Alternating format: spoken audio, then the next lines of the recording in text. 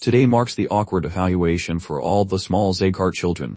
This process exposes their internal magic juice and unique elemental flavors. Scores indicate if they are gifted or just expensive domestic disappointments. This clan essentially rules the global rankings for stabbing and glowing. A nervous toddler waddles toward the massive slab of sharp rock. It starts shimmering like a radioactive lime, proving he manipulates wind and has fairly decent soul cleaning habits. Then a tiny female relative steps up.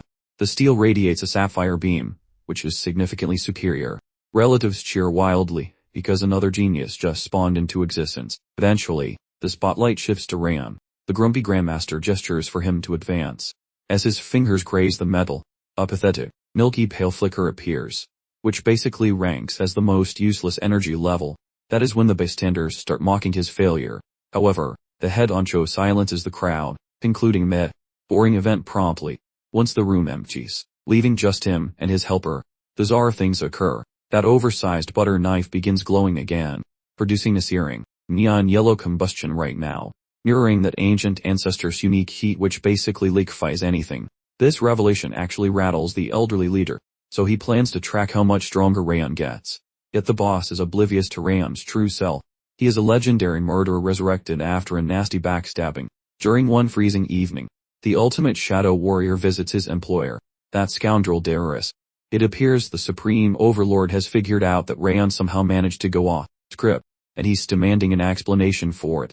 House Roberts specializes in transforming abducted youngsters into soulless murderers. Rayon's escape from the mental shackles was pure luck. Happening mid-assignment, Rayon questions Darius about how his secret was exposed. Darius clarifies that all assassins have a pair of restraints, one mental, the other physical. At that exact moment, a sudden, agonizing sensation pierced Rayon's sternum. Darius then describes the mechanism of the backup restraint, a furious worm, surgically inserted inside their bodies. This curse will literally consume the victim's heart upon its owner's specific instruction. As the parasite started its disgusting meal on his vital organs, he swore he wouldn't perish like an obedient Cain and decided to inflict at least one injury on Darius. Rayon struggled to his feet and lunged forward immediately. Unfortunately, he was immediately separated from his head, but still, Darius stood in disbelief. Realizing Rayon had actually landed a blow, he commanded the remaining assassins to get rid of the deceased traitor, then promptly exited the scene. Rayon's final thoughts were filled with incandescent fury over the future Darius had snatched away. Utilizing his very last moments, he begged any divine or hellish entity for another opportunity to seek retribution. Right on schedule, a small charm hanging from his neck suddenly started to emit a bright light. A bizarre digital display popped up, informing him he had been selected by an entity known as Wrath. Unluckily, Rayon's physical form expired just before Wrath could take full control, and the entire procedure failed entirely. A significant period passes, and a youthful mother entertains her infant, lovingly nicknamed Sunshine. This newborn turns out to be Rayon, somehow reborn into the household of a woman named Sylvia. Rayon still possessed all his recollections from his murderous past. Finding this situation entirely far-fetched, he initially dismissed it as a simple nightmare, yet ultimately conceded to reincarnation after realizing this particular vision refused to end, despite repeated attempts to wake up. During a cheerful chat, his mother attempted to tell him that the head of the household had not yet returned to bestow a formal designation. However, she was completely oblivious to his full comprehension of her words. Rayon finds it perplexing why the process is taking so much time, especially since he has been alive for roughly 100 days. It is evident to Rayon that his reincarnated family possesses considerable wealth and high social standing.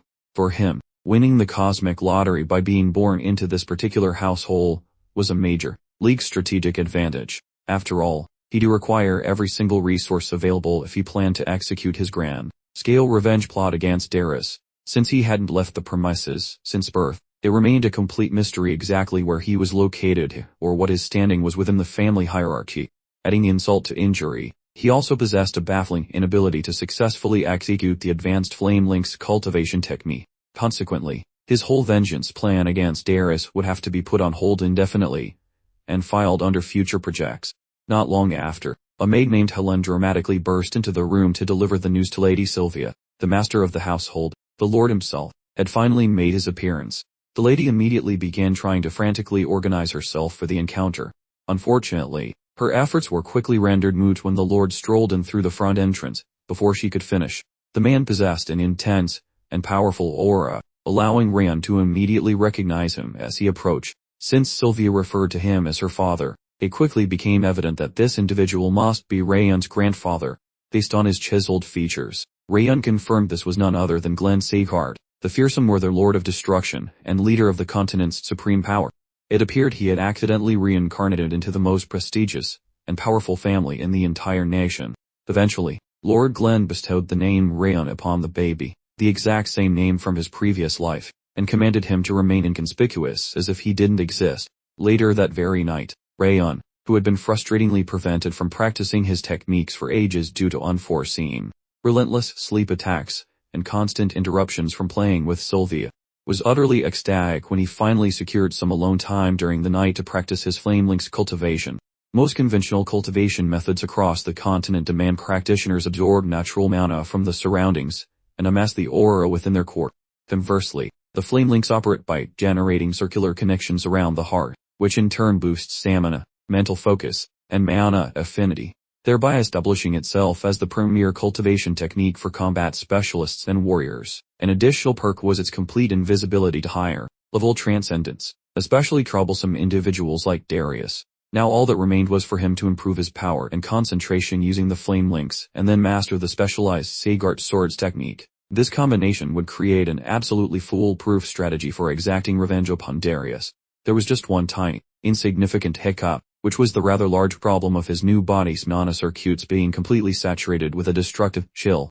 Upon verifying that roughly 9 of his circuits were completely blocked, it became starkly obvious that he would quickly perish if things didn't change. His only remaining recourse was to discover a method for breaking through those blocked circuits, utilizing the flame links. Following an extended period of cultivation, our protagonist's senses began to blur, and he quickly collapsed onto the bed, ultimately losing the entirely pointless battle against encroaching sleep. Fortunately, surrendering to slumber turned out to be a stroke of good fortune, as Lord Glenn soon entered the room to perform a welfare check on the sleeping baby, and released a small amount of his aura over the child.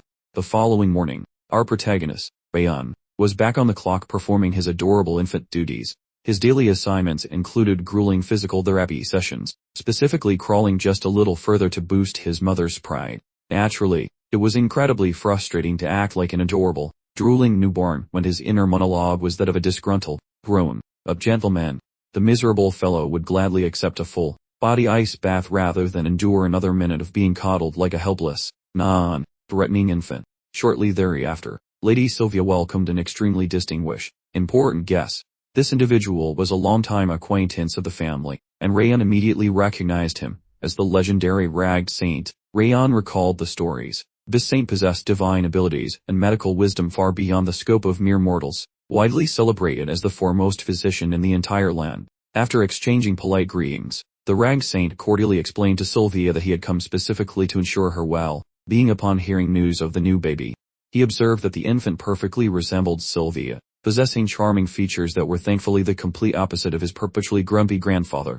Upon discovering that Lord Glenn had chosen the name Rayon, meaning shadow, for the child, the saint became quite annoyed and questioned the father's judgment entirely. The casual nature of his speech clearly indicated a significant degree of familiarity between himself and Lord Glenn, confirming the old gossip Rayon had heard concerning their camaraderie.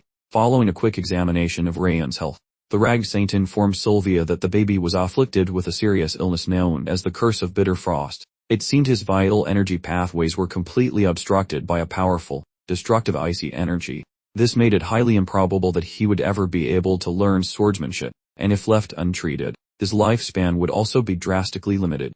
Stunned by the news, Sylvia immediately insisted that the saint's claims could not possibly be true. Ignoring her emotional outburst, he assured her he would return shortly with a potent remedy for the suffering baby.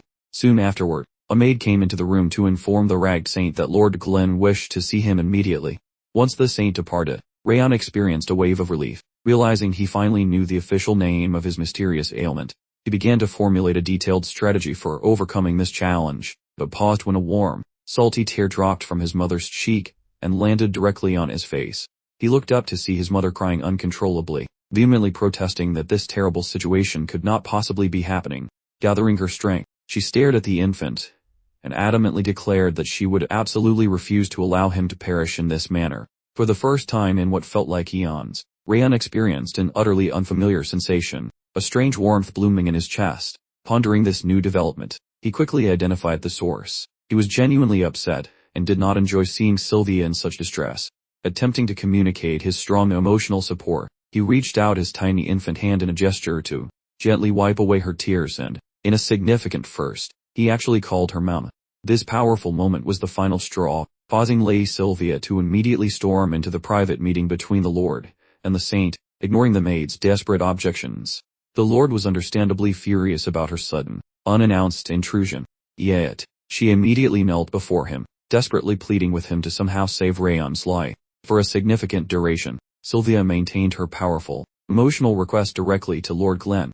Yet the response she receives is merely a frosty declaration that saving a small male child who contributes nothing to the manor, seeing as he cannot become a fighter, is utterly pointless. This all occurs just as Sylvia pipes up to mention that the lad in question happens to be his own flesh and blood grandson. He stubbornly sticks to his original stance, instructing the guards to bodily remove her from the premises post-haste. Following that awkward bit, later, the esteemed saint reveals the Lord had been quite rough on his own daughter, even though he summoned the saint to the royal residence after noticing this very problem himself when observing the young boy. But Lord Glen just stonewalls him, demanding he continue with his official rundown. The holy man then clarifies that the boy's channels for mana are completely bunged up, and leaving him like that would spell serious trouble as he ages. Although young Rayon will be okay for now because Lord Glennon valiantly shoved back some of the icy grip using his powerful aura the night he snuck into the room. This situation offers zero improvement to his prospects of becoming a proper warrior, yet in a bizarre twist, the Lord surprisingly declares this irrelevant as long as the youngster manages to stay alive, only to be immediately ribbed by the saint, who suggests this harsh front is just a flimsy shield hiding his immense grandfatherly affection. When the saint inquires as to why Lord Glen selected a name that means the absolute darkest thing possible, Glen informs the cleric that the moniker actually conveyed the precise opposite meaning many decades in the past. A few sunsets later, Sylvia administers a portion of the magical liquid, dropped off earlier by that scruffy-looking saint, to boost Rayon's overall physical condition. Our little guide is secretly thrilled to be consuming a fiery, tight potion because it should assist him in combating the coldness currently plaguing his mana pathways. Many more orbits of the sun pass, and Rayon reaches the ripe old age of 5 years. A system prompt promptly flashes, informing him that he has successfully forged his second fiery connection, resulting in an upward adjustment to his soul tier, his command over elemental energy, his concentration levels, and his endurance. This bulletin sounds like a heavenly chore to his ears, leading him to strongly suspect his rapid advancement is thanks to those convenient system pop-ups has been privy to. This digital assistant is a secret feature visible only to his own eyes, naturally, and it first made its grand appearance not long after he took his very first breath, which grants him the ability to instantly review his present standing with just a quick glance. His chief sticking point seems to be the notable lack of improvement in his woeful stamina or that pesky curse, even after achieving the second major milestone, suggesting he's only managed this far due to the special draught, and the ceaseless, devoted affection from his mother, and the kind-hearted housemaid known as Helen.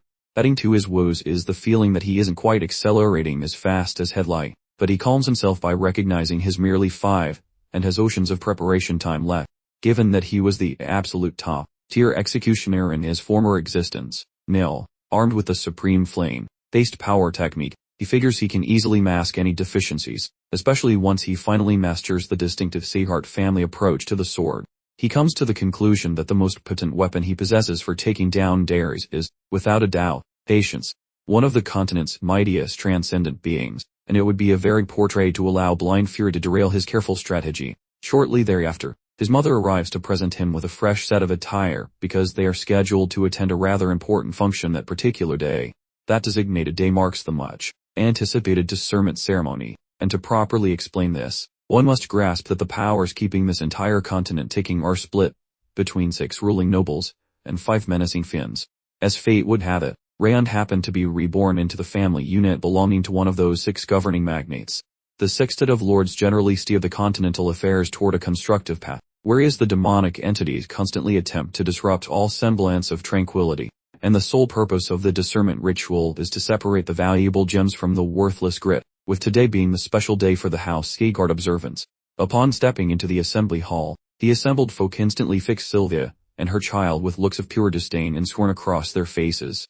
They proceed to utter incredibly vile comments about both her and Rayon's frail health, even stooping low enough to label her an utter disgrace. A few folks grumbled, complaining it was absolutely preposterous for Failures' offspring to attend such a sacred discernment ceremony. But Sylvia, with the grace of a ninja ignoring a loud toddler, simply advanced, letting their gripes echo into oblivion. Rayon, however, felt the sting of their critical chatter, but his mom, with a look that said "I'm not asking," gently steered his focus back to herself. Then, as if on cue, the esteemed lord dramatically arrived. Rayon hadn't seen the lord in a whopping 5 years, an absence long enough to grow a whole new personality, before the dignitary finally sailed into his chair. With a dramatic clang, an enormous sword, aptly christened the Blade of Discernment, descended into the hall's heart, after which the lord, clearly eager for the show, commanded the ceremony to commence. This discernment sword, a truly peculiar magical artifact, possessed the singular ability to completely reveal the full mana potential of any individual simply resting their hands upon its blade. Young Warren, hailing from the prestigious Sagart lineage, was summoned to the front, bravely or perhaps nervously stepping forward, as the inaugural participant. These discernment rituals, you see, target youngsters because, much like a magical time bomb, their skull sutures begin to fuse around age 4, permanently locking in their mana potential. The whole grand purpose of this elaborate affair was to precisely map out each child's inherent magical capabilities within the family lineage. The moment Warren touched the blade, the onlookers erupted in a chorus of lavish compliments, all thanks to the magnificent luminous display. The brilliance erupting from the sword wasn't just bright, it absolutely cascaded from every surface in a dazzling, pure spectacle of pure mana, something everyone instantly declared was entirely to be expected from Lord Karen's son. Naturally, a different child, Runan Slorm, from the notable vassal house of Slorm, received her official summons to participate. Here's the quirky bit: the purer a person's mana, the more intensely the sword glows, like a magical dimmer switch. And it also handily reveals the elemental affinity most harmonious with that mana. A real 2-for-1 deal. When Runan finally performed her own magical assessment, she too was heralded as an undeniable prodigy, thanks to her dazzlingly bright outcome, with the crowd proudly declaring, "Well, what else did you expect from a swarm?" Rayon, observing the fanfare, realized with a sigh that this crowd was absolutely fanatical about flashy results, yet he privately suspected his own would be rather lackluster, considering his mana circuits were still running cooler than a wizard's icebox, even with his impressive second flame link already achieved. Then, Rayon's name was officially called for. Many in the crowd swiveled, shooting him disdainful glares as he began to walk outside, with his supportive mother, offering silent courage. Upon finally reaching the impressive blade, Rayon wisely concluded it was quite foolish to harbor lofty expectations, deciding instead that merely discovering the most suitable element for his future magical training would be a perfectly acceptable outcome, like settling for pizza when you really wanted steak. The moment Rayon's hand finally made contact with the sword surface, a peculiar, enchanting fire burst forth from the blade, completely captivating his attention. Suddenly, vivid visions assaulted him, showcasing several truly atrocious monsters, and nestled within their terrifying ranks, a lone, young warrior. He watched with profound concentration, utterly bewildered about the actual meaning behind this unexpected, vivid hallucination, as the grotesque monsters in his mental projection dramatically towered over the solitary young warrior. Then, in a breathtaking flash, the warrior hoisted a sword, absolutely ablaze with fire, dramatically slamming its flaming hilt against the very ground beneath them. The subsequent, massive explosion from that solitary action instantly encompassed the entire radius, utterly obliterating every single thing within his line of sight. Once that bizarre occurrence concluded, Rayon returned to his normal state, his eyes then settling upon the elemental symbol now clearly depicted on the sword. Puzzlingly, the sword decided to exhibit an element entirely different from what he'd just witnessed in his vivid hallucination, emitting a feeble glimmer that, despite its brightness, barely managed to illuminate beyond the hilt, let alone reach the center of the blade. And predictably, the crowd didn't hesitate to openly mock the embarrassingly meager glow he'd produced. However, Lord Glenn simply observed the unfolding scene, remaining utterly silent. Sylvia, attempting to embody the perfect supportive mother, swiftly assured Rayon he had performed quite well. Then they both quietly returned to their spots. The surrounding nobles couldn't contain their internal snickering, finding it absolutely hilarious that a descendant of the great house Sieghart showed such pathetic potential, while simultaneously mocking Sylvia, claiming her son inherited nothing but her hair color and crimson eyes. Shortly after, Lord Glenn silenced the chattering crowd, demanding an explanation for the sudden outburst and why they were creating such a commotion within the hallowed chamber. Once the room fell silent, the Lord simply declared the ceremony complete. With the spectators having departed, only Lord Glenn and his personal butler remained within the chamber, keeping watch over the mysterious discernment sword. Lord Glenn, observing the situation, felt a sense of finality that Rayon's fate was truly unchangeable.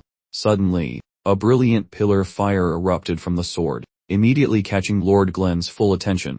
The intense blaze completely enveloped the blade and peaked in intensity, unlike anything they had witnessed during the earlier ceremony. Lord Glenn watched in utter fascination, noting how the light shone with a radiance as vibrant and golden as the noonday sun. Consulting a nearby record, he confirmed this specific light had appeared only once before, during the original ceremony for House Sieghardt's founder.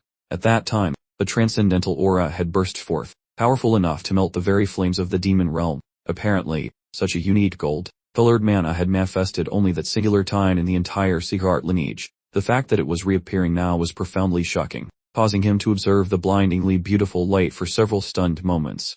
The Lord realized that Rayon must be responsible for this incredible display, yet the cause and effect defied all logic for him. 7 years after the initial discernment ceremony, Rayon's stats were displayed on the system, still showing the curse, terrible stamina, poor physical strength, and poor mana affinity, though he had developed minor water resistance, alleviating some stiffness in his hands and feet.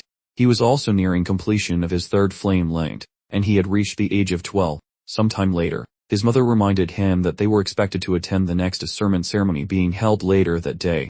Based on his previous experiences, our young man harbored little enthusiasm for going, knowing he would have to face the inevitable annoyances once again. Soon after arriving, the discernment ceremony for the new group of children finished quickly, with Rayon noticing this year's proceedings seemed much faster than normal. Just before the ceremony concluded, Rayon was summoned by the Lord. The Lord demanded to know why Rayon hadn't responded to the summons for basic training sent a month ago, a question which completely confused Rayon, as he knew absolutely nothing about any training.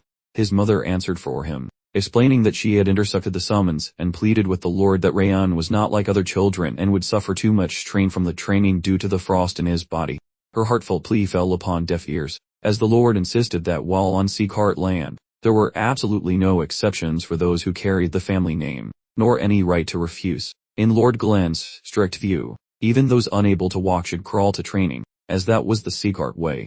Shocked by his severe words, Sylvia declared she could not accept such terms, prompting the Lord to ask if she intended to leave the house again, just like last time, stating that they must adhere to Sieghardt rules to remain on Sieghardt's soil. Like flies drawn to a carcass, the onlookers immediately focused on the possibility of Sylvia leaving again, beginning to excitedly chatter among themselves about her original departure. As usual, Rayon was extremely displeased to watch his mother receive such intense scrutiny and criticism. From their gossip, it became clear why they hated her so deeply. It wasn't just that she had left the house. She had also deliberately destroyed her core and mana circuits, even though she had already learned the Sieghardt swordsmanship, resulting in her current inability to generate an aura. She performed this extreme act of self-mutilation so she could marry the man she loved. Unfortunately, he passed away shortly after she became pregnant with Rayon, leaving her no choice but to return to the family estate. Upon her arrival, the family treated her terribly because she had so casually discarded her place in the main family lineage. Despite the gossip and pressure, Rayon absolutely refused to join the family pile on against his mother. After all, he was her son and drew the line at disrespecting the woman who raised him. Out of nowhere, the young boy marched right up to the Lord for a chat, completely ignoring his mother's frantic, silent "don't you dare" signals. He casually announced to the Lord that he would gladly participate in the upcoming training next month, just as the Grand Command suggested. His offer immediately drew a sharp objection from Dinar Sieghardt, the head elder, who was eavesdropping nearby. Dinar huffed that he hadn't been informed and warned Rayon not to confuse basic training with easy kindergarten. Rayon stood his ground, doubling down on his commitment by claiming he needed to participate to uphold the honor of the Sieghardt legacy. The Sieghardt name mentioned seemed to hit a nerve with Lord Glenn, who clearly felt a sudden, serious weight about it, prompting him to unleash a powerful, invisible force field at the boy. It felt strong enough to turn his bones into dust. The force caused blood to trickle from his lips, making Rayon realize this crippling spiritual pressure was far more intense than anything his old master had ever dished out. He instinctively clenched his fists, trying to use the pain as fuel to withstand the crushing force. As he finally collapsed, his mother and Helen swooped in to help, while Dinar begged the Lord to ease off the spiritual force, arguing that Rayon was just a kid who clearly hadn't learned the consequences of speaking his mind. The Lord, however, turned a deaf ear to their desperate requests, commanding everyone to remain silent and let the boy speak. Sylvia persisted in pleading for mercy, insisting her son was in no condition for training and begging for the aura to be recalled. Rayon, still firmly held within his mother's protective embrace, his mind drifted back to his previous life as an assassin, where he truly lived in the shadows. He was basically a ghost, always lurking in the darkness without ever revealing his location. A surge of frustration prompted him to pull away from his mother, desperately hoping to forge a much better existence for himself in this second chance at life. Another powerful drive was his strong desire to elevate Sylvia back to her proper, respected position within the family hierarchy. He bravely stepped forward again, admitting his ignorance regarding the Seehart name. Since he'd been raised in the annex rather than the main house, he declared his plan was to participate in training to figure out exactly what kind of crazy institution this place actually was.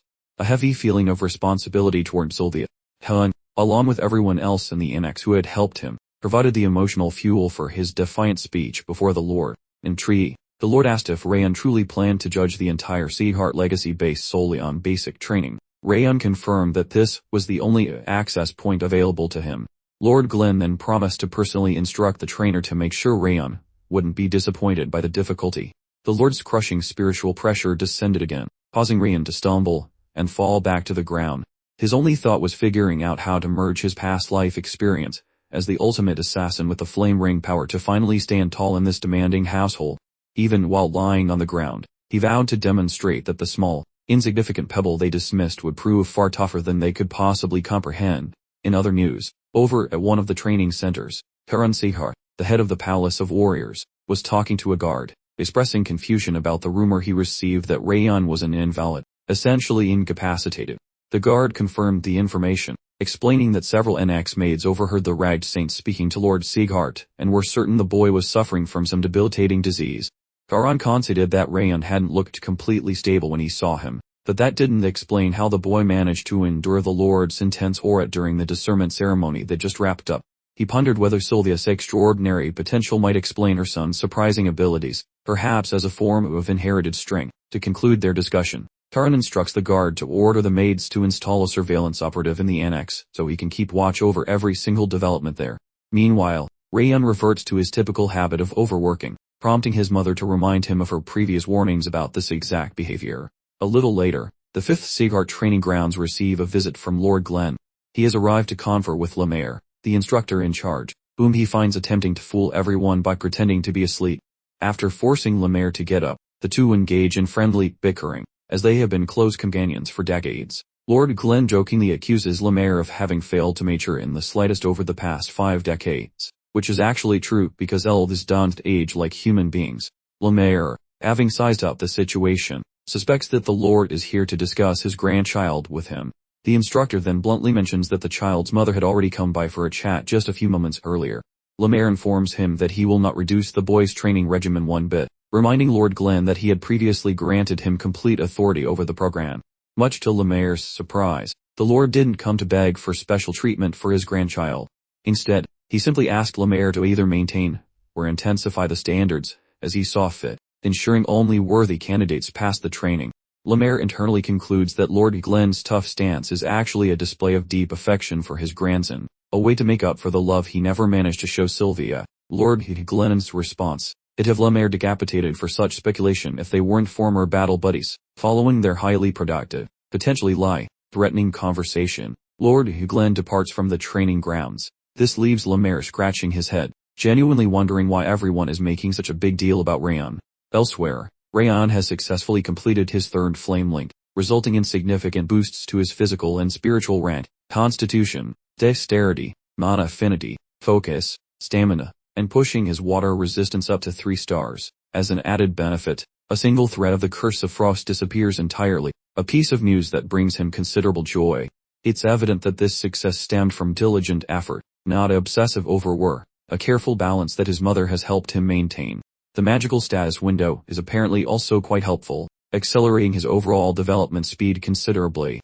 Despite all these gains, none of it matches the intensity of what he'll soon face during the infamous Seaghart training. Even this impressive 3-star flame link only provides a basic, solid foundation upon which he can construct a stronger future.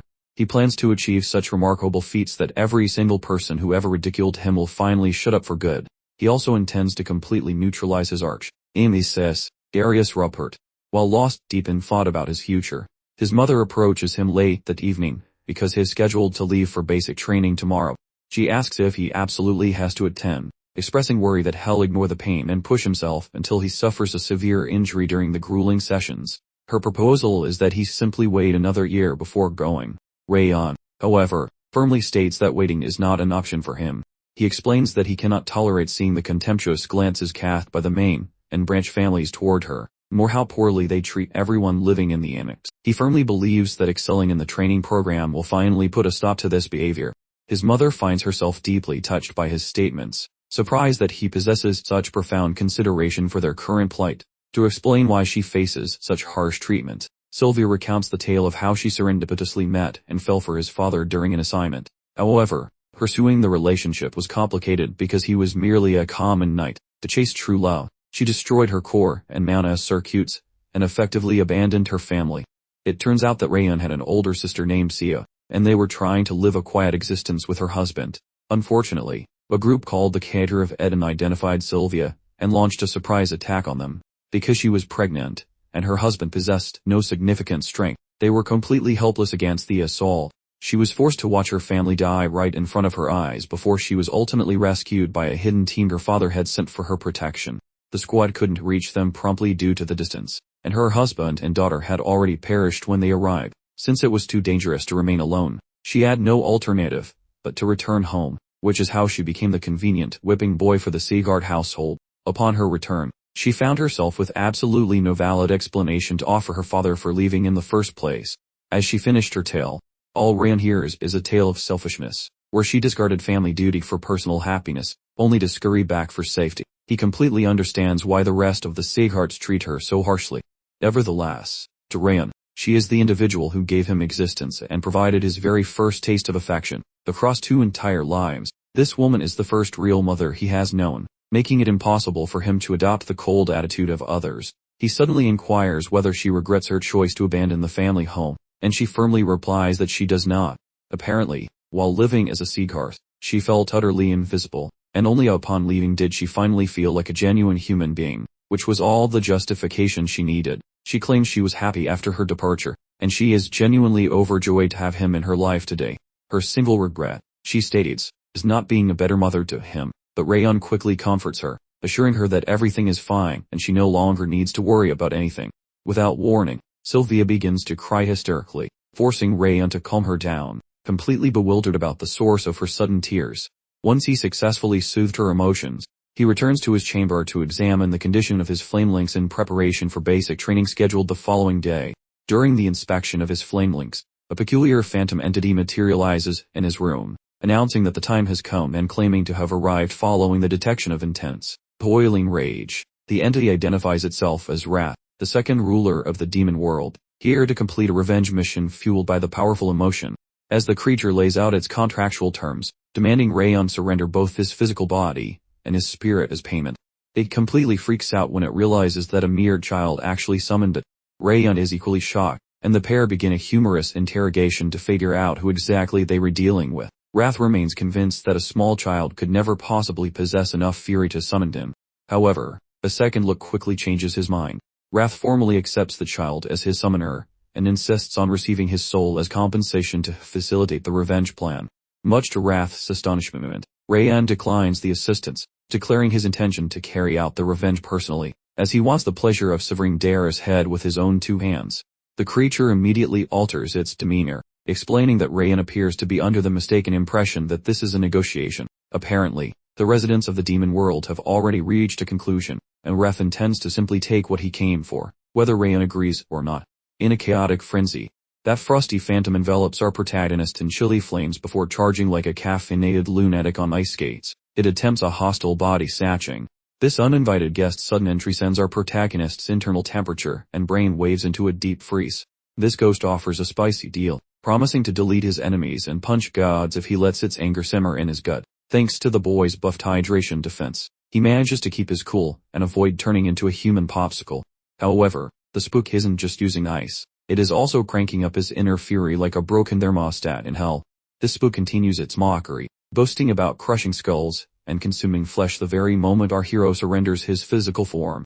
However, The young man feels uncertain about keeping the maids or Sylvia safe if he permits such a malicious presence to enter. That entity grows grumpy, explaining that while it originally sought to preserve its new vessel, it now intends to simply consume the boy whole. This crushing spiritual gravity makes Rayon feel as fragile as a cheap porcelain vase during a massive earthquake.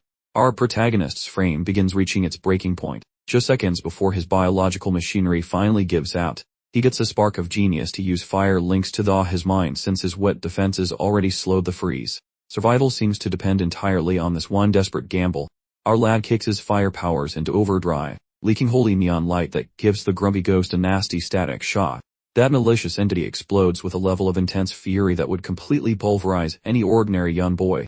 Our protagonist vows to finish that vendetta personally, refusing to surrender a mortal shell into the care of that grumpy poltergeist. That irritable phantom fumes after being called a ghost, demanding fealty as hellish royalty, yet our hero mockingly points out such weaklings are hardly threats. Careful observation reveals this antagonist lacks peak strength, having only recently ended his slumber, which confirms his previous excuse for being weak. A notification window appears out of nowhere to grant an unknown ability, which makes the ghost scream about how he invented the entire game interface himself. Our hero discovers his phantom guest designed this digital interface, which leads him to investigate the hidden motives for building such complex tools. That irritable presence cannot hold its tongue, inadvertently spilling secrets as our protagonist wonders if these tools exist solely to catalyze his development. Our hero sees how easily this phantom's feelings show, perfectly fitting for someone whose identity is synonymous with the sin of fury. It turns out his fire links are hitting harder than his past life because they were designed as a fast track for power gains. This furious phantom issues an ultimatum, wanting his physical vessel surrendered or his mechanical interface returned at once. Our hero attempts a magic-enhanced strike against the phantom, yet this physical assault fails to achieve any meaningful result. Once the demon realizes that bullying this specific kid is a total waste of time, the entity coils about the boy's arm, masquerading as a fashionable piece of dark jewelry. Since the seal recently broke, and his demonic might remains depleted, this entity intends to hide as an accessory, while waiting for enough energy to reclaim his former glory. Our hero ponders removing that jewelry, yet fears his digital interface might vanish or the phantom could potentially attack Sylvia or Helen. Managing this irritable spook from close distance serves as clever tactics for ensuring he stays under control throughout his developmental journey. Ron wonders out loud why Wrath opted for becoming a sparkly wrist adornment, but Wrath firmly declares it's his personal style choice, and Ron should just accept it. The subsequent morning, Lady Sylvia is practically vibrating with anxiety about Ron exiting the premises, so Helen swoops in to offer soothing words. As Ron finally steps out, prepared for his grand departure, the women's expressions clearly scream profound misery, like a bad sycamore run. Before hitting the road, Helen makes sure to caution Ron about not turning himself into a pretzel from overexertion, and he assures her he'll be the picture of caution. After indulging in a brief period of dramatic pouting, Sylvia manages to muster up some encouragement for Ron to give it his absolute best shot and sends him off with a little wave. Once he's gone, Sylvia seeks reassurance from Helen that her precious youngster will actually be okay, and the maid points out that Ron's fitness levels have shot up dramatically, suggesting he might actually finish the whole ordeal. Those comforting remarks managed to settle Sylvia's nerves somewhat, who had been sobbing buckets inside while Ron promised her he wouldn't turn himself into an overworked, battered mess, or sustain any injuries. A short while later, a gaggle of youngsters congregates near the entrance of the fifth proving ground, engaged in lively chatter. Meanwhile, Ron keeps to himself, musing over the fact that the training area is populated not just by kin from the main and branch line, but also by tributary families and outsiders who snagged an invite, but also those affiliated families, and sundry outsiders who managed to score an invitation ticket. Not much time passes before some boys start trading rumors about Ron's ridiculously spindly arms, jokingly suggesting he ought to simply flee the training grounds entirely. They even poke fun at that flowery wrist and he sports, which manages to send Wrath into a spectacular, silent fury. The unseen spirit starts unleashing a torrent of verbal venom upon the youngsters. Yet they are conveniently saved, because they cannot perceive him whatsoever, once he overhears their petty complaints. Ron strides over to the group and demands to know why they aren't voicing their complaints directly instead of buzzing annoyingly like trapped summer pests. They are quite startled, but quickly adopt a combative stance, demanding to know how a child exiled to the annex from a branch family dares address them with such audacity. The comical element here is that they are also from branch families themselves, leaving their justification for demanding deference entirely baffling. When Ron points out that such a condescending tone is reserved only for those clearly beneath one's station, the boys become even angrier, and one of them lunges forward to grip Ron's tunic, sharply instructing him to remember his lowly standing in the hierarchy. A truly unsettling, almost savage look flashes across Ron's face, and he begins audibly cracking his knuckles, preparing for a brawl, just for another young man, a main family member this time, to intervene and stop the scuffle. This newcomer happens to be Warren Seagard, the supposed wonder kid whose initial assessment preceded Ron's own during the first discovery ride. Warren scolds the rude boys for their impulsive antics, asking if they intend to embarrass the entire family in front of the external guests. The offending lads immediately backtrack and offer hurried apologies to Warren for their outburst, picking up the previous awkward momentum. Warren then saunters toward Ron and inquires if he truly hasn't grasped his inferior rank yet. He declares with great pride that Ron is merely a speck of dirt he could flick away whenever the mood strikes, and he issues a clear warning for Ron to keep a low profile unless he wishes to be summarily evicted from the Annex 2. Warren's internal monologue suggests that Ron's presence on the proving grounds is solely due to exploiting a fluke during the initial evaluation phase, not actual merit. To his mind, Ron is nothing more than a destined failure who is just waiting for the inevitable dismissal notice from the training staff. As the group of boys retreats, Warren loudly tells Ron to vacate the area if he has zero intention of joining the actual training, since there's certainly no guarantee he'd pass the requirements regardless. Just before Ron begins to move, he throws back a sharp retort, suggesting Warren should have added more genuine enthusiasm to the entire string of insults he just delivered. He reminds Warren that simply having the right family name doesn't mean a thing when you're a nobody without rank or official trainee status, essentially making him powerless. Rayon suggests Warren should run off and tell his daddy, which immediately makes the boy's face turn bright crimson with frustration. Warren could only muster the typical, uninspired retort about being insulted, before Instructor Lemaire bursts through the door, shattering the moment and starting his official address to the students. Lemaire chuckles at the sight, finding it hilarious that these kids started scrapping before the actual competition even began. Rayon, despite not knowing the identity of the instructor beforehand, instantly recognized him as the legendary Sword of Light, who retired after sustaining serious core damage. Lemaire breaks up the scuffle, instructing the boys to hold off on their hostilities until after the formal admissions ceremony. During the ceremony, Lemaire formally presented himself to the assembled group of young men. Apparently, a whopping 160 participants were present for this specific training cycle, which Lemaire clearly considered far too many for his liking. He announced he would drastically reduce the attendance by 3/4, using an immediate test as the method of culling. The potential candidates were petrified that such a large portion of them would be immediately expelled on their very first day. Lemaire declared his authority absolute here, suggesting that anyone who disagreed could go complain to the head of the entire family. Immediately, the test of endurance and concentration commenced as the children started running on the track, instructed to maintain full speed until Lemaire gave the signal to halt. Wrath once again piped up, questioning why Rayon chose to lag behind at the very back of the pack instead of trying to move ahead. According to Rayon's internal logic, this exercise wasn't a speed competition, so there was no point in rushing ahead of everyone else. He concluded their instructor was likely evaluating resilience and mental fortitude, rather than superficial metrics like who finished first. He felt certain that true victory belonged to whoever remained standing at the very end of this ordeal, and he fully intended to be that person.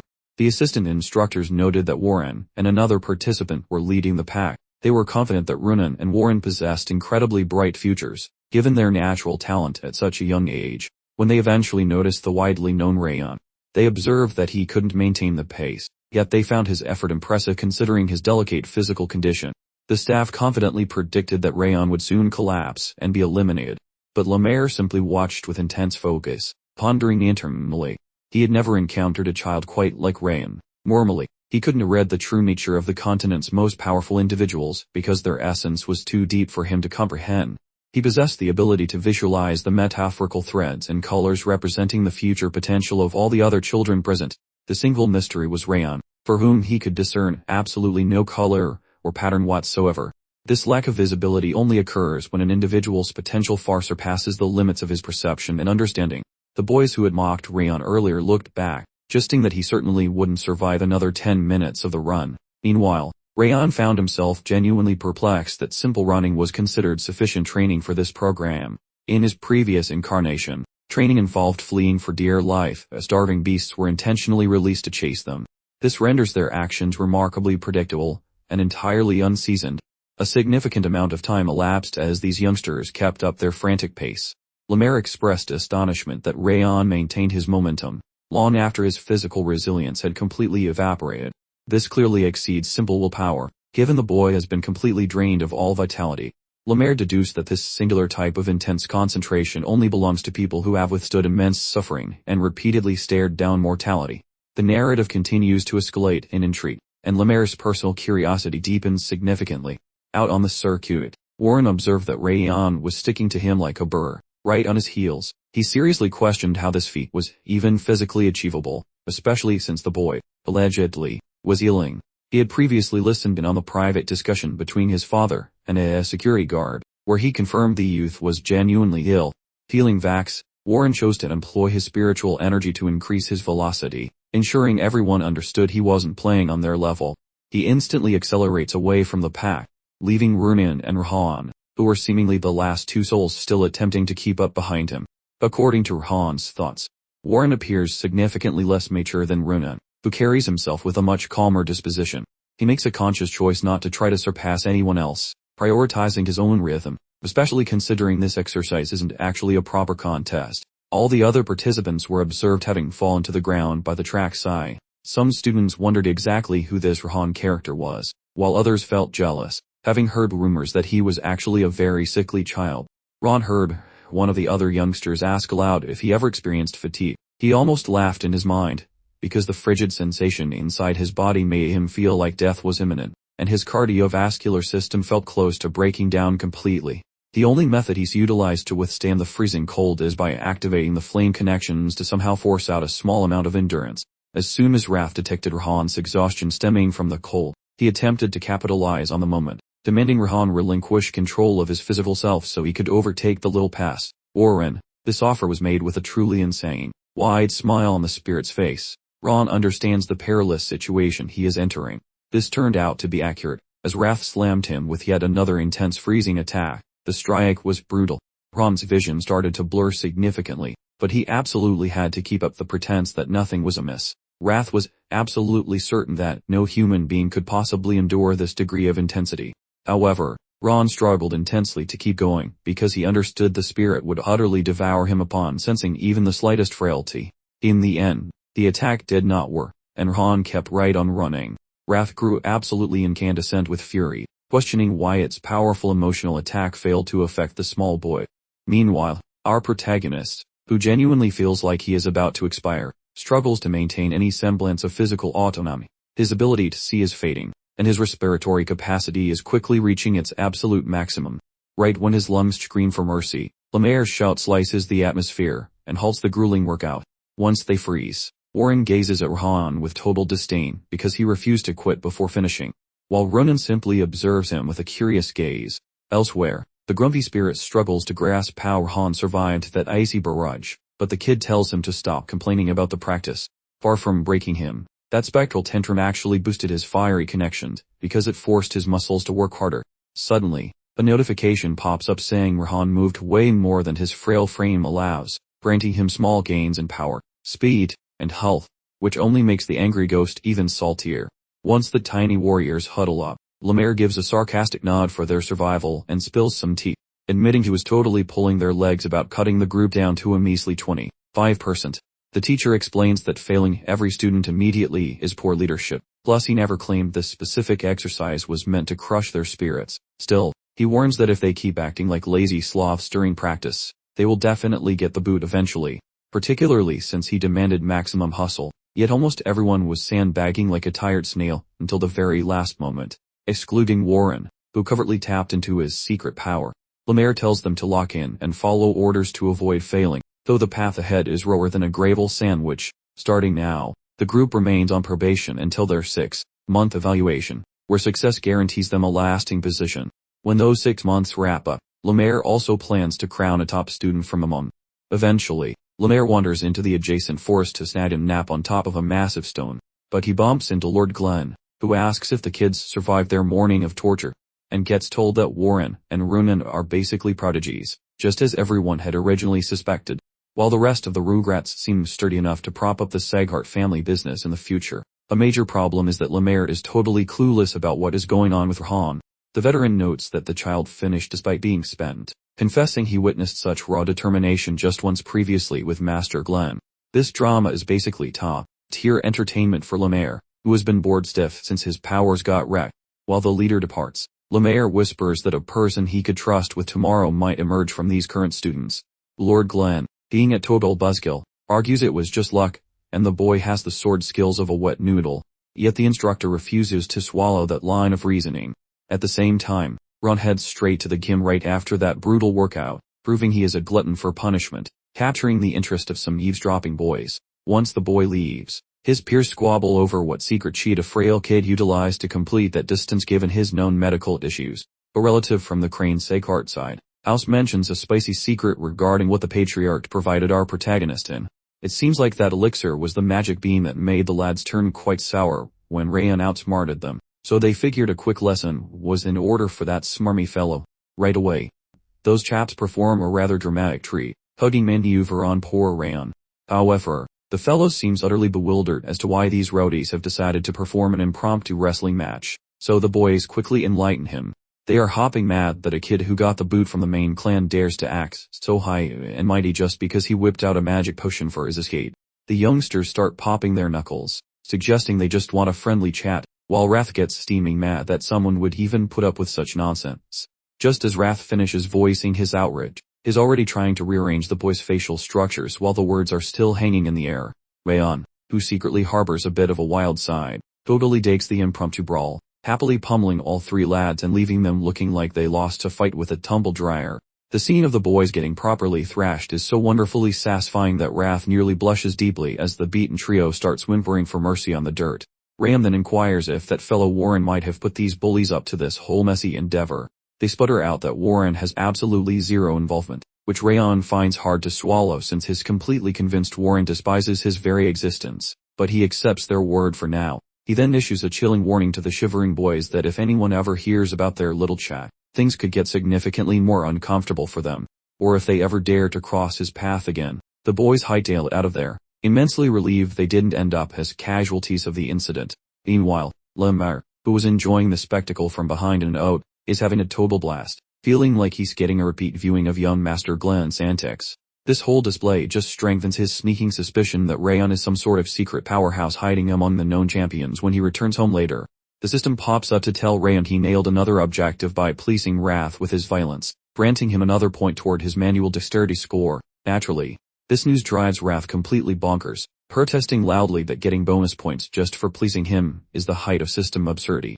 When Rayon points out that Wrath himself signed off on the system's creation, Wrath retorts that this whole setup is brand new to him, because nobody's ever managed to swipe his system before. After Wrath begins unleashing a torrent of creative curses, and realizes Rayon isn't even batting an eye in his direction, he switches gears. He decides to toss an offer onto the table, giving Rayon the choice between earning extra stat points by winning a contest, or absorbing a bit of Wrath's own fury by failing. All Rayon needs to do to secure this deal is nail the top spot in the trainee examination. Just like that Lemaire fellow had suggested earlier, Rayon notes that winning nets him a bonus random attribute too, and Wrath clarifies that he'll inherit one of their abilities, scaled down to fit his less stellar physical shell. He's also informed that the specific flavor of Wrath he'd pick up from losing is merely a faint wisp of the spirit's built-in aggression. This tiny initial dose, he's told, could balloon into a truly unstoppable force of anger down the road if left unchecked. Since the spirit lays out all the fine print right up front, Rayon concludes that the guide isn't spinning a yarn. He weighs the options and figures the tempting rewards totally crush the relatively minor risks involved. Yes, it tastes like a poisoned caramel, but his past adventures should easily carry him to first place. Therefore, our plucky hero happily shakes hands on the arrangement. This immediate agreement causes a wide, hungry smile to spread across Wrath's face, growing more certain that his long-term scheme to occupy Rayon's body is moving along perfectly. A little while later, the youngsters are put through yet another rigorous session, clearly gasping for air after a morning spent sprinting madly. They finish that ordeal with a mandatory horse stance, commanded by Lemaire, who stresses that this position is the bedrock of every fighting discipline, so everyone must endure it. He tells the lads to hold fast until he calls it quits, and then wanders off for a quick snooze. To ensure nobody slacks off while he's catching 40 winks, he kindly reminds them that they, not he, will be the ones facing the final evaluation. which should keep their legs moving. Several trainees are whining regarding those exhausting fitness routines, desperate to finally begin swinging sharp metal blades instead. Following the workout, Warren rounds up the squad for independent fencing practice, worrying that their lethally sharp skills might dull from mindless repetitious motions. Despite Wrath constantly pestering Rayon to ditch the squats and go poke things with the other kids, Rayon calculates that swinging steel now is entirely useless, since their current power levels resemble floppy wet noodles. From his view, building meaty muscles and lungs matters way more than boring sword training. His situation is extra spicy thanks to the annoying chili hacks, making boring foundational stuff he does a survival requirement. During the main character's intense session of lifting heavy metal, a weird lady named Runen Sworn begins shadowing his every movement. The girl feels shocked seeing a sickly kid suddenly hoist massive boulders within a mere couple of sunrises. His rapid gains defy all logic, almost as if the boy is cheating at the game of life, and she speculates whether his weird standing position is the secret sauce behind his massive power boost. Driven by pure noseness, she drifts closer like a silent ghost, refusing to utter a single sound. That intense gaze grabs Rayon's focus, prompting him to inquire why the female is loitering nearby. No response comes his way, as she internally ponders what secret ingredient is sparking Rayon's massive physical evolution. While staring at him blankly, a tiny light bulb finally flickers inside her confused mind. The girl shuffles around Rayon to park her backside upon a different metal slab nearby. She begins pumping heavy metal. That bizarre attitude seriously disturbs Rayon, prompting him to just walk away. He wanders to different equipment, yet Runen clings to him like stubborn wet toilet paper. As the girl follows, she recollects sniffing a peculiar perfume coming off Rayon earlier, which inexplicably made her frame feel weightless, and allowed her to hoist massive loads. Was the atmosphere get spooky? Rayon questions the girl about any potential messages, though she maintains her utter silence. Runen privately concludes the thought of being Rayon's permanent shadow is now her official full-time job. A brief moment later, Warren plus his team of lackeys stroll inside the training hall, and they are visibly salty seeing Runen hanging out with a kid who was basically kicked out of the house. Warren figures that repeating these nursery school drills is a complete and total waste of his precious time. That bully feels certain that the protagonist only behaves this way due to having a punny physique that cannot rival their elite genetic gifts. Gearing up for the impending trial, he motivates the crew to maintain their blade training, strictly to prevent their skills from rotting. The group departs, with Warren smugly believing the upcoming trials will prove his training far exceeds Rayon's silly little fitness routine. Eventually, a polite fellow named Dorian, who is not a fancy Sagehart, but just some random outsider, asks Rayon if he can join the fun after seeing Runen trailing him like a lost puppy. Rayon gives a grumpy nod for the outsider to join his workout. Plus, a delighted Dorian extended a delicious biscuit toward the fellow. With a skeptical glance, Rayon tried to politely hand that sweet treat back, only for him to pivot and notice Runen intensely glaring at his digits. Feeling quite parched, she sports this intensely judging yet rather pretty canine expression, which honestly gives him the willies. So he caves under the pressure and reluctantly passes the baked good over to her. As the weeks unfolded, this little threesome started hitting the weights and paths together. They even jogged side by side during their sprints, and a real friendship started to blossom. Before long, the period for budding and blossoming arrived, yet the rigorous physical drills persisted. A solid half a year had zipped by since their initial boot camp commenced, and Rayon had been pounding the pavement running like his very existence hinged on the next strike. Seriously, at this stage, Ron was lapping everyone else silly in every single running competition they held, naturally excluding his usual speed demons, Runen and Warren. That is, a bit more time dissolved into the ether, and the grand day for the official evaluation finally dawned. The proud mums and dads, plus all the assorted guardians, flocked from every corner of the realm to witness their young charges performed during the bait test. Everyone piled into a massive amphitheater, and then Lemaire stepped up to address the assembled crowd. Amidst the throng, Sophie, Bolan, and the distinguished Lord Karen were spotted occupying prime seating real estate. Meanwhile, Raph swaggered over, absolutely thrilled to remind Rahan about the silly bet they had made. He felt completely certain that Rahan would stumble and have to accept their mocking scorn. Seeing as Rahan couldn't pass Runen or Warren during their training drills, Rahan swiftly brushed him off, hoping that formal examinations are an entirely different beast entirely, where anything can spectacularly unfold. Just moments later, Runen and Rahan discovered Dorian hiding nearby, looking absolutely terrified about how the test results might turn out. The mutual understanding between Rahan and Runen had definitely grown, proven when she spontaneously offered him a sugar snack. Glancing around at the peculiar company he kept, Our protagonist worried he was accidentally collecting nothing but genuine oddballs. In the stands, Helen and Sylvia cheered silently, pleased their young man had bravely endured the grueling 6 months of practice with his dignity intact, and somehow managed to secure a few decent pals along the way. Soon enough, a booming proclamation echoed, signaling the arrival of the most important figurehead of the entire organization, who had elected to descend and join the spectators for this important demonstration. This attendance seemed highly unusual for him, as the assembled attendees were quite taken aback to see his esteemed presence there. Eventually, one informed observer spilled the beans, revealing that this was actually the Lord's very first time observing his particular yearly trial. When Lemaire voiced his stunned reaction to the Lord showing up unexpectedly, he received a serious explanation from Master Glenn, stating that since this assessment dictates the very future of the estate, the Lord's attendance was absolutely vital. Right as the head honcho appears, Lemaire starts the recruitment trial, despite never actually explaining the rules to any candidates until now. Without warning, giving the kids a heart attack, Lemaire blasts out a massive wave of energy, and announces that the big test involves cutting straight through his invisible wall of brain power. The professor warns the trainees that soul power is unavoidable, thus this challenge examines whether their inner core is actually durable. A bystander guardian starts whining that these toddlers just learned to glow, yet now they are expected to survive a psychic blender. Plus a group of annoyed watchers start shouting insults at the stubborn professor. Lemaire, having officially run out of patience for their nonsense, claims that psychic power is no simple light show, but instead a spirit status earned through a fighter's gritty past and victories. Truthfully, a genuine fighter never relies on sparkles to demonstrate their deadly potential.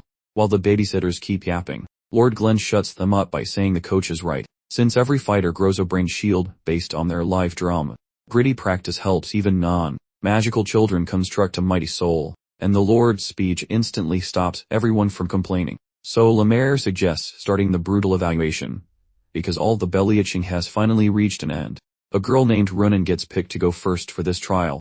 Lemaire informs her that his mental stench is surmountable if she actually focused during practice, and hitting him means she succeeds. Showing off a truly devious grin to the crowd, a sudden storm of mental energy slams into the girl, giving her quite a nasty surprise. This mental snackdown clearly hurts, since she starts wincing in total agony. Consequently, he declares that activating magical powers means instant failure, leaving her with nothing but raw grit. Even with the increasing agony, and the invisible tsunami trying to push her back, the candidate fights across the room, eventually snatching the instructor's palm like a drowning person, which makes the man quite happy, so he grabs her before she collapses like a wet noodle. The teacher praises her dedication to the craft, suggesting she maintain that same level of intensity forever. To his absolute terror, Dorian gets the call next, looking like he just saw a tax collector or a vengeful phantom. He is ordered to replicate the feat by using his grit, though Dorian clearly believes his own internal storage of bravery is currently empty. When faced with the terrifying prospect of failing, and looking like a total loser, the boy drags his body forward, but his legs fail him halfway through. At the same time, Rayon realizes the mental weight crushing Dorian seems uniquely altered, questioning whether the instructor tailors this soul-crushing weight according to the specific talents of every single student. After much struggling, Dorian grips the professor's ankles, earning a verbal high five and a command to stop doubting his natural abilities. Sadly, the boy responds to this praise by puking his guts out across the training grounds. Warren Seacar gets dragged into the spotlight, bracing himself for the exact same soul-crushing trial his buddies just endured. That spooky energy vibe hits so incredibly hard that Warren begins questioning if his little friends actually survive this madness. Toddlers actually survive this heavy magical beatdown. Rattling like a leaf, he discovers his legs have basically retired from the job of moving entirely.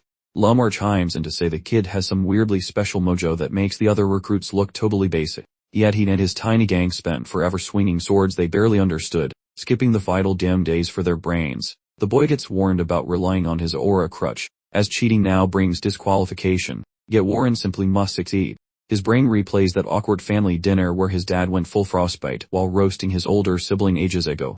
Fearing his old man might delete him from the family tree, he chooses to sprint ahead with every ounce of power. Finally, he pulls a clumsy faceplant right into Lamar's shins, which somehow counts as a victory in this crazy trial. Lamar suggests he quit acting like a middle-aged tax accountant, reminding the 12-year-old to just train like a normal child. Ron Seagar is the final boss on the roster, stepping up to the plate with everyone staring him down. A massive wave of soul energy smacks him silly, nearly sending him toppling over like a stack of wet napkins. However, This spiritual smackdown is way chunkier than the previous ones, making his mom and Helen start sweating bullets nervously. Even the big boss Glenn looks shocked at the insane amount of pressure Lamar is dumping onto the poor little guy. Ron starts panicking because the atmosphere is heavier than a lead blanket, questioning if he actually signed up for this. Lamar amplified the challenge, since he noticed far greater promise here than with Rayon or Warren, telling him to show off every single trick he has up his sleeve. Basically, your tier isn't about your gains, it's about how ridiculously oversized your inner ghost actually is, honestly. Luckily, Ron carries an ancient spirit alongside lethal assassin energy gathered over his prior existence. And finally, the instructor feels completely flabbergasted. The young protagonist bulldozes through that ghostly fog, grabbing the big master's interest. As he creeps right up into Lamar's personal bubble, the man is convinced his eyes are definitely lying to him. Skipping the whole falling down part, Ron simply strolls over and gives Lamar a playful little shove back. Remarkably, it is a wild scene, and the audience starts gasping like fish out of water. Lamar plus the ruler sit in total silence. The youth wears a cheeky grin, while politely inquiring whether he managed to clear the hurdle or not. Witnesses find it completely insane that this young fellow managed to cut through such dense pressure so easily. Even Corin looked like he swallowed a fly when the tiny rascal actually managed to grab Lamar. Lamar stood there gaping like a fish, pondering why the fragile fellow possessed zero magical juice managed to survive that intense marathon without spiritual energy. Eventually, the confused teacher asked what kind of creature the boy was. Rayon deadpanned that he was merely the same brat from the last half year, while the teacher argued his spiritual wall should have crushed any weakling, making the breakthrough logically impossible. The boy just gave a lazy shrug. This attitude really ground his gears. At last, the moment of truth arrived for the instructor to declare the winner and the prime student of the batch. Warren and his old man were sweating buckets when the name of the victor was revealed to be the underdog. The ladies started leaking from their eyes like broken faucets because their favorite boy snatched the gold. As the peanut gallery hummed with gossip about the shocking outcome, the sore loser bellowed that the grades were faker than a $3 bill. Those claims stunned the instructor.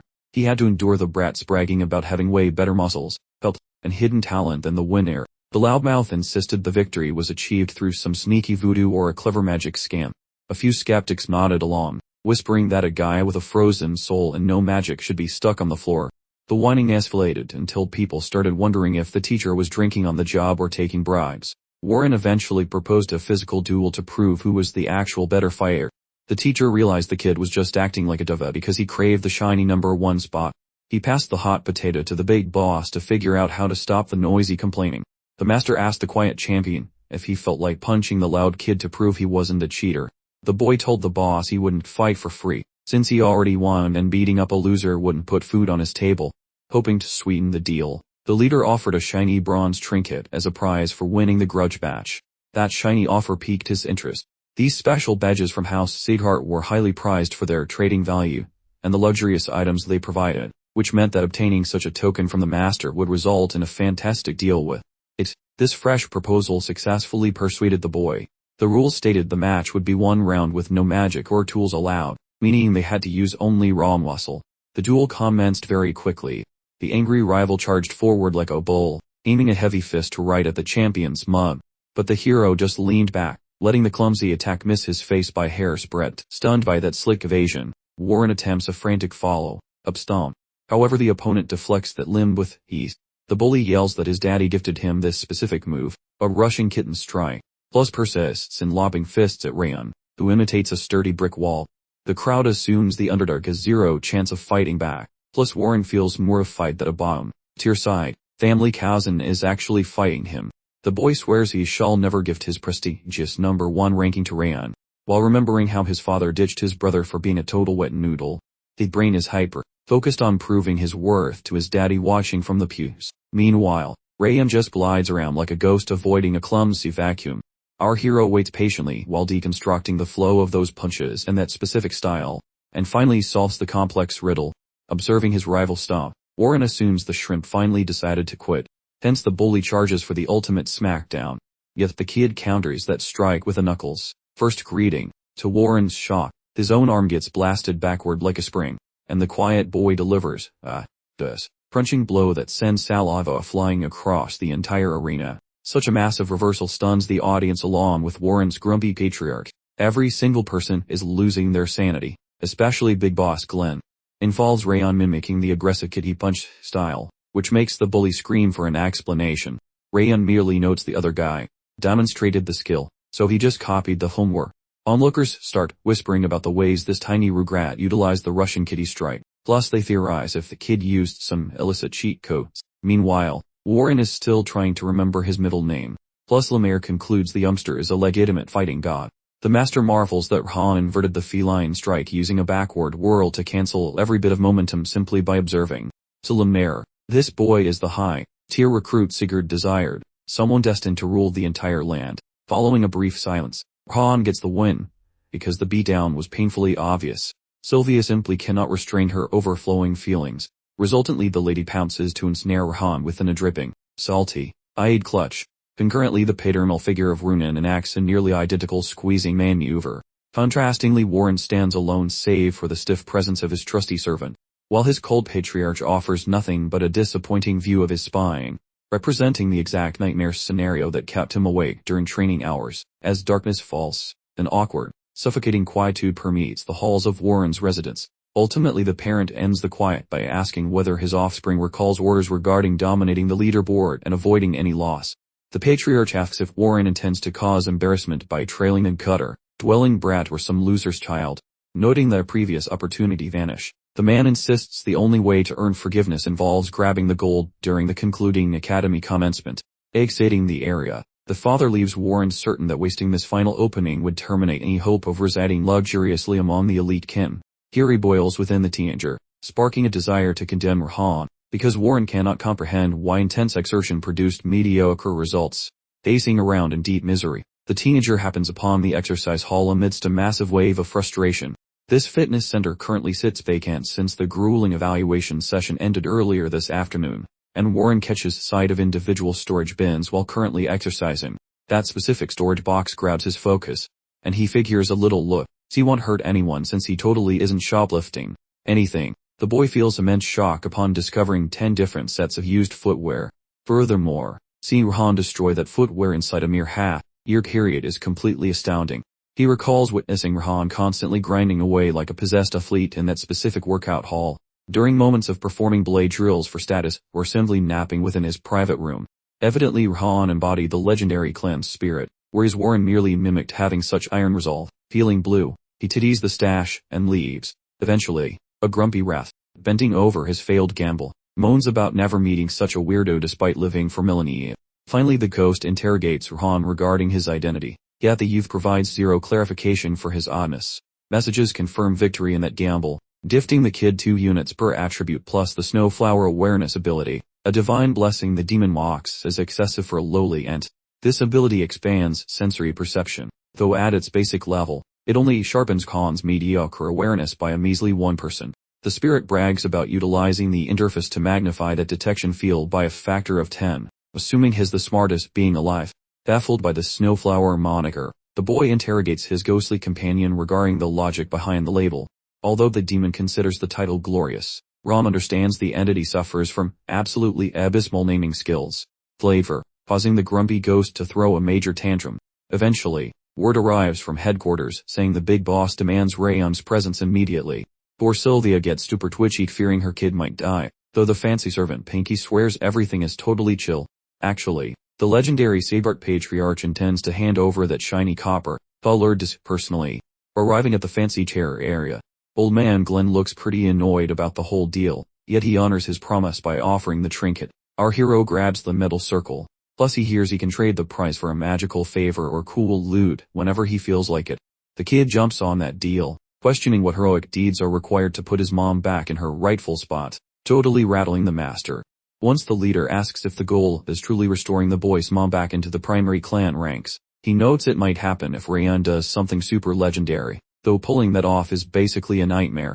From the elder's hue, earning respect from this crazy family is like trying to jump to the stars, especially for a rookie. This tricky hurdle gives the kid a thrill, leading him to appreciate the elder's informative response, hands back the prize, and heads out. Prior to exiting, the master mentions that the specific riddle could have found resolution simply using the magical coin, so the actual reward remains unclaimed. The protagonist recalls a specific item he desperately craves currently. Thus the boy requests a power manual, though he discovers the local coaches handle such lessons during standard drills. He clarifies he needs a high-tier energy method far beyond the trash taught to newbies, requesting the big guy provide something elite. The dark shadow powers he mastered in his former life aren't nearly strong enough, so he seeks better energy to restore Sylvia's honor and snatch that villain's noggin. Following a quick finger flick, a spooky book room appears, showing off rows of dusty scrolls, which makes the youngster's jaw drop.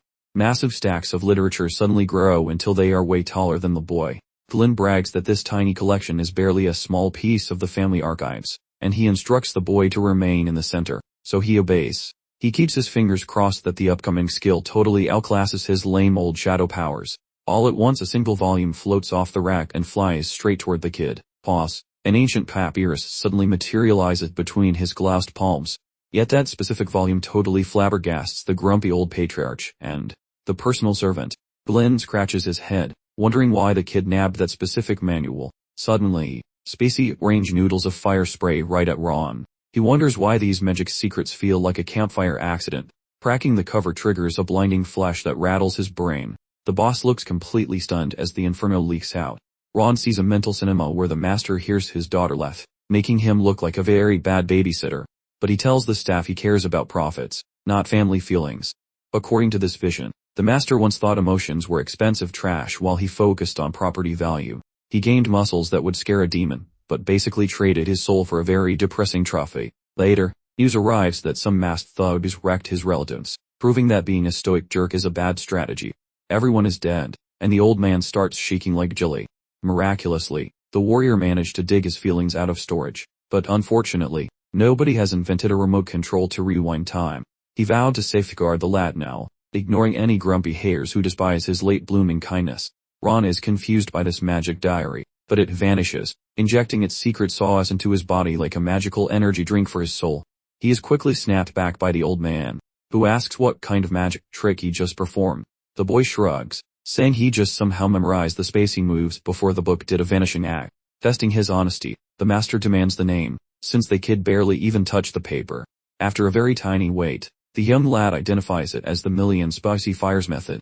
A game window pops up, confirming the million spicy fires are stuck in his head forever after surviving that eternal barbecue. This is apparently how knowledge downloads work in this ancient archive, and the old man checks to see if the kid actually absorbed the data properly.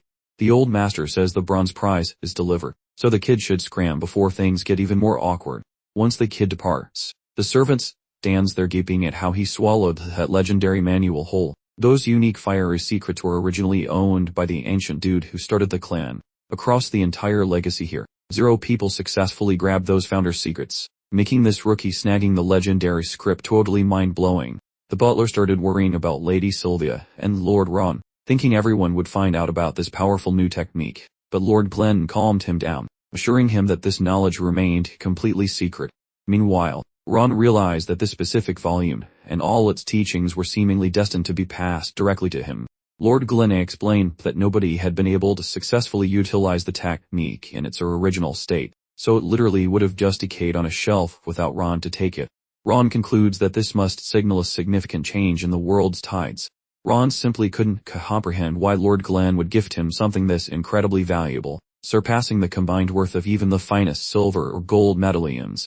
It was obvious that this new method rivaled the legendary Firelink technique, making it absolutely essential to study thoroughly. The only minor complication, however, was that no matter how much effort he exerted, he completely failed to gather any aura. Ron didn't actually expect himself to be capable of understanding such a complicated cultivation technique instantly. Raph observed that events were not proceeding according to his plans. Then, in an unusual show of concern, he advised Ron to apply himself fully since he finally found a quality technique, warning that any interruption would turn him into an invalid. While Raph's assessment seemed sound, Ron found it strange to think he wasn't secretly plotting some diabolical scheme. The golden flame technique gathers natural mana and stores it in the core, so interrupting Ron at a critical juncture would destroy his mana circuits or core, completely incapacitating him. The cold blocking his circuits also makes him especially vulnerable to this specific risk. Ron saw Raph smirk and immediately told him to stop considering interrupting, but his warnings were completely ignored by the mischievous spirit. When Ron finally grasped that Raph was simply going to ignore his pleas, Wrath then flatly stated that he fully intended to interfere with Ron's cultivation at least one time. Still freaked out, Ron pointed out that his body wouldn't be very useful to the spear if he became incapacitated, but Wrath didn't appear to care. This was because, while a regular person could never recover from such damage, Wrath possesses the power to fix the body for his own purposes. In Wrath's warped perspective, this situation represents a truly golden opportunity that cannot possibly be ignored. Ron attempted to look completely unfazed by the entirety of this bizarre discussion, but Wrath told him to drop the performance and start shaking in fear, since the time of the inevitable assault was completely uncertain. Ron realized for the very first time that Wrath was actually his enemy. This shouldn't be a shock, considering Wrath is a demon, and the actual incarnation of anger, meaning he won't hesitate to devour Ron's entire body if the opportunity arises. Up until this point, Ron hadn't paid much attention to him, because he seemed well behaved, but now it was clear he needed to keep a very close eye on the demon. Also, another urgent matter requires attention on the ground, specifically a maid that Ron has started noticing more closely. She frequently slips outside late at night without any clear explanation. Meanwhile, the maid Judiel, secretly working as Lord Corrin's spy, compiled a report noting how there was usually nothing to report about Ron, besides his habit of mumbling to himself. But now, she finally possessed a valuable piece of information, ready to report on the extremely high quality of the cultivation technique he received from the Lord with the bronze medallion, and how absolutely extraordinary the flow of mana she detected during his training truly was. She knew the Palace of Warriors would find this information valuable, but she quickly changed her mind, thinking about how Ron was only a child, and wondering how long she would have to keep writing these boring reports. Following her established tradition, she deposited the paper onto the flowing river to carry it away, headed toward her boss. Moments later, sharp steel greets her throat as a hidden figure suggests she return home, promising a quick demise should she whisper or twitch.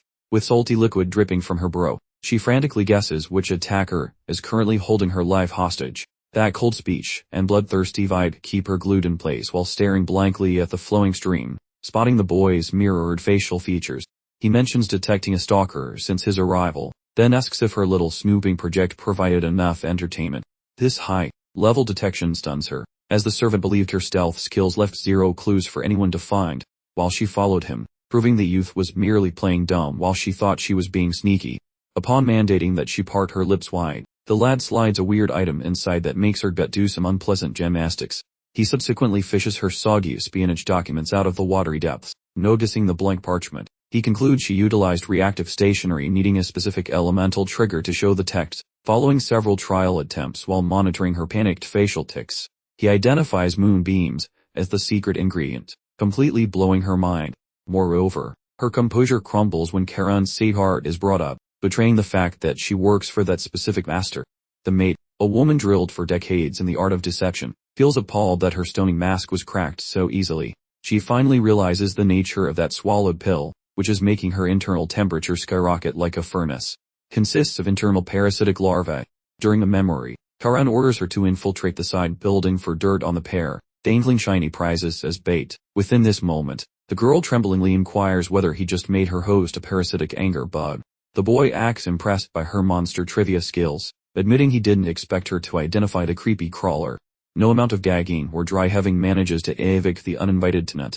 Essentially, this bug acts as a sentient tracker and mood ring, which can also lethally explode the host whenever the owner feels bored. Additionally, he deduces she was planted by the martial arts hall roughly half a year back, right after that fancy testing event. Sure terror paints her features, since this mission has officially stopped being the simple walk in the park she expected. Collecting intel on a supposedly crippled toddler and his mother should have been the most effortless payday ever. It never crossed her mind that a literal demon in human skin would be residing in the servant wing. Terrified of dying, she volunteers to write fake news, but the boy declines, knowing the boss would find out and think she is just bad at her job. Sporting a grin that screams villainy, he announces that she has been promoted to a two-faced mole starting right now. She must feed her old boss useless tidbits, while masking the vital stuff, provided she hands over all the juicy gossip about Karan to her new master. Consequently, the servant frantically accepts. Seeing Ron grinning like that might fool anyone into believing he was just gossiping over some fancy Earl Grey. He instantly demands some juicy secrets from her during their next encounter before skedaddling away like a thief in the night. While strolling off, Raph questions how a parasite appeared given their constant proximity, only to learn Ron used temporary venom since nasty worms are totally icky. When asked about his telepathic feats, he claims that data collection happens through various mysterious methods, and he is a total pro at it. This news is so terrifying that even Wrath labels the boy a total freak of nature. Eventually, Ron concentrated solely on building up his inner energy, until the inevitable moment arrived to head back to the drill square. Even though he worked harder than a one-legged man in a kicking contest, he failed to reach his target before the break ended. Arriving at the barracks, the head count indicates that a mere 42 rugrats managed to survive the initial culling process without crying for mommy, confirming that Liamir was definitely not joking about trimming the herd down to just 25% of the original roster. Rayon finds Ron again and they engage in a silent staring contest so intense it actually makes Wrath feel rather uneasy. Looking back at the Slorm Manor, we see a memory involving the daughter and her mother regarding their training. The mother inquired if Ron assisted her practice, and after Rayon nodded, the parent wondered if she had actually shown any gratitude. She admitted she stayed quiet, because her old men strictly forbid her from ever initiating conversation with any members of the opposite sex. Her mother proceeded to give a long speech about how accepting aid is a social requirement, regardless of what gender someone is. Back in reality, she finally utters those magic words of appreciation, which leaves Ron looking quite confused and stunned. Wrath questions this sudden change in personality, yet the boy is just as clueless as a fish in a forest. Suddenly, Dorian reappears, and immediately begins whining about how he expected to meet his maker during their trial period as temp recruits. Since becoming official students, he suffered through vacations filled with bad dreams regarding future hardships, and his constant yapping is making everyone want to jump off a cliff. Furthermore, he loudly praises the fact that Ron absolutely crushed the scores achieved by that arrogant fellow Warren. Little did he realize that Warren was looming right behind him like a stealthy ninja. He lets out a girly scream and hits the pavement like a sack of wet potatoes. Warren approaches Rayon slowly, and they share a quiet beat that feels long enough to watch a movie. Suddenly, he bends over in a deep bow to admit his past conduct was total garbage and concede that he truly lost. He quickly clarifies that this apology isn't a white flag, promising to challenge his rival again even if it takes 100 years. Everyone stands paralyzed with shock as Warren quietly makes his dramatic exit. Rayon finds it impressive that a 13-year-old brat can actually admit when he's wrong, proving he might actually be a worthy Sigart member. Rather than feeling impressed, Wrath just screams about wanting to pummel the disrespectful punk and pluck his eyeballs out for being so bold. Suddenly, Liamir arrives and offers the small children a very chilly welcome. Following some brief praise for surviving the cut, the students learn that the real torture session starts right this second without any delay. They will continue practicing the fundamental exercises as they always do, though a few extra layers of misery have been added today. Only, text, end, mid, conversation, a neighboring entrance bursts apart, revealing a peculiar young lady on the training grounds. This tiny terror begins spewing sailor talk that would make a trucker blush, because the stubborn wood wouldn't budge.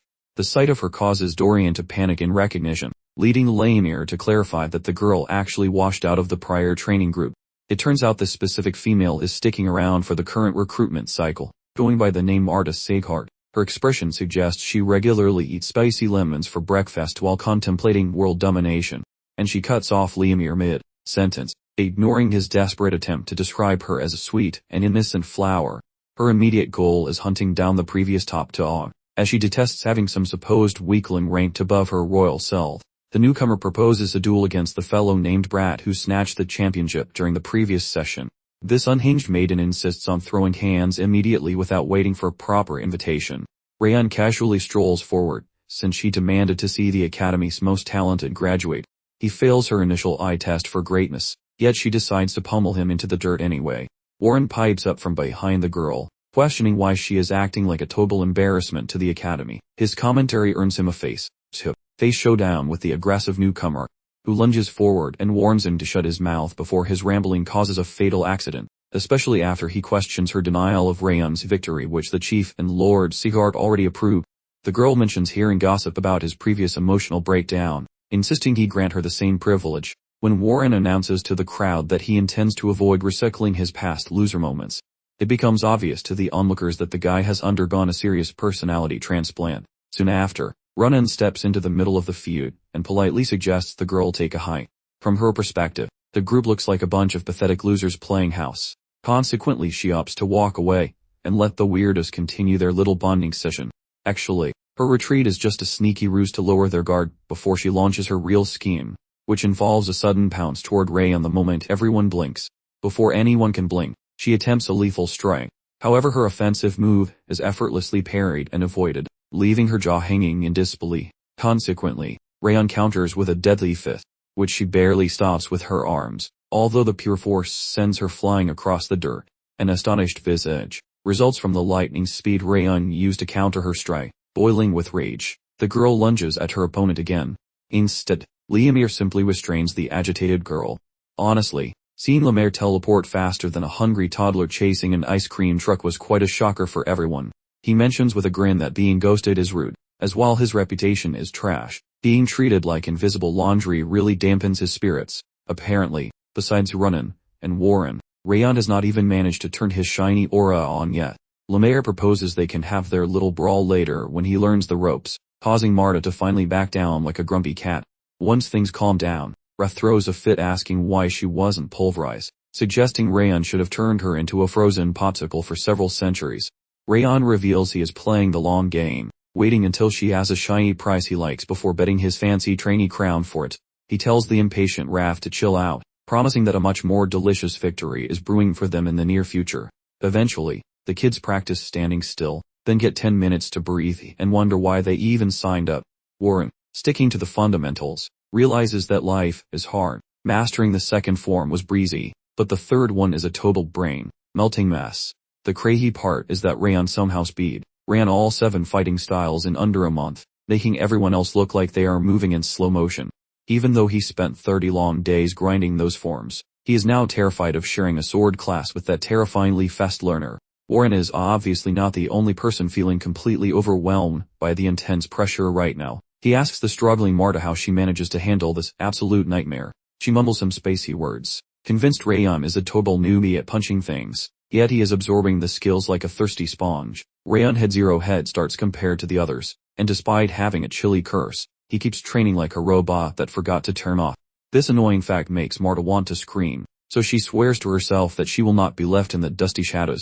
Everywhere she goes, folks claim her talent is more shocking than licking a battery for fun. Since joining the Sigart family, she has been the shark in a pool of snacks.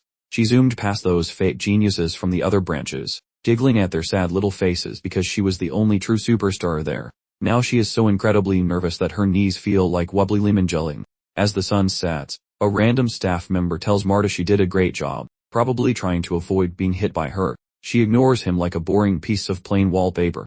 He halts her to insist that regardless of Rayon's lucky streak, the boy has 0 chance of beating her in this lifetime.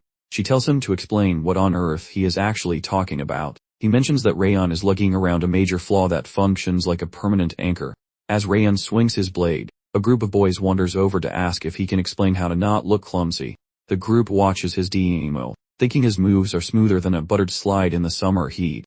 Marta sidely admits that Rayon reached her level quickly, mocking the idea that he might actually be considered a gifted genius by some. But she notes his mana skills are trash, meaning his sword work is useless, so he might end up teaching toddlers how to swing sticks. Suddenly the whole room becomes as quiet as a graveyard at midnight, which makes Marta feel like she just won a gold medal. She intended to highlight how Rayon remained magically constipated despite 4 months of trying to squeeze out some aura. Looking back, that stuffy butler had already spilled the beans regarding how the boy possessed the magical aptitude of a wet potato. He shared a tale from before her adoption, about how the fancy truth sword basically laughed at Rayon's pathetic mana levels during the big ceremony. Furthermore, that boy remains the solitary failure at the 5th practice field who cannot squeeze out some magic, and the observer assumes a bronze prize only awards mediocre abilities. This stuff is barely a step up from the entry level Link style, so since he flopped at it, Rayon clearly has the talent of a decorative rock. This update thrills Marta, as she assumes no amount of punching can save a warrior who has 0 magic fuel in his tank. Honestly, she is mostly salty that a supposed reject managed to block her move, even while she enjoys the petty victory she just secured. She notices the girl staring angrily. Then she questions if the girl possesses thoughts. That quiet maiden physically evicts her. After sweating like a hog all day, the exhausted boy finally clocks out. This grind is fun because, in his previous life, things were darker. He never studied proper combat, only the dirty tricks needed for murder and staying alive. Playing fair and building his body through real art feels surprisingly delightful. As per usual, Wrath is furious that Rayon ignored the insults, but the boy acts like his ears were out of order. He tells Wrath there is no profit in brawling today, repeating his earlier logic about wasting energy. A sudden rap at the door reveals Rune standing there clutching a mysterious container. Her unannounced visit really shakes him. Then he nearly faints when she presents a tiny chocolate-colored snack. Ron is confused by the item, yet she insists he swallow. His professional killer instincts warn him against the snack, yet he doubts she would actually try to poison him with a dessert. One bite sends his brain into a sugar coma, and even Wrath admits that the demon world lacks anything this incredibly delicious. Both the boy and the spirit start freaking out over the glorious sugary explosion. Then Rune eventually reveals the snack is titled Orb Ice Cream. As she walks away, Ron tries to yell something, but she ignores him. While Wrath demands seconds, Ron wonders if she visited because she was concerned about his feelings. Rune clearly has a sweet tooth, and it appears she sacrificed her last frozen snack for him. Her unexpected kindness makes him grin, and he decides he must definitely pay her back. Soon Rayon heads home, and he is smothered by enough maternal affection to suggest he had been gone for months, although he actually only was. Later, Rayon carefully examines the monthly update that Jodiel intends to deliver to the Grand Marshal headquarters. He queries the lady about any juicy gossip from the gang, but she confirms there is basically zilch, aside from an intense directive to spy on the lad, because he was mastering combat moves like a total prodigy, though that interest vanished once everyone realized he was essentially aura, impotent. Furthermore, it appears that fancy Lord Corin has finally stopped crushing on Lady Sylvia.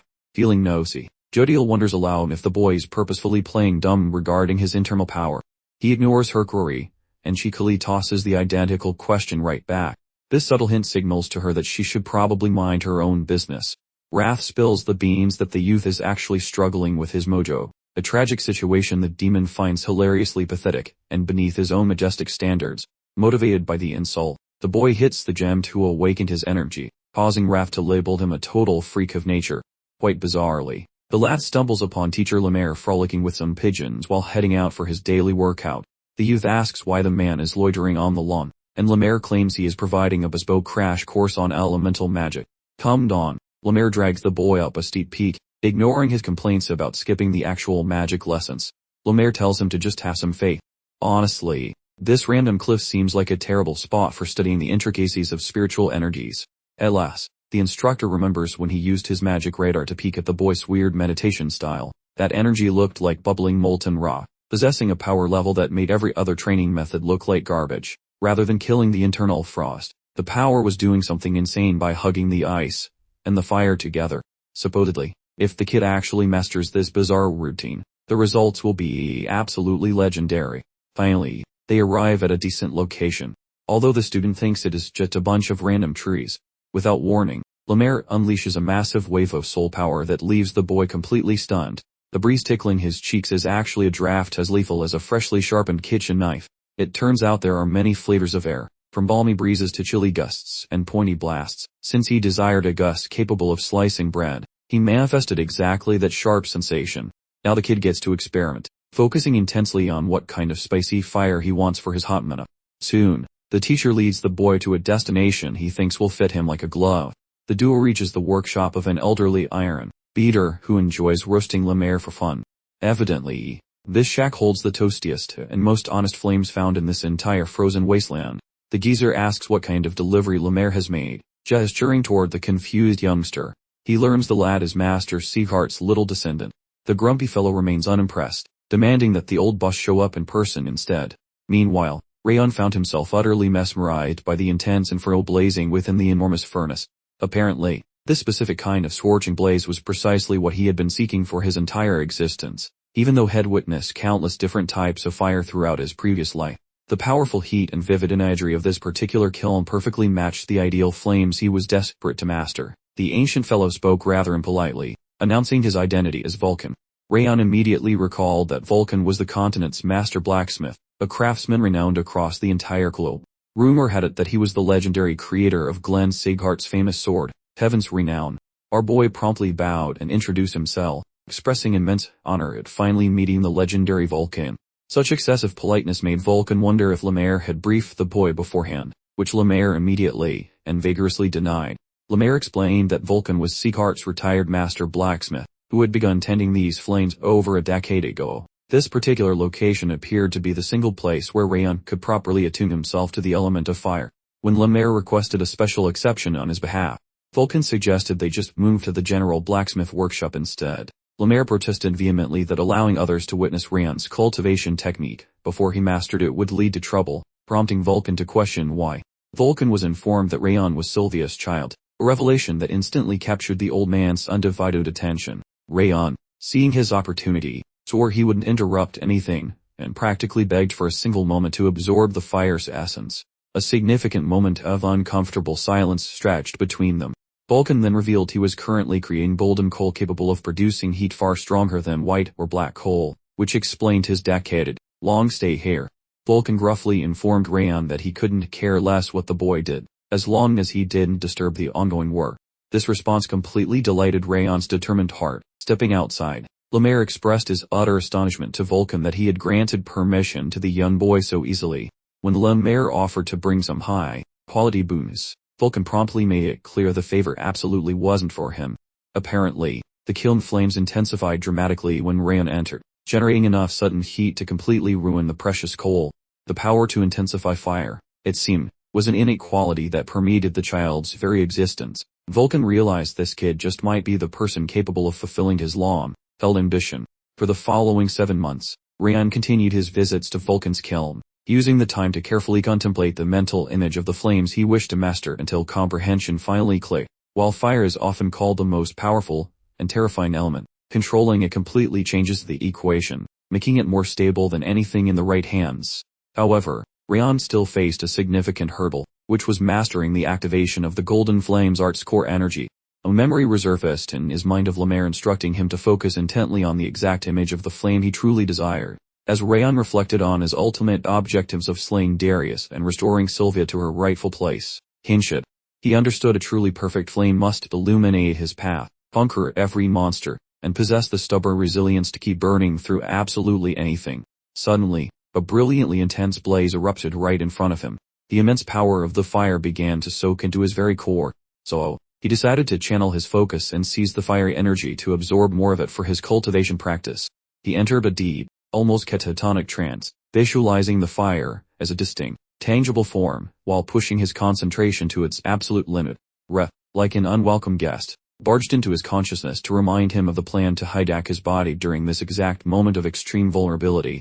Rayon's entire cultivation process seized up immediately when the interruption occurred. He realized he had let his guard down over time, and completely forgotten that Wrath was not exactly on his payroll. Instead, Wrath was a hostile, scheming fiend whose main goal was stealing his life force. And to add insult to injury, he also happened to be the tyrannical king of the demon dimension. His body started to feel like fragile porcelain shattering into dust, making breathing feel impossible. The situation was clear: move and die, or stop the Golden Flame art cultivation, and die. His only option was to focus intensely, and find a way to collect his spiritual aura, which was currently fleeing the scene, in order to live. The air grew thick with anxiety as survival suddenly became the most urgent priority. Meanwhile, Wrath offered some truly unhelpful commentary on his frantic struggle for survival. Rayon's consciousness grew fuzzy, and Wrath smugly announced that his entire being was now their property, because clearly, nothing Rayon attempted would ever succeed anyway. While Rayon faded into darkness, Wrath whispered that his entire existence was meaningless, effectively reducing him to the level of an aging furnace tender who just burned fuel. But Wrath, with apparent generosity, swore that he would absolutely finish Rayon's revenge mission for him. Hearing the word coal in the context of the kiln gave Rayon a sudden, desperate flash of insight, which he immediately recognized as his last chance to avoid perishing. The realization hit him. He wasn't meant to absorb the ambient natural magic being warmed by the furnace. No, he had to take the raw magical energy from inside the kiln, where the hotter, more powerful blaze consumed everything, allowing him to claim its strength as his own. He initiated the difficult procedure. Wrath began to boil with rage, realizing the boy was fundamentally altering his strategy. Simultaneously, the glowing embers near Vulcan suddenly started to crackle and pop with significantly increased intensity. He watched in utter shock as the fire violently exploded out of the furnace confines. He realized he had never seen the furnace temperature spike quite this high, this quickly, or this enthusiastically before. A sudden suspicion arose in Vulcan's mind that Rayon might be the cause of all this commotion. However, he noticed the boy was visibly shaking, which was peculiar since there wasn't supposed to be any combustible coal concentrated so near all that intense heat. No one could figure out why the young man was trembling like a leaf in a hurricane, and as if that wasn't puzzling enough, Lemaire abruptly arrived on the scene, immediately blocking Vulcan from touching Rayon. Vulcan protested loudly that leaving the kid alone would be fatal, but Lemaire insisted there wasn't a thing they could do since the boy was completely lost in a detrance state. Apparently, the slightest change in pressure around the boy would immediately cause him to start coughing up blood and drop dead. Rayon's body was covered in a thick layer of frost from the overwhelming chill he experienced, yet neither man could find any way to intervene or offer help. Lemaire, completely useless, simply hoped in silence that the boy managed to pull through. Meanwhile, inside the trance, Wrath grew increasingly furious as Rayon's cultivation continued, demanding that the boy halt immediately because he had no chance of success. Rayon flatly refused to give up easily, as he had in his previous existence, a vain life that ended without ever achieving peace or contentment until his very last breath. His resolve was fixed on avoiding that miserable past at all costs, so he continued his desperate struggle against the odds. The intensity of the heat suddenly became completely overwhelming. At this rate, it seemed highly probable that the kiln would not be able to withstand the incredible burst of energy for much longer. All of the kiln's accumulated spiritual power inexplicably began to concentrate into one singular spot. Lemaire started to wonder if perhaps Rayon was somehow absorbing every bit of the surrounding mana. Back inside the spiritual trance, the internal battle continued, finally reaching a climax when Rayon seized control of the powerful flame. The moment he grasped it, a massive explosion erupted, completely shattering the entire mental realm. This blast was so potent that it simultaneously tore through the physical roof of the kiln. When the explosion occurred, the two observers panicked about Rayon's safety, but their calls went completely unanswered by the boy inside. Moments later, the boy emerged from the fiery wreckage perfectly unharmed, surrounded by spectacular golden flames that none of them had ever witnessed before. A system notification appeared, announcing that Rayon had successfully acquired the golden flame technique. It turned out he had absorbed a huge amount of heat, increasing his golden flame art to 2 stars, granting him fire resistance, melting away 2 strands of the bitter frost curse, and completely resolving his terrible stamina issue. Furthermore, he had successfully assimilated all the melted frost that originated from Wrath's formidable chilling attack. This process resulted in him developing a new attribute called the Chill of Bitter Frost, which was immediately ranked at 2 stars. Wrath's attack turned out to be a fantastic mistake for Rayon, who certainly hadn't expected to gain so much from going through such a painful ordeal. Suddenly, because he withstood Wrath's meddling in a perilous situation, and demonstrated intense mental fortitude, the system automatically boosted all his stats by 3 points. Rayon was completely shocked by all the improvements, realizing he had achieved a level of power that would have taken years to reach without Wrath's clumsy interference. After Wrath finally realized he had been completely outsmarted, he angrily demanded to know how Rayon had managed to survive when his mental strength should have hit rock bottom. Rayon, as always, couldn't help but boast, reminding Wrath that he had explicitly told him he wouldn't be able to win. The plain truth was that Rayon came dangerously close to death, confirming that despite their growing camaraderie, Wrath truly remained an adversary. This realization meant Rayon had to ensure he never revealed any weaknesses or personal secrets to Wrath from this point forward. Soon after, Vulcan arrived to check on Rayon and confirmed he was fine, then asked if he had successfully obtained his aura. Rayon confirmed he achieved it, explaining that Vulcan was ultimately the reason for his success. Rayon immediately apologized, feeling terrible that the intense explosion had completely demolished the furnace. But Vulcan didn't seem concerned by the mechanical carnage, only caring that Rayon was safe while they continued chatting. As they spoke, Vulcan noticed a rather peculiar object shimmering within the fiery depths. When he finally used the shovel to scoop up the burning pieces, he realized these were the legendary golden coals he had been attempting to forge for decades. A flashback showed everyone gossiping and teasing Vulcan for wasting his entire life pursuing mythical coals that supposedly didn't exist. Back in the present, Vulcan pulled out the coals, and realized he had truly experienced a miraculous event himself. The golden coal, which was hotter than white coal and stronger than black coal, was finally discovered thanks to Rayon, a life's ambition realized. Rayon immediately protested, claiming zero responsibility for the discovery. Vulcan clarified that Rayon's mana cultivation made the kiln surge violently. The flames then burst open as he exhaled, spreading intense heat to every nook and cranny of the workspace. The elderly gentleman eventually inquired what type of formidable warrior Rayon envisioned becoming someday. Rayon responded that he wished to be unwavering and completely steadfast, regardless of the enemy he faced or the ridiculous predicament he found himself in. Vulcan was stunned by the response, particularly because it originated from such a young boy. Therefore, Vulcan proposed that if Rayon remained truly steadfast in 3 to 5 years, when he could actually swing a sword, he should come back for a visit. He had decided to save those rare golden coals specifically for the day Rayon returned to finally track him down. Despite being officially retired, Vulcan was willing to make a very special exception to help Rayon forge a magnificent sword. Soon after, Rayon left the workshop to go home, and Vulcan genuinely hoped the boy didn't get himself killed before their next meeting. Meanwhile, Lemaire was absolutely thrilled that Rayon had finally managed to acquire his own aura. Aster Seagart suddenly materialized right behind Lemaire. Lemaire then began teasing him, suggesting Seagart must be relieved he no longer needed to visit daily to check on his grandson. Lord Seagart, naturally, issued a firm and blatant denial.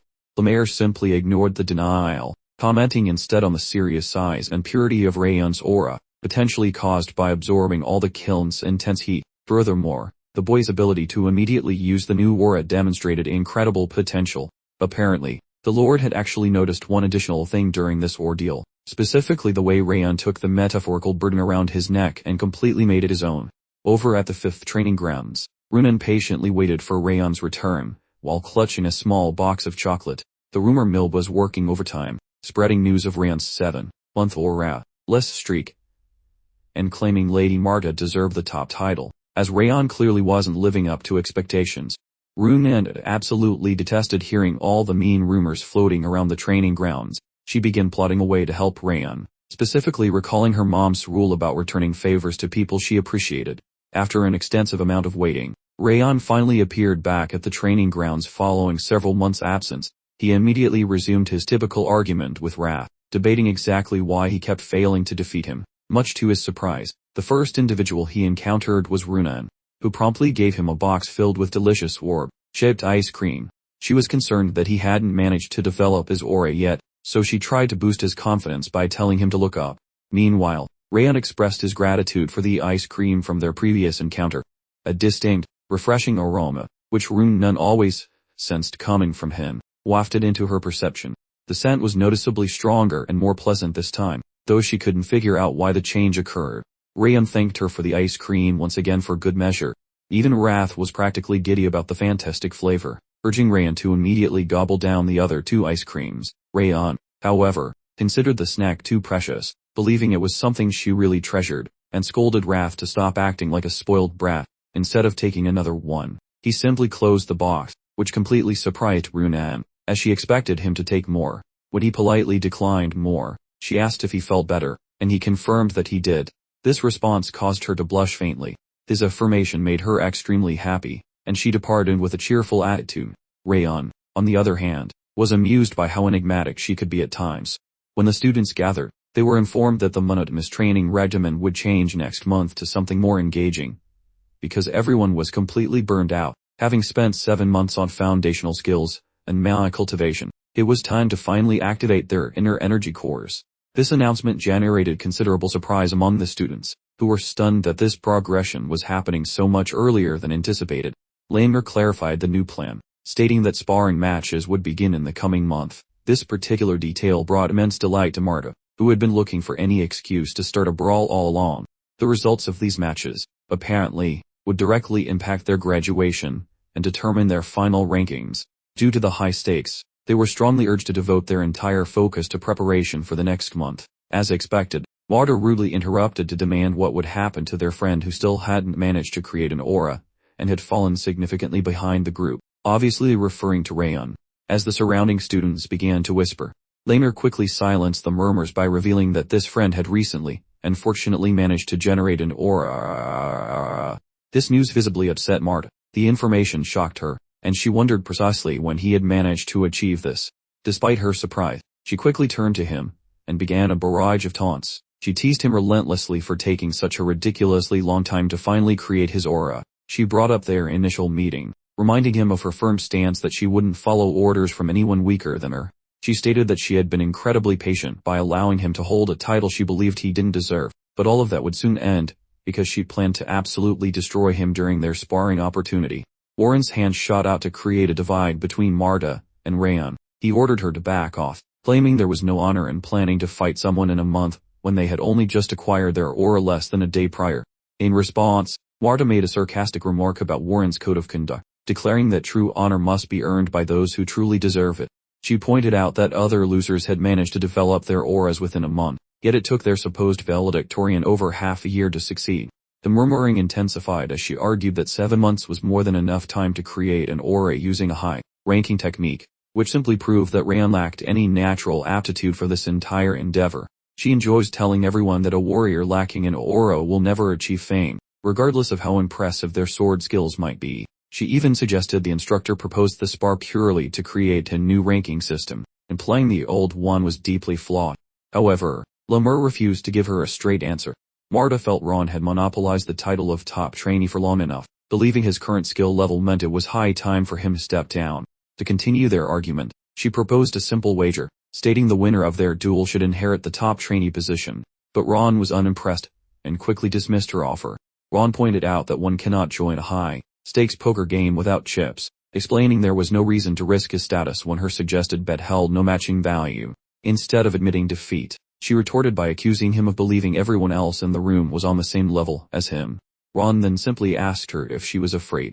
His comment enraged her, prompting her to accept his challenge. Certain this would be the final game he ever played, to force his hand, she offered a Nine Blossoms pill given to her by her father, an elixir that enhances both physical strength and aura, should he manage to win.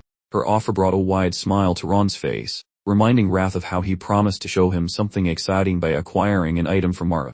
1 month later, the sparring match finally arrived. Marta was thrilled to finally have the opportunity to return the favor. She revealed she had never been struck before, not even during fights in the back alleys, and Rayon was the first person ever to actually hit her successfully.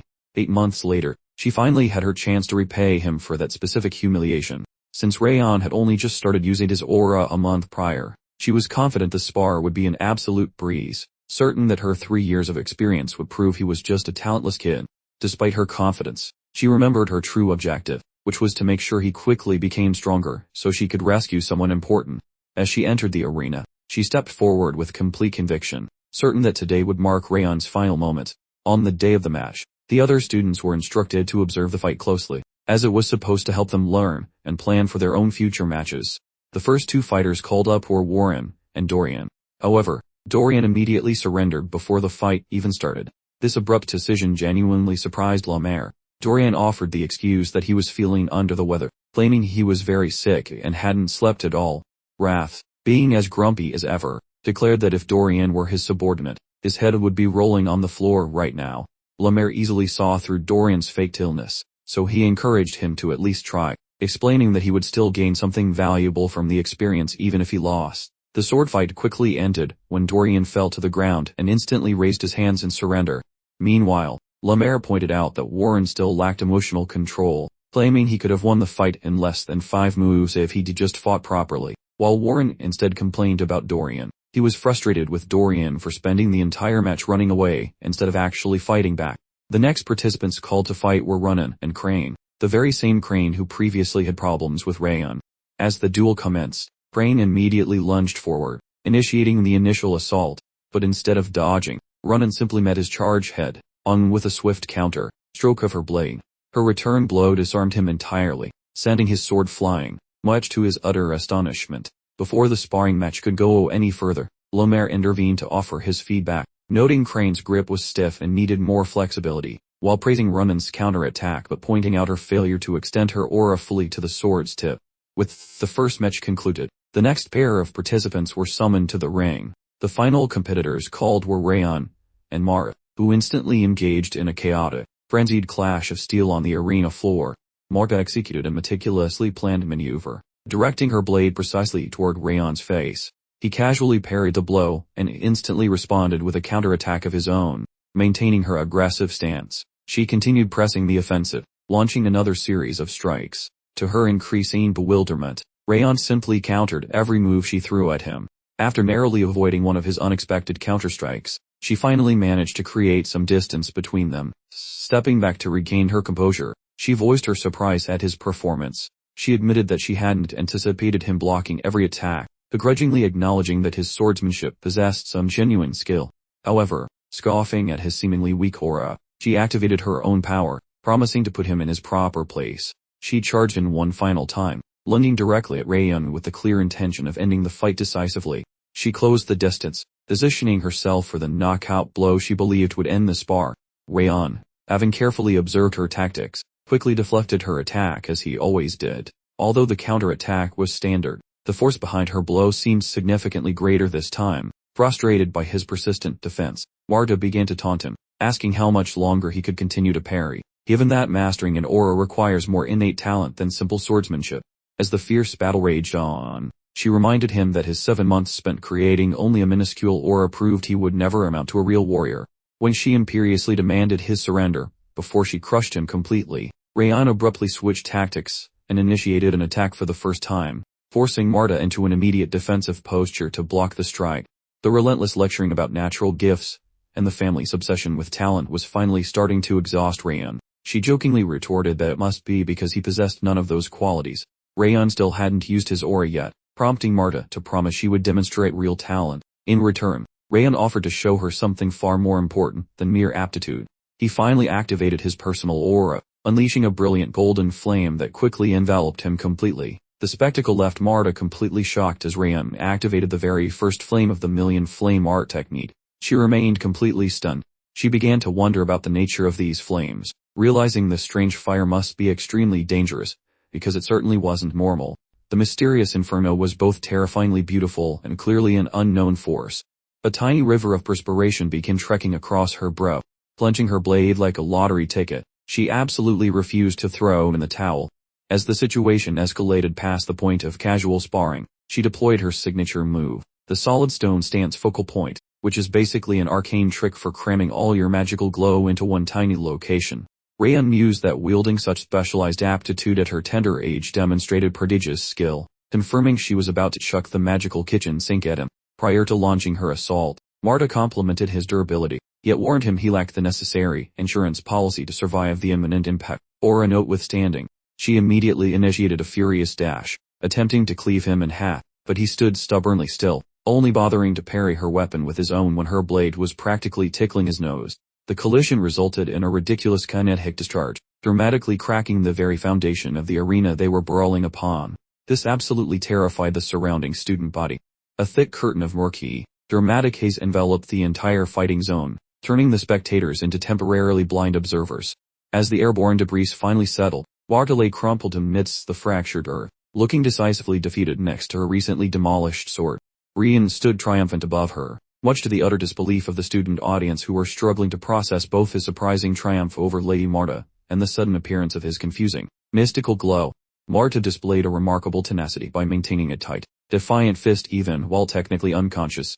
Rayon immediately concluded that her mental stubbornness was frankly a more compelling quality than her raw ability or inherent aptitude. Sometime after sunset, Lord Glenn reviewed the full battle dossier explaining that Rayon had vanquished Marta by utterly annihilating the specialized aura she had meticulously cultivated over 4 solid years using an absurd amount of brute force. Lord Glenn agreed that the mystical fire he witnessed when Ren first manifested his aura was strikingly beautiful, possessing magnitude far exceeding its apparent size. Realizing the secret was now public knowledge, he instructed Ymir to mentor Rayon carefully so the boy wouldn't swell with arrogance. The Lord also sought an update on Marta's status, discovering she had sustained a hefty concussive blow but that her bodily injuries, fortunately, required only the standard prescription of decent shot.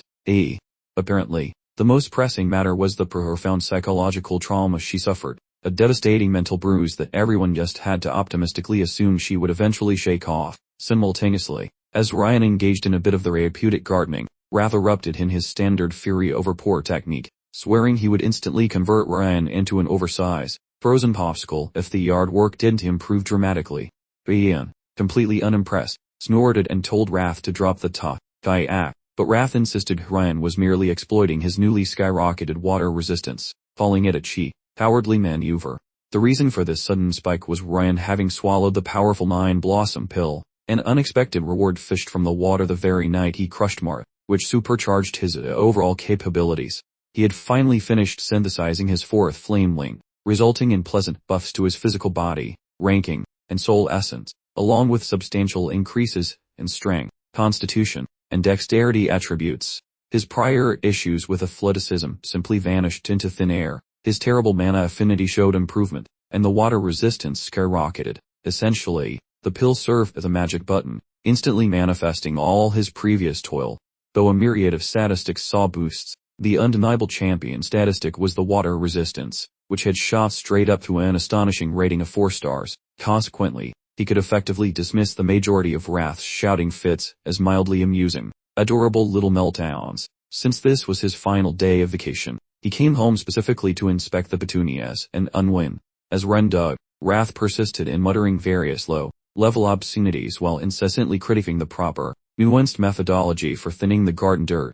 Wrath kept nagging that Rayon ought to ditch the shovel and use his bare hands to guarantee optimal nutrient transfer to the blooms, prompting Rayon to question exactly where he acquired such ridiculous expertise. All this knowledge, evidently, during his previous tenure in the demon realm, Wrath had cultivated a highly praised bed of sparkling ice flowers, an accomplishment he now references every 6 minutes. Suddenly, without so much as a knock, Marta materialized nearby. Bad, caught completely off guard, immediately inquired what her exact purpose was for showing up. Rather than providing an answer, she carefully measured him with a judging gaze, pondering how utterly infantile it was for him to be gardening, despite being perfectly aware that he rarely behaved his chronological age. Without warning, she suddenly announced that she was ready to fight him once more. Rayon immediately dismissed her as a pathetic sore loser, but she insisted she was only here to gauge her current standing. She was shocked when he demanded a price, stating that a loser should always offer compensation when challenging the winner. She insisted that payment for a fight was unnecessary. He flatly rejected her offer, making her panic because she was absolutely determined to face him again. She briefly considered stomping all over his flower bed just to make him furious, but then she discovered that he didn't actually like flowers. He was just taking care of them as a favor to his mother. This news only made her even angrier than before. Defeated, she finally decided to give up and leave. Just then, Sylvia emerged and hurried over to greet Rayon. She asked who Rayon's new friend was, assuming Marta was someone Rayon had recently befriended during training. Marta, however, recognized Sylvia as the woman who had run away for love, then returned to protect her child, an action Marta thought was incredibly brave. Sylvia recognized Marta, too, and introduced herself, causing Rayon to tense up and interrupt the friendly exchange by insisting they were absolutely not friends.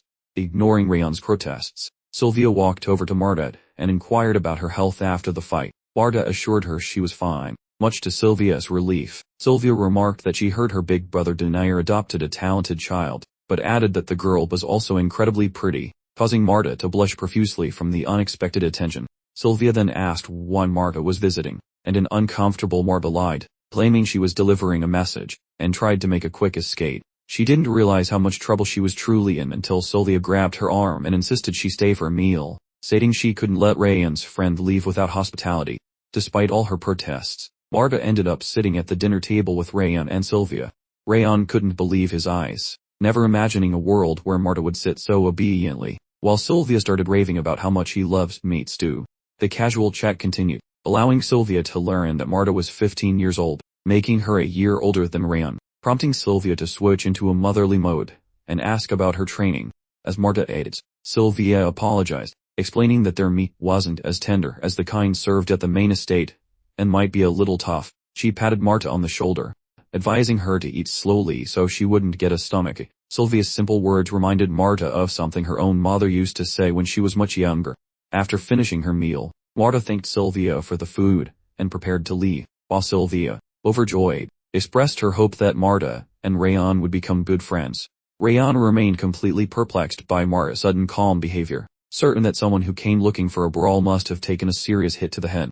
As Marta headed home, she realized Rayon must probably think she had completely lost her mind. The surreal reason she acted so strangely was that Sylvia reminded her so much of her mother that she couldn't bring herself to be rude.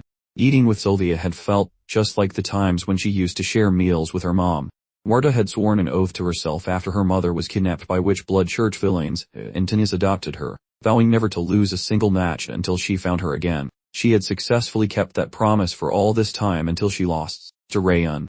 The Sighart family initially adopted her based on her perceived potential, but now, after such a crushing defeat, they might just consider implementing a strict return policy. She couldn't shake the feeling that her father, Denise, despite his gentlemanly facade, might discard her if she failed, crushing her final hope of finding her birth mother. A sharp, physical itch pierced through her as she replayed the moment she foolishly allowed herself to lose against Rayon. As she entered the building, a staff member named Camel informed her that Lord Dronzer had prepared a letter for her and had been eagerly waiting to deliver it. Nervous sweat beaded on her forehead, as she worried the note contained a scathing review of her performance in the recent spar. Opening the letter, she was surprised to find Dronzer congratulating her on her first loss, reassuring her that one failure didn't define her, and advising her to analyze the defeat to fuel future growth, regretting he couldn't deliver the advice in person due to his long mission.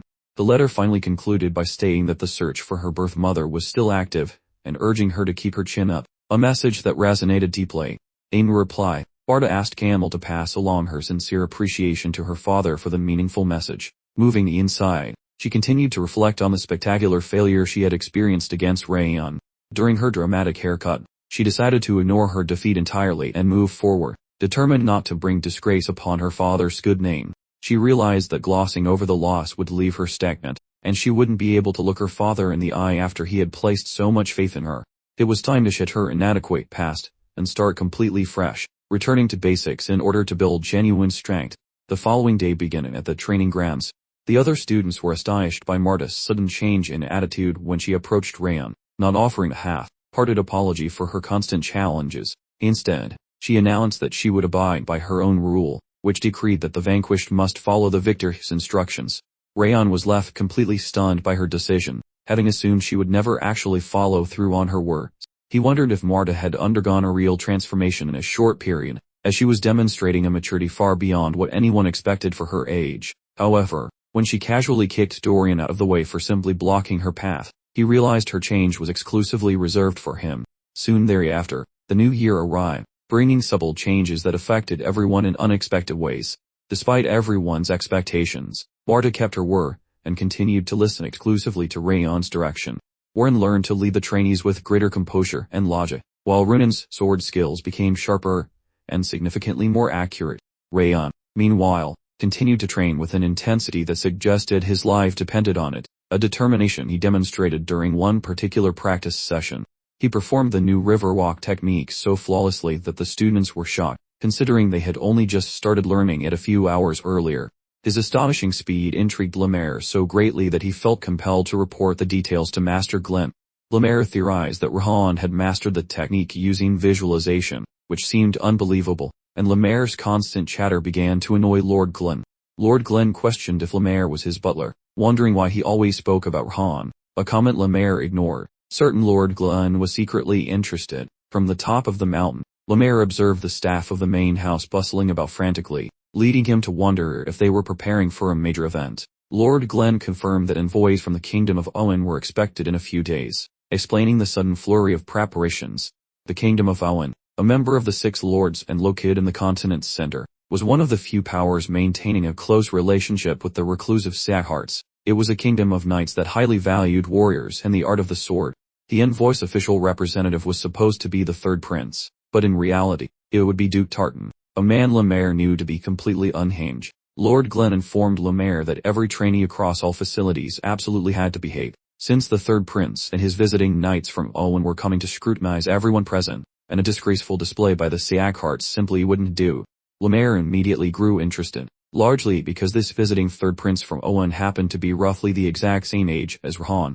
He figured this whole situation had the potential to be truly spectacular entertainment, making Lord Glenn suspicious that Lemaire was plotting something disastrous, but he couldn't quite put his finger on the specific catastrophe brewing. When Lemaire returned to the training grounds, he announced to the trainees that they would be having immediate sparring matches against the Owen Knights, all in front of the third prince, starting right away. The trainees were completely blindsided by this sudden news, but Lemaire simply reminded them that a warrior must always be ready to swing their sword, even if they were still half asleep.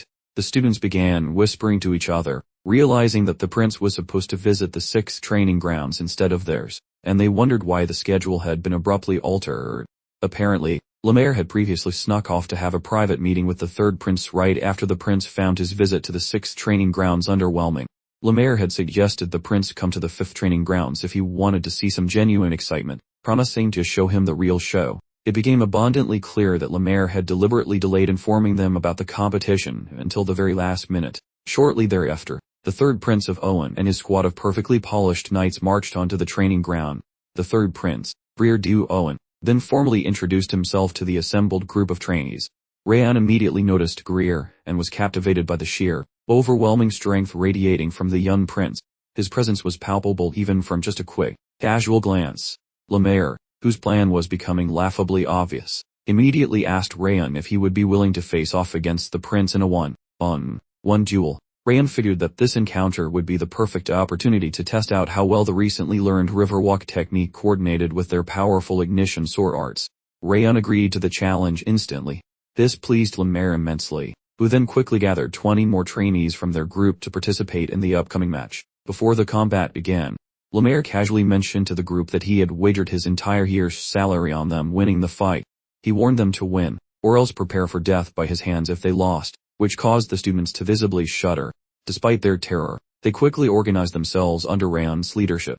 Before the first round started, Rayon instructed his teammates to look closely at their opponent's hands. He pointed out that despite their crisp, fancy uniforms and outwardly confident stances, their rivals were just as nervous as they were, evident from their slightly trembling fingers.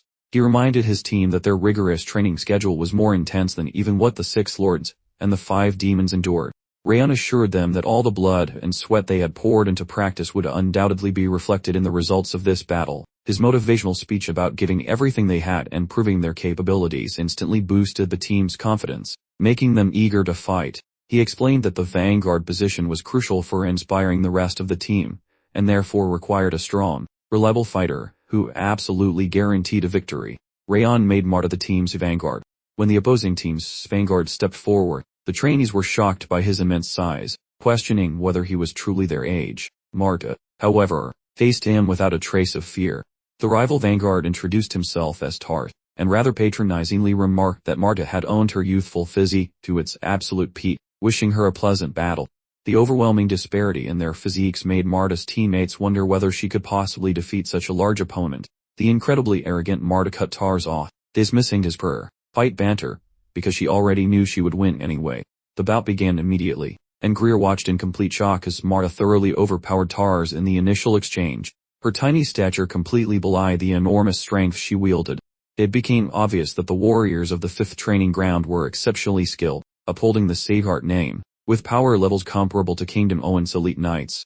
In stark contrast to the rather underwhelming 6th training ground, these trainees truly seemed like the real deal. Meanwhile, Chook Tartan questioned Lemaire, wondering if this spectacle was the reason he had unexpectedly dropped by His Highness rooms yesterday to extend an invitation to the 5th training round. Lemaire responded by claiming it was simply an educational opportunity for his students, as there are few safe chances to clash with talented fighters from the 6 Kings factions. When Duke Tartan called out the obvious deception, Lemaire suggested they escalate things by making a bet on which side would win more of the 20 spars, arguing that betting was far more engaging than simply observing.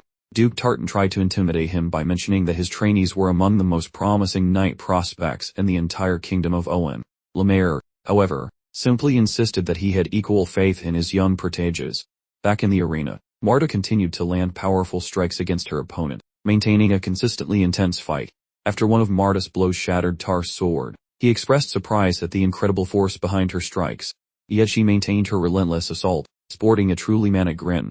Eventually, she finished the match by slamming the hilt of her sword into his midsection, knocking him completely off balance. This final maneuver secured her victory. Everyone present was astonished by the outcome, and Ron specifically noted with surprise that Marta hadn't refined her technique to be more graceful following their last spar. Instead, she had simply opted to boost her speed and strength to maximize brute force. As usual, Marta then proceeded to insult her opponent, calling his fighting style pathetic because he failed to put enough power into his primary strikes, despite strength being his main advantage. While Ron found the fight quite entertaining, Wrath found it entirely dull, claiming that sparring matches involving young demons in the demon realm were far more impressive. Before Wrath could continue his critic, Ron promptly hit the bracelet, silencing him before he could ruin the fun completely. Following a few more matches, the 18th spar began, featuring Rumen against Idalia, who both stepped onto the field. Idalia immediately voiced her strong distaste for Runen's vacant and motionless eyes. She then activated a blazing, fiery aura, while Rumen simultaneously activated an aura of icy blue energy. The sparring match started instantly, quickly becoming ferociously intense. The sheer power of their collisions generated so much energy that smoke quickly enveloped the entire arena. Unknown to Idalia, Rumen had managed to sneak behind her when she wasn't paying attention and launched a swift surprise attack. As Idalia rapidly turned around to attempt a counter-attack, Rumen suddenly disappeared, leaving Idalia completely baffled as she wondered if she had just seen an illusion. Runan then reappeared behind her once more, placing her sword against Idalia's neck in a move that caught her completely off guard, because Idalia had left herself open enough for a fatal strike in a real conflict. Runan was declared the winner of the 18th match. Idalia attempted to offer congratulations to Runan for her success, wholly disregarding the girl. Rayon saunters toward the protagonist to verify whether he witnessed her recent duel. Rayon remarks she finally stopped tripping over her own feet during rivalry, praising her surprisingly decent sword-swinging skills. Currently, the Rayon crew boasts 9 victories, leaving Owen's bunch with 9 miserable defeats, making Lemaire's gambling addiction quite profitable. Bout 19 features Warren squaring off against a certain lad known as Saren Castle. As the youngsters trade polite greetings, Khan observes that Saren packs a punch, likely outshining every knight present except for that shiny royal brat. Action ignites quickly, and both lads sprint forward, eager to introduce their blades to each other's faces. Steel bites steel as they trade blows, with Saren possessing a raw physical might that mirrors Warren's brute strength, rendering it incredibly risky to blink or daydream, since their high-level prowess means one mistake leads to a painful lesson.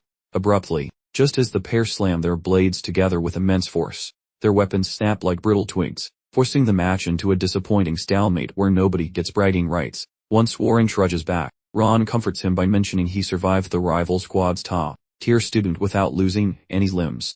Such platitudes fail to cheer Warren up, as he believes the Seahart family reputation demands total victory rather than a pathetic draw. Attempting to offer solace, Ron taps his back, promising he will personally steamroll the last opponent to restore their household's shiny dignity. Ron and that fancy Prince Greer enter the dusty ring to commence the 20th bout of this exhausting afternoon. Upon meeting, Greer feels confused that Rahan possesses the intimidating aura of a wet Nakan instead of a legendary warrior. Driven by inquisitive urges, Greer inquires about his lineage, getting grumpy about facing a supposedly trashy branch member rather than a prestigious main house heir. The snob originally hoped to fight Runan, or that scary girl Mart. Looking for a worthy challenge, Greer negotiates a deal with Lemaire for a future duel against Rahan, specifically requesting Marta, or Runan provided he easily clobbers his current foe. Grinning, Lemaire accepts the terms with a warning while Greer arrogantly suggests the girls start stretching, since this fight ends now. Planning to save his stamina for genuine threats, Greer resolves to keep his magical energy tucked away during this warm-up round. Elsewhere, Duke Tartan ponders what kind of freakish beast Rahan is, considering his aura is so faint it nearly vanishes. Lemaire finds it fascinating that the Duke noticed, questioning why he let the prince keep underestimating the supposedly weak boy. The Duke explains he remained silent, because the sheltered prince needs a good old-fashioned humbling before he grows even more arrogant. Still, the Duke assumes Greer's natural talent means even a genius like Rahan cannot simply steamroll him, though Lemaire definitely disagrees. Desperate to prove his point, Lemaire proposes yet another wager, confirming that he truly has a problematic betting habit. The stakes involve Rahan utterly dismantling the royal brat in precisely 5 swift motions or fewer, only text, and as the gambling addicts hash out stakes, Ron ignites his shiny soul glow, rattling the royal brat. The big Duke spins in surprise as Ron zips past the boy to land a spicy kidney punch, making the prince fold like laundry, and the entire duel ends faster than a microwave pizza, showing everyone that betting on 5 moves was as pointless as a screen door on a submarine. The push-niblet finally realizes that he totally underestimated the powerful Ron, proving that his late arrival was simply because he is the actual protagonist here.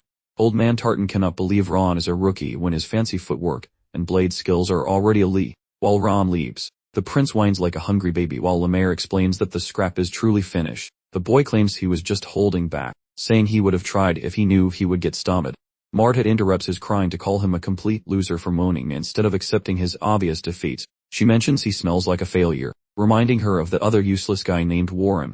Once the prince spots her as the frontline brawler, she admits she has zero filter for royal nonsense, telling him to pack his fancy bags and skedaddle if he cannot handle a little verbal spanking. This upsets Idalia, who questions Marta's nerve to insult a prince, but Marta clarifies that her high family status makes her untouchable by royal trash. Lemaire stops the bickering and asks Ron if he feels like pummeling the boy a second time. Ron says the results are final, particularly since the money is already won and being a dead horse is boring. Suddenly, the little prince actually admits he lost the scrap fairly, mostly because he was too blind to see Ron's talent before the sword fight even started. The boy feels embarrassed and grabs his blade, begging Ron for a redo so he doesn't spend his life crying over this loss. Ron is surprised by this sudden humble attitude from the bratty prince, so he agrees to one more round of physical therapy. As they prepare, the prince knows he failed previously by ignoring the absolute monster standing right in front of him. Now he plans to go full turbo, venting a weirdly intense wave of magical energy like a soda can. This sudden power surge shocks Ron and the grumpy Mara, since they had no clue the prince had such decent hardware hidden under his cape. Ignoring the Duke's warnings about his dangerous form, Greer chooses to burn his entire mana bar on this duel. Wrath appears to mock Ron for missing the prince's secret power, but our hero remains calm and ready to win again. Wrath bets that Ron will gain 4 points for winning, or absorb 10 points of anger if he loses to this buffet. But well, the pair starts the match and Greer lunges forward like a hungry dog to land the opening strike. The collision is so intense that their blades and energy fields smash together in a wild, chaotic explosion. That massive boom produced such a humongous cloud that every spectator went temporarily blind from the sheer spectacle. Their brawl rages on like a spicy kitchen disaster, making the royal brat realize his opponent is standing firm despite his maximum effort. Finally, he gambles every ounce of his stamina on a single knockout punch while preparing to draw out his hidden power, pumping every bit of juice into his blade. The lad immediately identifies that fancy royal fencing style from Owen, realizing the prince is charging an ultimate move and gambling everything on this next swing. Being a certified stubborn mule, our hero chooses to fight heat with heat, having already memorized every single maneuver the prince threw earlier. He activates the initial dance of 1,000 fires, executing a twirl that a professional ballerina would certainly envy, which totally shocks the prince. That shimmering yellow glow forces the noble to react instantly, and both warriors sprint toward their inevitable collision on the grass.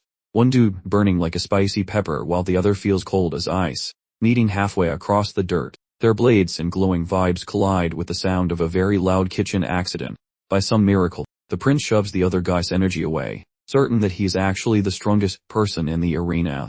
Our main man, however, appears to be struggling a bit more than usual during this intense exchange of sharp metal sticks. Even so, he refuses to quit, retaliating with a noisy thwack that probably woke the neighbors 3 whole towns over. The blow is so intense that Greer's sword shatters into a million tiny, useless metal sprinkles, much to his annoyance. Even his fancy energy gets shoved back like a clumsy child losing at games. And the hero zips behind him, delivering a smack that certainly bruised his massive royal ego. Once more, the noble takes a seat on the dirt, and the referee yells that the young kid is the winner. From his pathetic spot on the floor, the royal cannot fathom how he lost since he was sure he was faster. Curiously, while grinning like a door, he understands that the winner used fancy footwork to negate his glowing superpower vibes. This defeat teaches the prince that the planet is actually huge and full of random people who can kick his butt. He strolls over to express gratitude for the education received, officially admitting that he got absolutely schooled by the boy. The youngster replies warmly, mentioning that he also picked up some nifty tricks from their little scrap today, and the prince says sorry for being such a judgmental, dismissive snob when they first met. Finding out the victor is only 14 makes him laugh, since he got outperformed in skill by a literal child. Suddenly, the royal hands over his shiny gold necklace, leaving the young warrior feeling a bit awkward about the gift. Yet the noble demands he take it, explaining it serves as a voucher for any future favor, while the boy questions giving away such loot, and the prince clarifies that the beating cleared his brain, making him feel lucky to lose to such a talented fighter. While departing, the prince offers best wishes, promising to spend his free time trying to reach the kid's insane skill level. Because his team lost the bet, the royal tells the other guy that the winnings belong to him as they agreed. In Ron's previous existence, apparently, he was the world's worst volunteer, obligated to finish assignments without any compensation, making these gifts feel utterly bizarre, like finding broccoli in a candy store. Clearly, his current reincarnation is not following the instruction manual he wrote. That afternoon, Prince Greer confessed to Lord Glenn the painful education he received during the spar, admitting he previously thought he was peak performance, but Ron, an absolute vision of a complete warrior, promptly deflated that enormous ego. Despite visiting 3 of the 6 ruling lords and engaging in numerous practice fights, the prince declared he had never encountered a rookie anywhere near Ron's caliber, concluding he needed serious remedial training. He intends to zip back immediately to the kingdom of Owen, eager to apply his fresh combat wisdom, a statement that piqued Lord Glenn's curiosity, prompting him to request the prince notify the king of Owen that the royal correspondence had successfully arrived. Moments later, the prince and his entire entourage packed up and retreated home. During the journey, Duke Tardan pointedly remarked that Prince Greer had busted out too much of his secret arsenal, implying the sword art used for the parry was overkill, suggesting strongly that retaining a little mystery is always the smarter card. Surprisingly, the prince nodded in full agreement. Furthermore, Chardon loudly disapproved of handing Ron the special access token, though Prince Greer absolutely refused to concede that particular point. This was due to Ron exhibiting excessive politeness, even after the prince had been a total jerk, and abruptly cut him off, making necessary a suitable repayment of that extreme graciousness. He highlighted Ron's combat demonstration, which looked suspiciously like an advanced, specialized technique. The prince slyly disclosed that his token was merely a tactical investment, causing the shocked duke to demand exactly what kind of financial scheme he was running. The prince elaborated, noting that any youngster displaying such immense power and grit, even if from the relatively less prestigious branch family, is absolutely guaranteed to become a legendary warrior whose fame will echo across the whole continent. Building a solid relationship with someone of that caliber now, the prince reasoned, would pay ridiculous dividends down the road, and Duke Chardon was utterly fascinated by the young royal's ability to pull off such impressive long-term strategic forecasting so quickly. The prince replied dramatically that after all his years rotting in the palace, diligently absorbing the king's endless wisdom, he honestly wouldn't deserve to breathe if he couldn't manage such pathetically simple business calculations. Continuing their travels, Prince Greer found himself persistently wondering just how ridiculously powerful Rayon would have become before their paths crossed again. Back in the estate's main quarters, Lord Glenn's butler, Leon, innocently suggested the master seemed overjoyed that some foreign royal had actually recognized his grandson, a ridiculous sentiment which the master immediately rejected as pure gibberish. Leon, ever the keen observer, noted the genuine, warm smile plastered across the lord's face, a joyous expression unseen for ages, which magically materialized right after Prince Greer dropped Master Ron's name. Undeterred, the lord stubbornly insisted that poor Leon must be senile and utterly confused. Leon, naturally, found this denial hilariously entertaining. He swiftly changed the topic to the mysterious intelligence Duke Chardon had delivered, wisely electing to cease further emotional interrogation. It turned out Duke Chardon had arrived previously carrying a top-secret, urgent communique specifically for the Northern Lord of Destruction, completely separate from Prince Greer's official diplomatic letter. This highly confidential dispatch was reportedly delivered straight from His Royal Highness, Lacrosse Albert d'Owen, who simultaneously holds the titles King of Owen and the esteemed Sword King among the 6 ruling lords.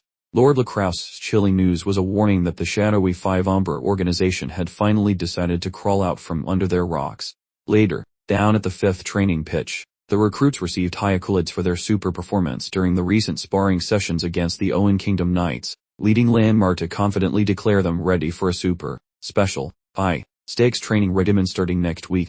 Predictably, the students were immediately desperate to know what this exceptional instruction involved. Landmar, however, preemptively cautioned them that this wouldn't exactly be easy enough to qualify as pleasant training, since they would be deploying into the actual field, where seeing a lot of blood was practically mandatory.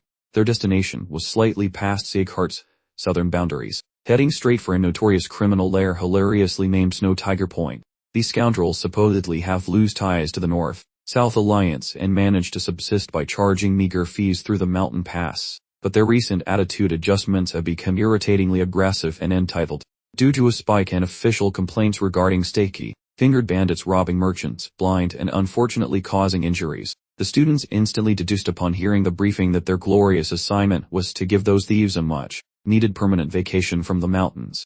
However, they quickly discovered their supposed simple task was actually an intense, high-stakes adventure. Before long, news arrived that the brigands had descended upon a village south of their lair, leaving a trail of utter devastation, incinerating everything, and then vanishing into thin air like a bad magic trick. Consequently, their updated directive was crystal clear: hunt down the infamous Snow Tiger bandits and wipe them off the map. To keep everyone from getting too comfortable, Lemaire emphasized that these rascals, despite their unsavory profession, were surprisingly skilled aura users. He then briskly instructed them to gear up, as their departure was slated for the very next day. No excuses. As dusk settled, Ronan found herself engrossed in a rigorous sword practice session. She'd hoped to polish her technique a bit before their grand exit, yet her efforts were yielding results about as graceful as a walrus on roller skates. Rayon's elegant, effortless stab came to mind, a movement she simply couldn't mimic, no matter how many times she tried, feeling more like a flailing noodle than a warrior. Remembering Rayon was probably still toiling away in the training room, a light bulb flickered on. She could simply pop over and badger him for pointers, but alas, she opted against disturbing his solitude. choosing instead to stubbornly flail about solo, much to her own growing exasperation. With more dedicated practice, her previously clunky movements gradually began to flow with unexpected grace. Pleased with her progress, she opted to halt her training session. Before heading back to her abode, she resolved to bid adieu to Rayon, certain he was still relentlessly honing his skills, probably even sleeping with his sword. Then, a sudden realization struck her. Her mother had specifically requested her early return this week, promising a reward of that legendary orb ice cream. With ice cream beckoning, she quickly decided to head home post-haste, vowing to corner Rayon with her inquiries bright and early the following morning. Mid-journey home, a figure materialized behind her, causing Ronan to jump out of her skin in utter astonishment upon recognizing their face. This individual, whom she mentally dubbed Syria, clearly didn't spark any joyous reunion fireworks, despite their prolonged absence from her life. His formal designation was Sirius Lyon, hailing from the prestigious vassal Dos. Observing her less than thrilled demeanor, he playfully inquired why she sported such a grimace after so long apart from her beloved big brother, claiming it utterly wounded his fragile sensibilities. As he reiterated his displeasure with her countenance, a visible tremor began to shake Ronan, like a leaf in a sudden, cold gust. Eventually, he grudgingly acknowledged her remarkable strength, which manifested with a speed that genuinely surpassed his expectations, remarking that Lemaire wasn't entirely useless as a trainer after all. With a tone devoid of warmth, Syria declared his paternal pride. However, he clarified, this pride certainly didn't translate into permission for her to venture into battle or, heaven forbid, risk her life even for a relaxing day at the spa. His fleeting pleasant demeanor abruptly morphed into something far more menacing. With a sudden shove, he sent her sprawling to the dirt, then quipped with a chilling smile that she appeared to have lost her footing. To truly drive his point home, he chillingly invoked the memory of Ruby, that unfortunate chipmunk she once doted upon as a pet. And, like a twisted parlor trick, he produced an actual chipmunk, vividly recounting Ruby's tragic demise, and the grim fate awaiting anyone who dared defy his commands. To Ronan's horror, he then mercilessly squeezed the tiny creature, crushing it completely within his bare hands. This gruesome display profoundly shattered Ronan's mental state, dredging up a torrent of truly dreadful, long-buried recollections. Her will crumbled, succumbing to the terror. Seizing the opportunity of her shattered composure, Syria assertively informed her that, from this moment on, she was undeniably his property. He chillingly implied that her existence was merely on loan until that fated day when he would finally arrive to claim her as his own. Until then, she was strictly forbidden from any perilous or challenging endeavors, her sole duty being to simply breathe and remain in one piece until he, and only he, decreed otherwise. Ronan's thoughts were rudely interrupted by a sudden montage of expired chipmunks. She then remembered how, back in their younger days, her brother Syria found it hilarious to torment her with similar acts of critter cruelty. Fast forward to today, and lo and behold, history was repeating its unsettling little prank. That familiar, but wrenching sensation from her past immediately prompted her to unleash a horrified screech. Meanwhile, her delightful older brother seemed to be absolutely savoring her profound discomfort. Suddenly, a rather dramatic explosion went off nearby, spewing a plume of smoke. This sudden interruption managed to snag Syria's attention, yet Ronan remained a quivering, petrified mess. Just moments later, Ron made a rather dramatic entrance, materializing between the siblings, a sword clutched firmly in his grip. Utterly taken aback, Ron bluntly inquired as to Syria's very essence. Syria, however, remained completely unperturbed, calmly pointing out to Ron that good manners dictate an introduction before one demands names after simply popping up out of nowhere. Bun, naturally, found it rather difficult to grant this stranger such courtesy, especially after he'd just ambushed someone in a dark alley, surmising he was likely a cupers or common ruffian. These wild guesses thoroughly irked Syria. With a slight, tail twitch, he clarified that he was neither a brigand nor an unknown face, but in fact, Ronan's own big brother. Completely befuddled by the unfolding scene, Ron quickly peeked at Ronan, only to find her still a trembling mess. It simply didn't compute that this tormentor could genuinely be her older brother. Syria, meanwhile, chirped that his actions were merely a little joke, a display of happiness at their long-awaited reunion, which, he insisted, provoked her dramatic reaction. Little did Syria know, Ron had actually witnessed the gruesome act of the chipmunk pop firsthand, which Syria laughably dismissed as a mere jest, then bizarrely claimed the poor creature was just a toy. To bolster his flimsy arguments, Syria dramatically displayed his spotless hands, declaring them entirely blood-free. Ron, however, quickly deduced that the slippery fellow had merely incinerated the unfortunate creature's flesh and blood using his potent aura. It seemed Syria was embarking on an extended assignment, a vacation from sanity perhaps, and wouldn't be gracing them with his presence for some time, so he casually dropped a dessert on the ground for Ronan as a farewell gift. The absolute madman then declared that Ronan had truly found a splendid companion, expressing his heartfelt wish that their burgeoning friendship would endure for ages. Offering a completely insincere apology for his little joke, he then bid them adieu, promising to catch her on the flip side. As all this unfolded, Ron suddenly realized he knew Syria from a prior incarnation. That is, as the legendary swordsmanship ways from the Slaaren clan, counted among the fabled 12 titans destined to become the continent's next top-tier talents. Everyone knew him as both the spear and the sword. Ron had only ever heard whispers of his name in his previous existence, but actually encountering him revealed a complete lunatic masquerading as a benevolent champion. This whole encounter left Ron with a distinct, stomach-churning vibe that brought to mind someone named Darius. Eventually, our valiant young man helped Ronan to her feet, gallantly offering to accompany her to her waiting carriage. Once he safely delivered her to her ride, she warmly expressed her gratitude for his company, and he kindly suggested she avoid burning the midnight oil, as they were due to depart bright and early the following day. Later that evening, Ronan finally pried open the mysterious box her brother had bequeathed her, only to discover it was crammed full of spherical, orb-shaped ice cream. Apparently, the frozen treat held little appeal, as she could only manage a quiet whimper, lamenting that her brother had indeed returned, and absolutely nothing else had truly altered. Once upon a time, her beloved companion, had given her a minor injury, simply because the furball was a tad touchy, while navigating the joys of impending motherhood, newborns, an incident that, despite her best efforts to clarify the situation, absolutely sent Syria into a towering, illogical rage. Despite her protests, Syria, being Syria, unceremoniously ended her pet's life. He dramatically declared her his personal property, asserting she was far too precious to ever suffer a scratch, going so far as to decree her existence was solely for breathing, absolutely no ouchies allowed.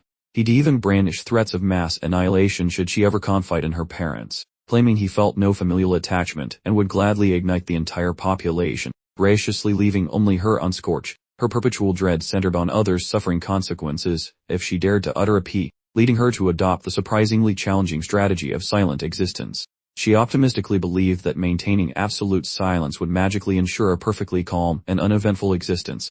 Unsurprisingly, this self-imposed vow of silence transformed her into a solitary figure, quietly enduring her own private miseries.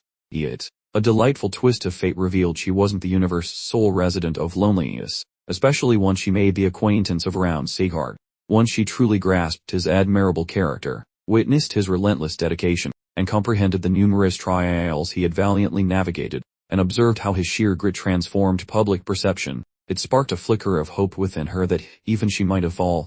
Consequently, she'd been diligently attempting to metamorphose alongside him. Yes, alas, a nagging suspicion suggested she might just be stuck in her original programming.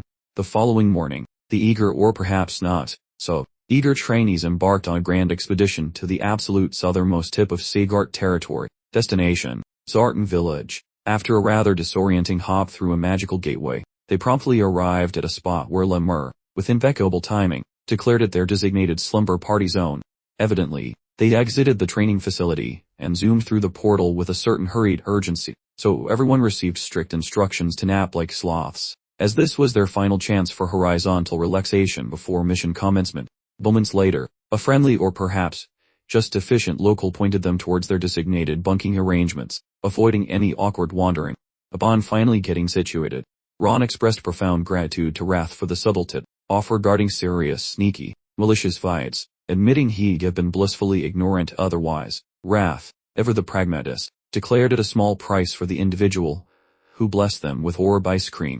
Given Sirius' declaration of a marathon mission, it was obvious he wouldn't be gracing them with his dubious presence anytime soon. However, the familial connection, Syria being her elder sibling, sparked a genuine concern that Ronan might struggle to bounce back. Wrath's rather unconventional instant fix for this predicament involved Ron simply lending them his physical form so they could dispatch Syria with extreme prejudice, promising a full, no questions asked return afterwards. Despite Wrath genuinely attempting to honor the sacred debt incurred when Ronan so generously provided that legendary orb ice cream, Ron, with commendable common sense, firmly declined the rather unusual request to surrender his corporeal vessel, since Syria had, to put it mildly, thoroughly traumatized Ronan. Our protagonist shrewdly deduced that merely eliminating Syria wouldn't quite cut it as a comprehensive solution. Ronan, bless her heart, held the unique distinction of being the very first person, across both his entire combined lifetimes, to extend him any semblance of thoughtful, genuine consideration. With us, he was absolutely prepared to personally send Syria packing to the afterlife should any further misfortune befall her. By the second day of their journey beyond the Seagart domain, the team finally reached the chilling location where the infamous Snow Tiger bandits had committed their heinous acts. The youngsters, quite understandably, were utterly appalled by the grisly landscape of charred remains. These unfortunate souls were strewn haphazardly everywhere, leaving the kids utterly unable to comprehend such barbarity inflicted upon blameless individuals. It was a truly horrific tableau, so wrenching that even the most stoic and battle-hardened individuals present, including the seemingly unflappable Warren, appeared utterly crestfallen. Adding to the horror, the bandits evidently practiced a particularly nasty form of villainy, throat slitting before the live cremation. The protagonist observes Marta handles stiff corpses like a pro, suggesting she either parties in graveyards or has experience turning people into scenery. Our hero abruptly notices the quiet girl has pulled a masterful disappearing act. She currently occupies a separate location, intensely scrutinizing a cold and breathless human remains, desperately fighting her gag reflex to prevent a sudden and messy gastric explosion.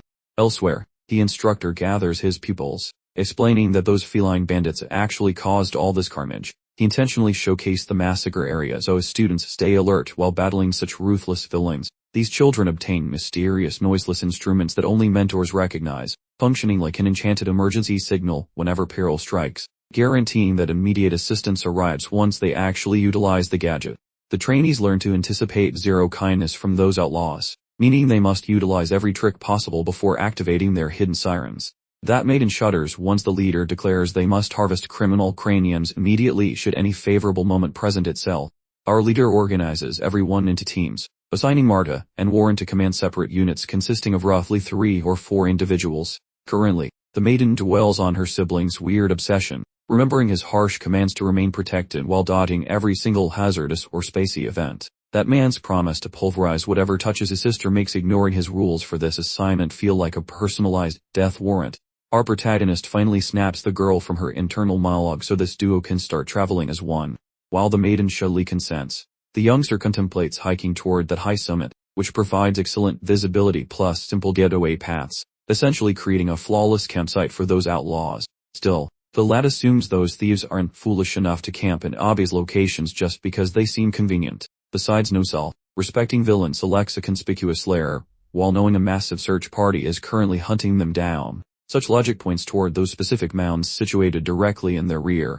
Subsequently, our hero selects those peaks for his partnership, shunning the dense vegetation, where the remaining squads are roaming.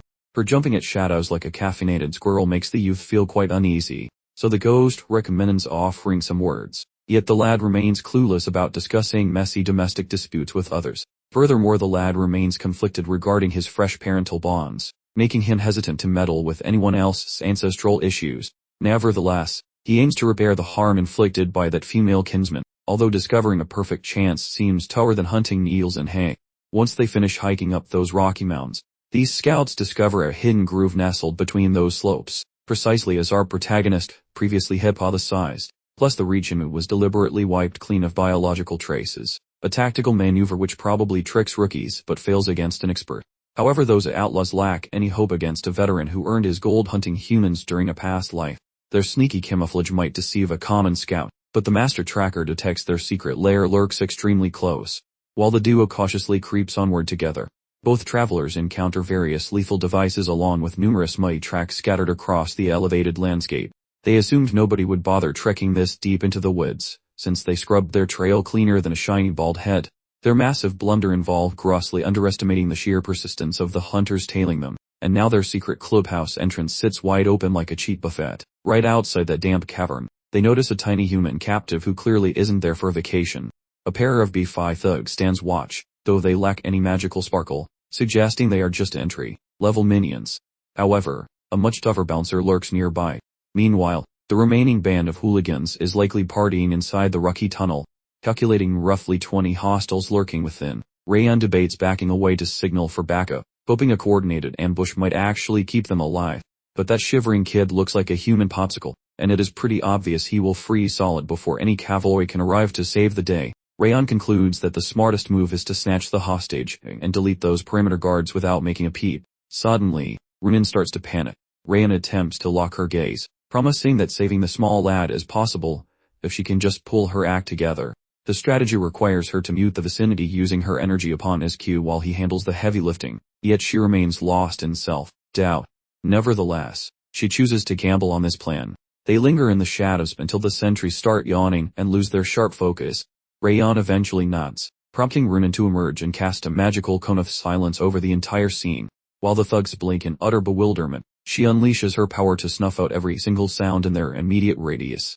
The goons quickly notice their shouts are going nowhere, wondering why a high-level magic user is crashing their private mountain party. Seizing the perfect moment, Rayon zips toward the lead pair of guards faster than the veteran fighter can even blink. A single swift motion drops the duel, allowing him to glide right past their falling bodies. Unfortunately, he overlooked the fact that Rayon has the stomach of a kitten when witnessing messy violence. Watching the guards perish reminds her of her brother's childhood hobby of turning her favorite pets into messy science experiments. This triggers a high-pitched wail that effectively pulverizes their soundproof bubble. Disaster strikes immediately now that their stealth bubble has been popped like a cheap balloon. Rayon has basically transformed into a decorative broccoli, paralyzed by the carnage. Just as the bandits realize they are under attack, instantly, the master fighter aims for Rayon's skull, assuming she is the softest target in the vicinity. This leaves Rayon to manage the entire brawl solo. Before the blade connects, Rayon intercepts the attacker and slams him into the dirt like a rag doll. He warns the man that he will harvest a rib for every sassy remark, insisting on straight answers to his very direct inquiries. Unexpectedly, Rayon feels the silence return, and shoots a quick look back at his trembling partner. Though she is shaking like a leaf, he feels impressed that she managed to regain her composure and finish the job despite her internal meltdown.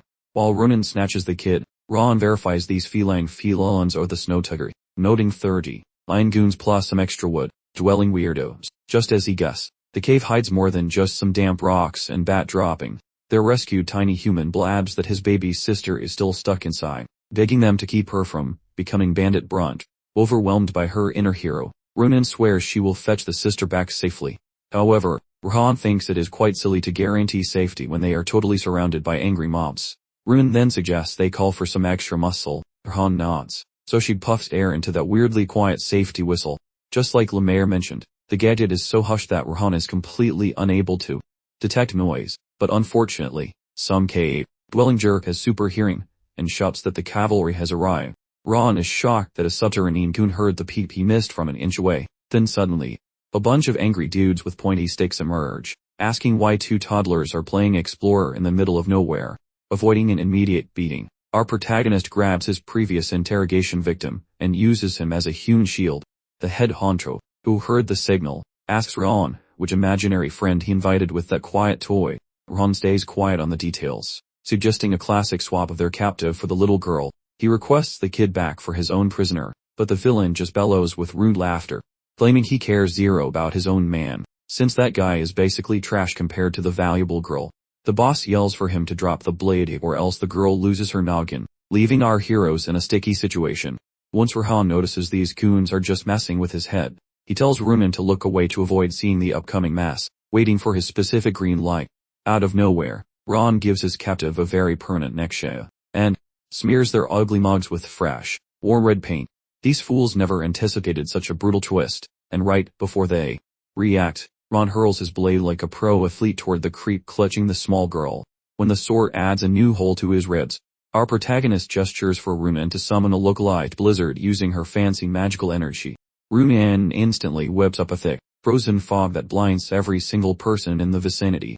While the bandits stumble around like blind idiots in the whiteout, Rayon snags the tiny damsel and whisks her away to a secure spot. Once the air settles, the goons notice their prizes have vanished, prompting a frantic and murderous search through the woods as they hope to slice anyone they find. Somewhere else on the hill, Rayon and Rayon move the children, who promptly fall asleep because of the freezing temperatures, complicating their getaway. Since leaving might let the villains pillage more innocent towns later, Rayon determines that it is probably smarter to just finish the fight right now, suggesting Rayon babysit the Rugrats. He gets a worried look because his arm is currently leaking red juice like a broken faucet, playing the typical alpha male. He promises a quick return until a mysterious tug on his shirt ruins his dramatic exit.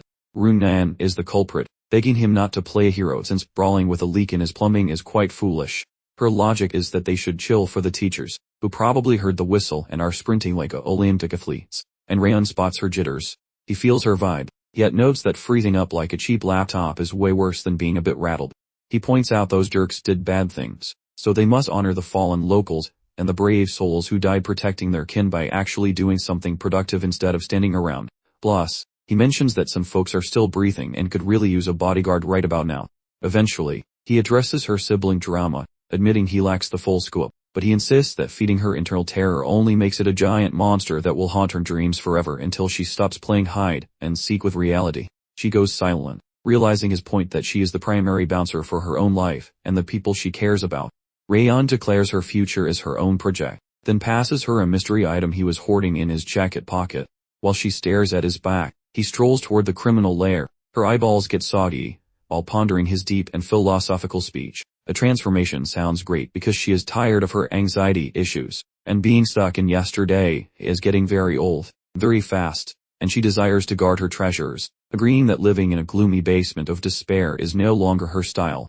Even as her face leaks like a rainstorm, she spots the plastic rodent Rayon gifted her, finding the sudden courage to stop being a hermit and embrace the sunshine. Shortly later, the cave becomes a blender as Rayon dashes the villains like he is auditioning for a cooking show. The big cheese yells at his minions to fetch that boy's noggin immediately, but his speed is insane, leaving them confused how a single toddler is basically deleting their entire workforce. When a hopeful henchman tries a sneaky backstab on Rayon, he does a stylish sidestep. However, the head honcho uses the chaos to attempt a lethal strike of his own. That swing was so beefy it literally turned the floor into a pile of gravel. Much to the jerk's surprise, our protagonist vanished like a magician, leaving the villain searching frantically. Rayon pops up in the rear, asking if he plans to keep playing boo or if he wants a real scrap. One quick swish later, the leader's head decides to explore the room without its neck. The remaining goons are shaking in their boots, unable to fathom how a tiny pin-sized human possesses the terrifying strength of a nuclear bomb. Rayon advises them to quit now since their manager just got fired, but a surprise poke from the rear proves that the snowy-haired fellow he just decapitated was not the actual boss.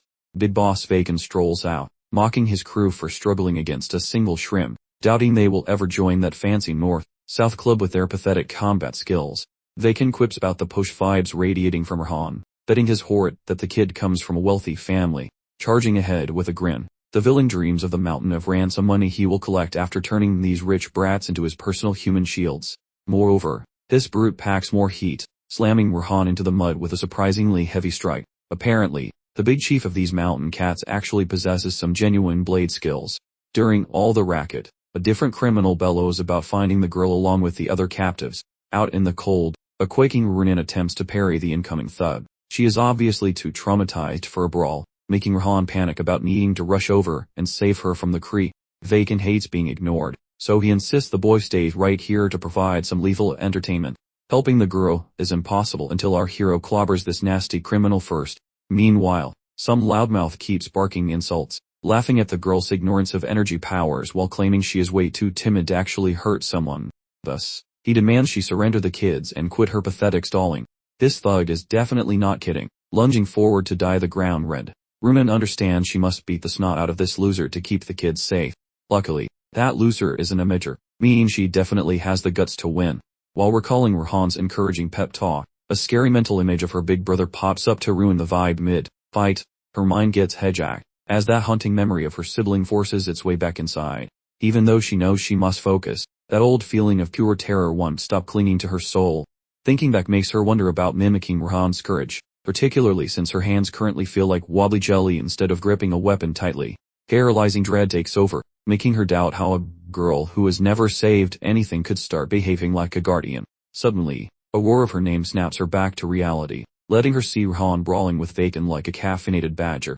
Rayon peeks back, yelling that she actually has the grit to save them. His kindness makes her eyeballs leak again, though these are happy tears this time. Furthermore, the gloomy basement of her thoughts gets hit with a spotlight thanks to Rayon's super confident voice. This entire shift takes just a moment, and she pivots toward her attacker, who now appears to be wading through a vat of molasses. She feels a huge wave of thanks for Rayon's inspiration, using that newfound spunk to mentally chop her brother's scary face into 1,000 tiny pieces. Right then, the stinky criminal creeps closer, thinking he finally has her cornered. Instead, she opens his belly using a single, swift slash.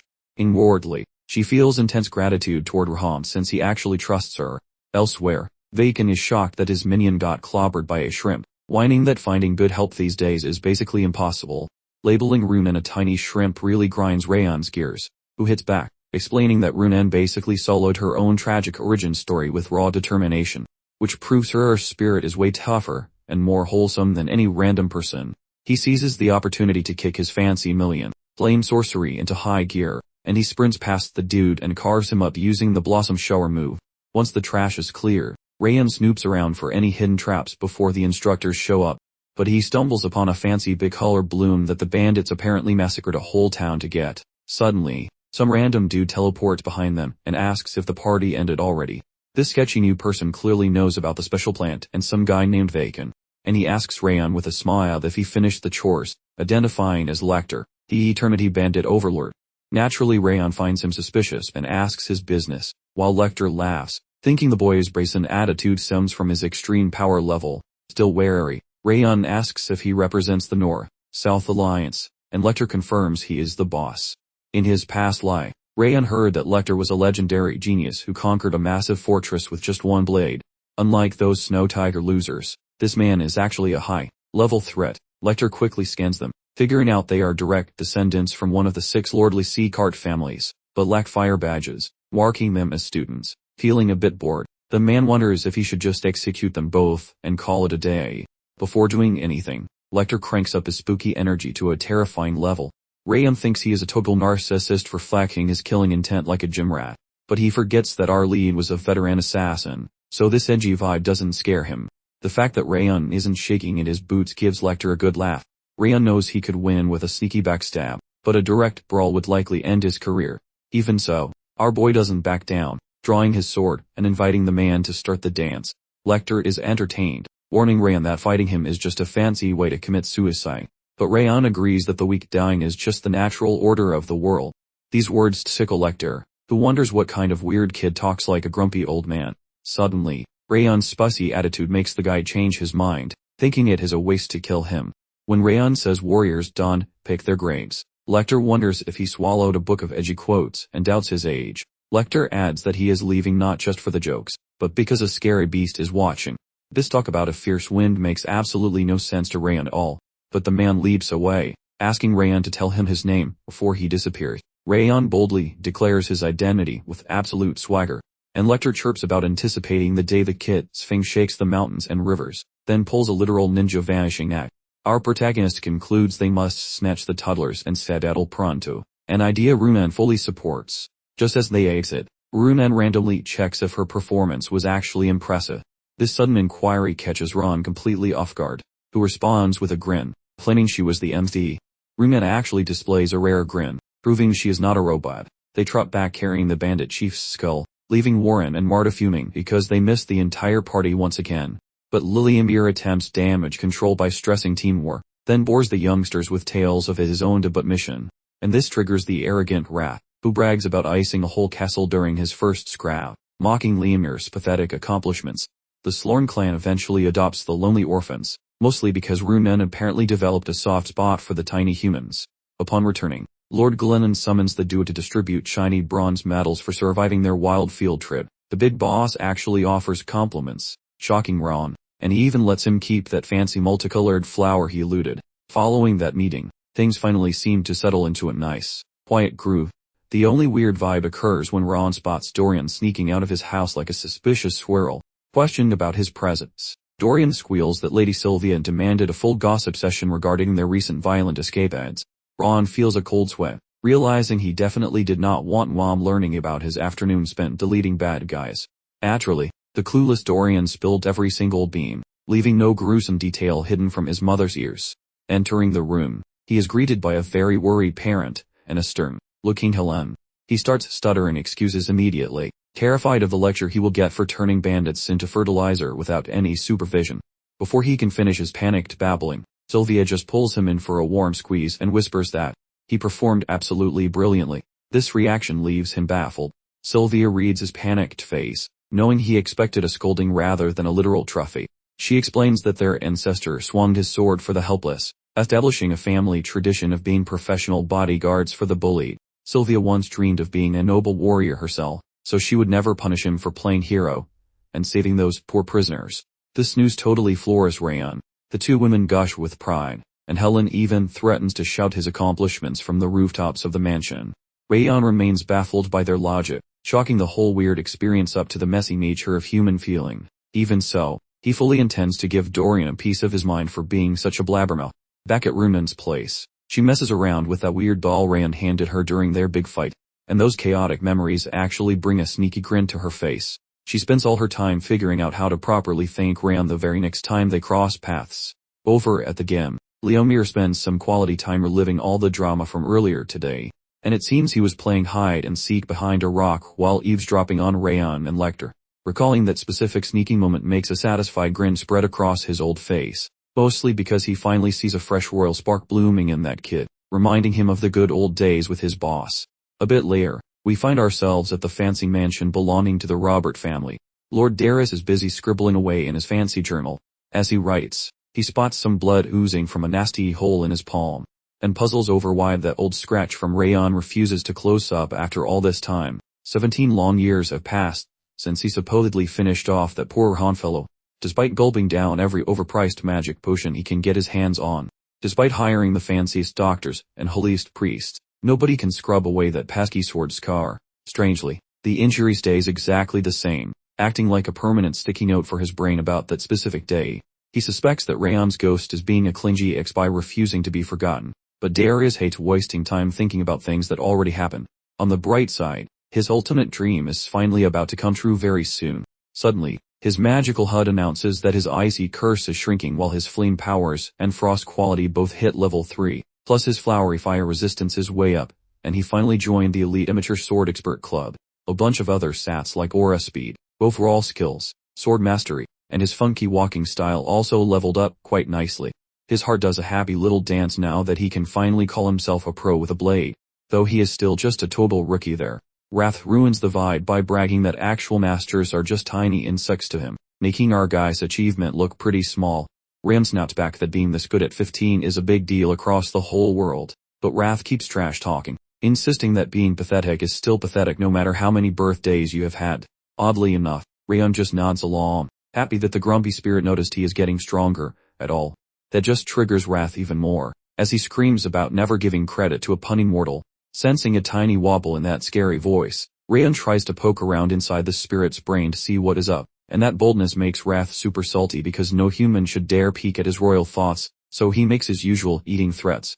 Rayon cracks a joke about how the spirit should get his old strength back soon, or else he might end up being the one getting eaten. When Wrath starts discussing his past, he inevitably begins a lengthy narration about all the lesser demons who used to draw up by his castle looking for trouble, prompting Rayon to quickly recognize where this was headed and bail out under the pretense of stretching. Sometime later, inside the training hall, Lemaire abruptly called a halt to the day's exercises, because he needed to depart immediately.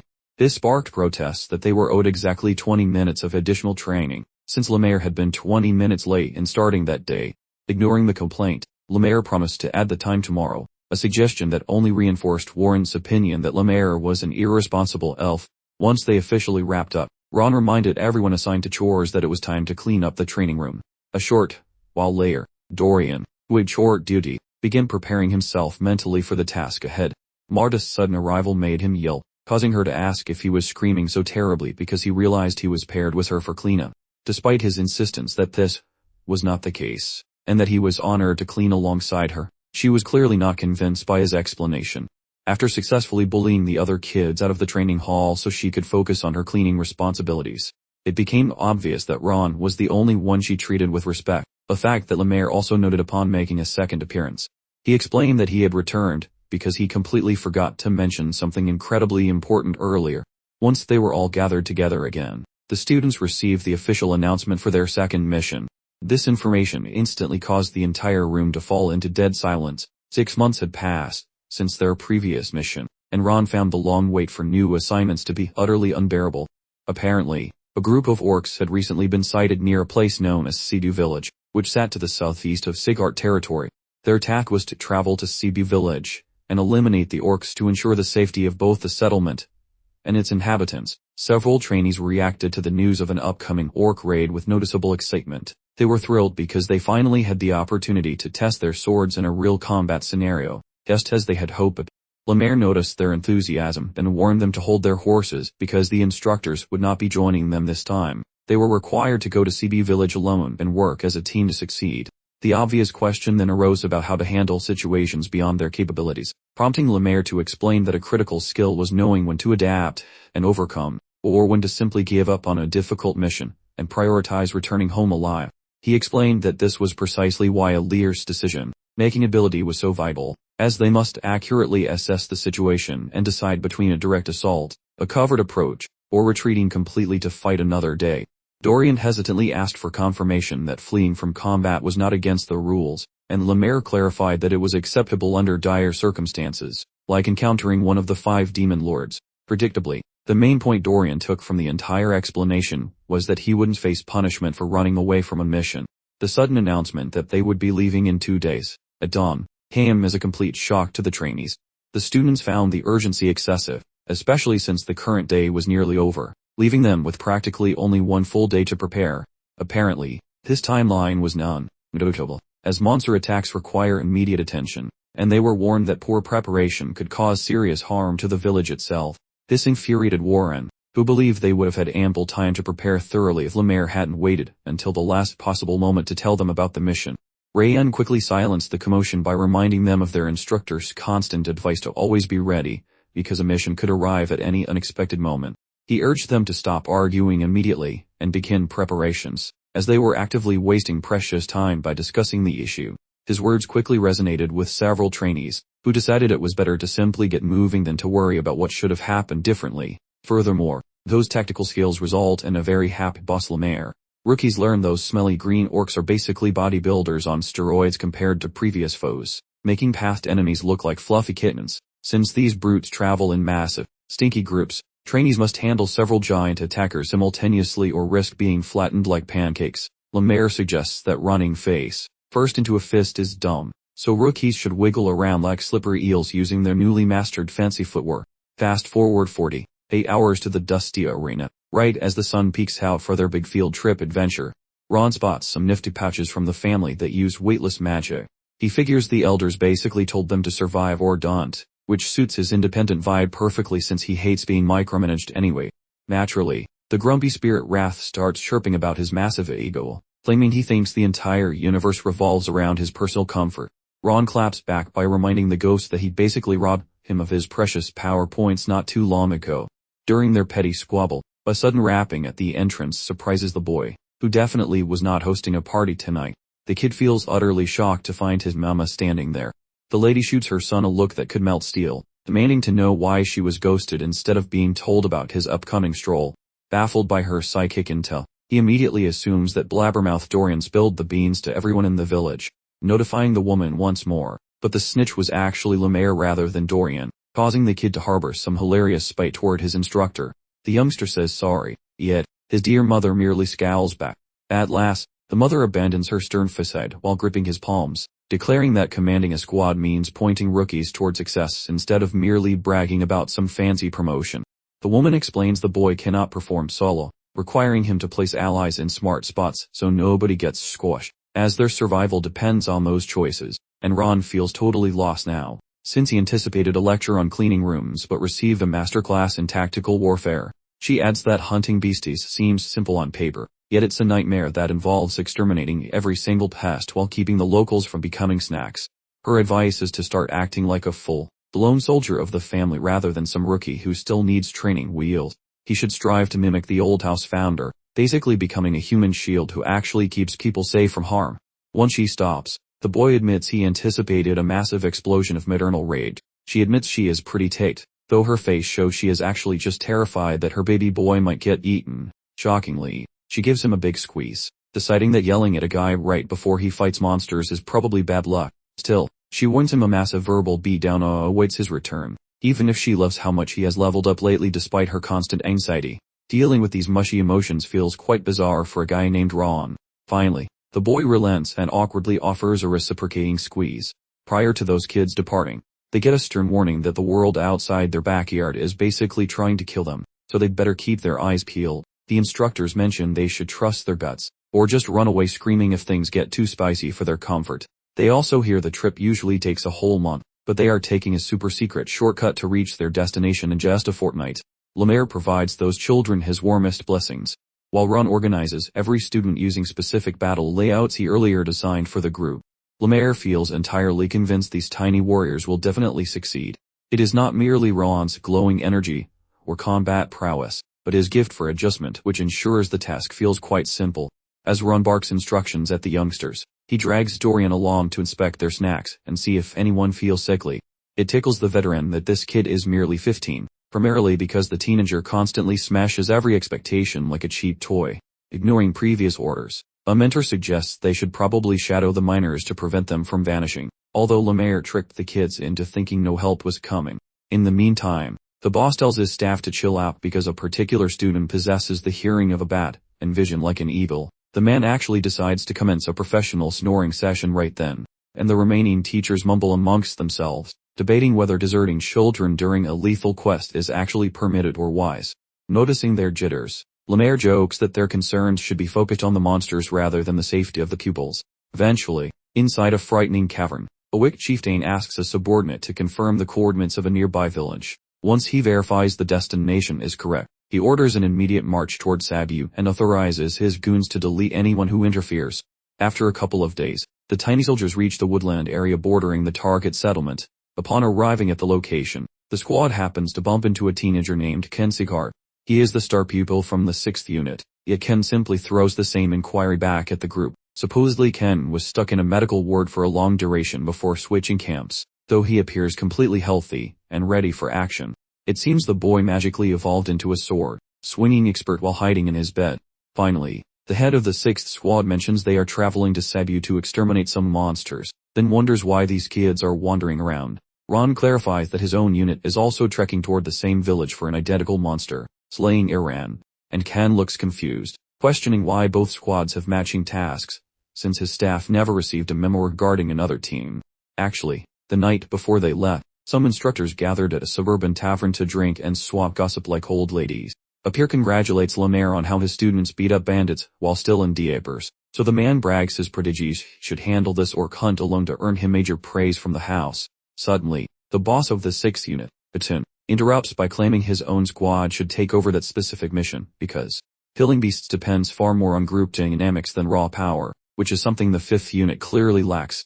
Mitun insists that his pupils became elite after finishing a brutal training cycle, so he plans to send the 6th group to claim the glory. Reacting to that, Lemaire mocks his rival for being thirsty for fame and suggests they deploy both squads together, an idea that confuses Mitun. Since Lemaire will not be fighting the monsters personally, he suggests a competitive race to see which of the two squads can finish the job first and return home. This proposal delights Mitun, who runs to get approval from the master, and now both men are excited to see who triumphs. Meanwhile, in the woods, Warren smugly tells Kine that the administrators must have bungled the paperwork when distributing these assignments. He suggests they scurry home since his squad handles things solo, which really grinds Kane's gears. Kane thinks Warren's mouth is just a megaphone for the massive egos inflating over at Squad 5. Kane argues that teamwork makes the dream work, claiming his crew has actual social skills unlike those Lone Rangers who will surely fail, because they cannot work together. Warren admits the Sixers have some muscle, but tells them to stop acting like high and mighty judges of his team's prowess. Rayon observes the bickering, and suspects the bosses planned this overlap, though sending them into a blind collision, without a heads up seems like a very chaotic prank. Lamar clearly thinks that getting smacked in the head builds character, using this job as a crash course in actual survival for them. Sadly, hunting beasts demands brains and coordination, two things this group currently possesses in very tiny quantities. It appears the boss staged this showdown to humble these rising stars, and expose their flaws before their heads got any bigger. Rayon concludes that the teacher is a devious pointed, eared mastermind. He understands that his stubborn pals desperately need a lesson in why playing nice with others is actually useful. He keeps hearing his mom's voice, reminding him that a true blade swinger exists to shield folks rather than just posturing. He steps in to chill the Huffids out, pointing out that standing around shouting won't get any monsters killed, since nobody is backing down. He proposes they just settle this with a good old-fashioned brawl to decide who takes charge. Warren moans that fighting now is a drain on their stamina, fearing they might be exhausted when the real trouble starts. Since neither side is willing to quit, they are stuck in a stubborn standoff. Rayon guesses there are plenty of ugly green monsters for everyone, so sharing the workload might actually be efficient.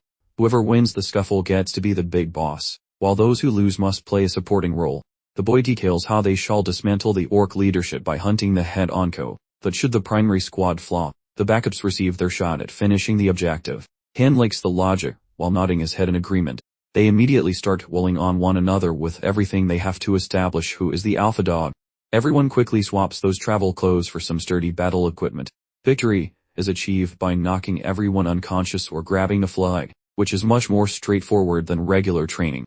Rayon attempts to talk tactics, but Marta just ignores him because she thinks the other guys are complete weaklings. She shouts for them to just sit pretty and watch her solo the whole enemy team, then charges. That small powerhouse rushes at a trio of guards currently stationed at that forward position. The aggressive Brett yells that brain power is for losers, choosing to hit things very hard as per usual. While the girl rages forward, Rayon activates his fancy snowflower-powered senses to scan the area for any sneaky surprises. Ronan questions if victory is possible without a solid game plan, so Rayon mentions that his cocky teammates are too busy inflating their own egos to even listen. Regarding their chances of victory, he bluntly states that the reckless idiots who charged ahead initially will surely lose given they are walking into a trap. Exactly as he feared, Marta hits a brick wall against a simple triangle defense that proves much tougher than she expected. While the brawl explodes with massive energy, the opposing team's chief mentions she is not the protagonist here, and so she should stop ignoring their genuine efforts. To Marta's surprise, the fifth group gets thrashed, forcing a clumsy retreat to their own mountain territory. Once the frontliners return, Ron grabs the chance to clarify that things are far more difficult than. He mocks their silly delusions about the world freezing while they trained, noting they only felt safe because those winners lost to the Owen Kingdom previously. He mentions that this disaster resulted from rushing in without a brain or any teamwork, which eventually forced them to burn through their magical energy just because they snubbed hard-working rivals, making everyone accept the verbal slap in total silence. And Ron claims there is still a slim path to winning, provided Marta stops her whining and starts listening to him. Ron appreciates the spicy fury in her eyes, so he begins describing the actual secret blueprint for a final victory. Elsewhere, the sixth squad's frontmen are baffled that the fifth team is such a pushover, though their boss warns them not to relax because the enemy recently crushed that fierce so-tighter group linked to the Southern Union. During their gossip session, Marta pops up again, and the lead guy decides to finally end her career for good. Marta, acting like a total brat, promises he will get slapped if he keeps talking trash, and she lunges toward them immediately. The rival leader quickly tells his group to shove all their magical energy toward the front, but he soon realizes with horror that Marta is actually smacking them from the side, which has pathetic defenses, instead of hitting the strong wall at the front. Meanwhile, Warren strikes a different group, and those kids spot his familiar posture, choosing to use their old defensive plan again, only for Warren to trap them and flatten them like thin pancakes. The leaders of the sixth squad are confused by this weird new fighting style, which is the exact opposite of before. Right where Marta is currently attacking, she starts to win the brawl, realizing Ron was actually correct for once. Just earlier, Ron had asked why they failed despite having more muscle and better individual skills. They finally understood that they had the tactical depth of a puddle, unlike those nerds in the sixth group who studied stats to plan every move, leading to a loss against a much punnier enemy. Doreen starts worrying about losing again and gets a massive verbal beating from Marta, who tells him to shut up because he should never talk about defeat so easily. The truth is some are already finished, and the others are low on magical gas, putting them on the losing side of the fight. But Ron soon reveals his secret plan for them. Apparently Kandahar possesses supernatural eyesight and sharp instincts, which is how he figured out where everyone was sprinting, and he sent specific warriors to neutralize them because Marta's moves were uncomplicated despite her physical power, so Kane used B5 blade users to tank her hits just to burn through her spiritual energy.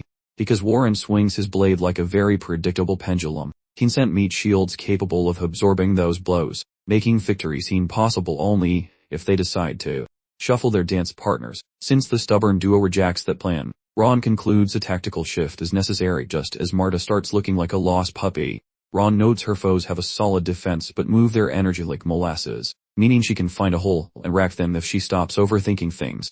Warren fights with the honesty of a saint, which fails against instinctual types, but since those feral folks are easily bamboozled, he should try lying with his blade for once.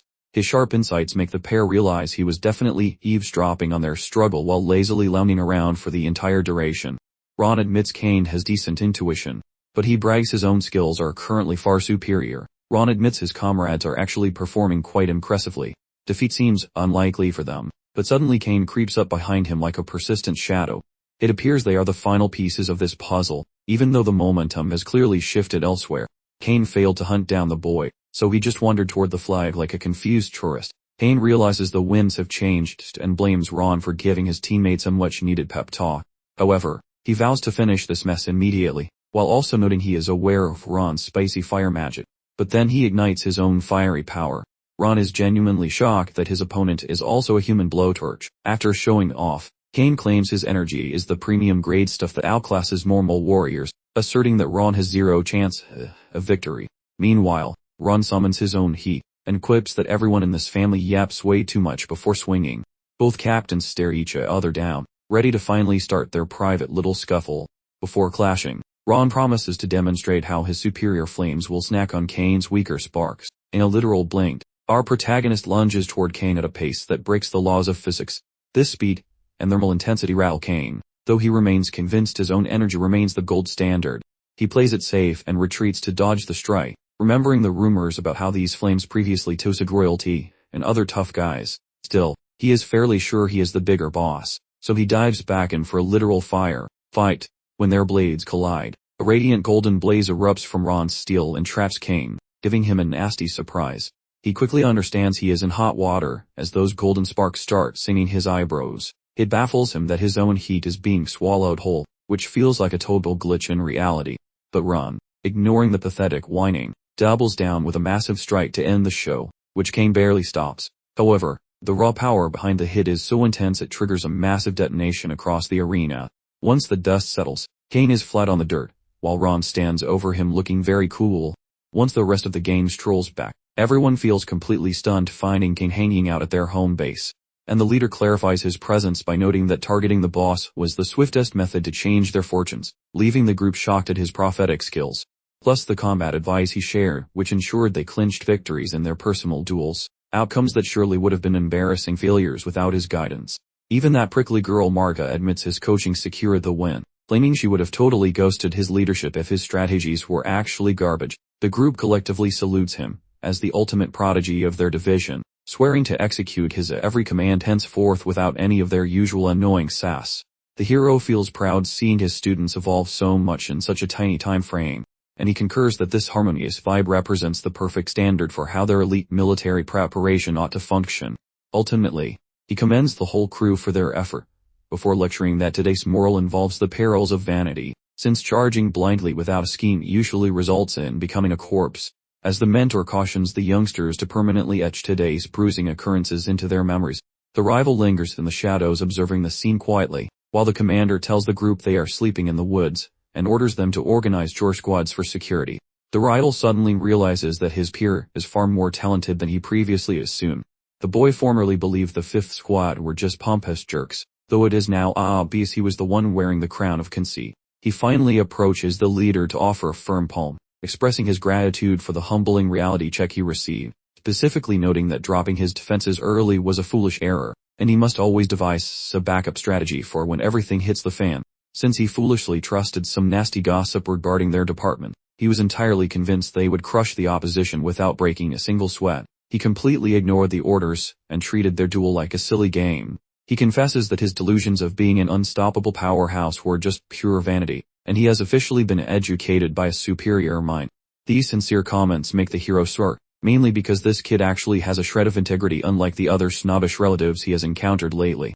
Both boys quickly lock fingers in a pact, with the former enemy swearing to aid the 5th Division just as he had previously pledged. A few suns later, roughly a fortnight following their departure from the barracks, the travelers finally arrive at the gates of CP. This hamlet is a boring agricultural community lacking any interesting landmarks, so their current task is just a routine monster swatting job that occurs whenever hungry beasts bother the locals. However, for some mysterious reason, The protagonist feels a creepy pair of eyes boring into the back of his skull for a while now. This doesn't resemble the vibe of a hidden teacher, but rather a chilling feeling like a predator is carefully measuring their power for a future strike. He concludes that the optimal strategy is to monitor the unfolding drama, while tricking their invisible foe into underestimating their true capabilities.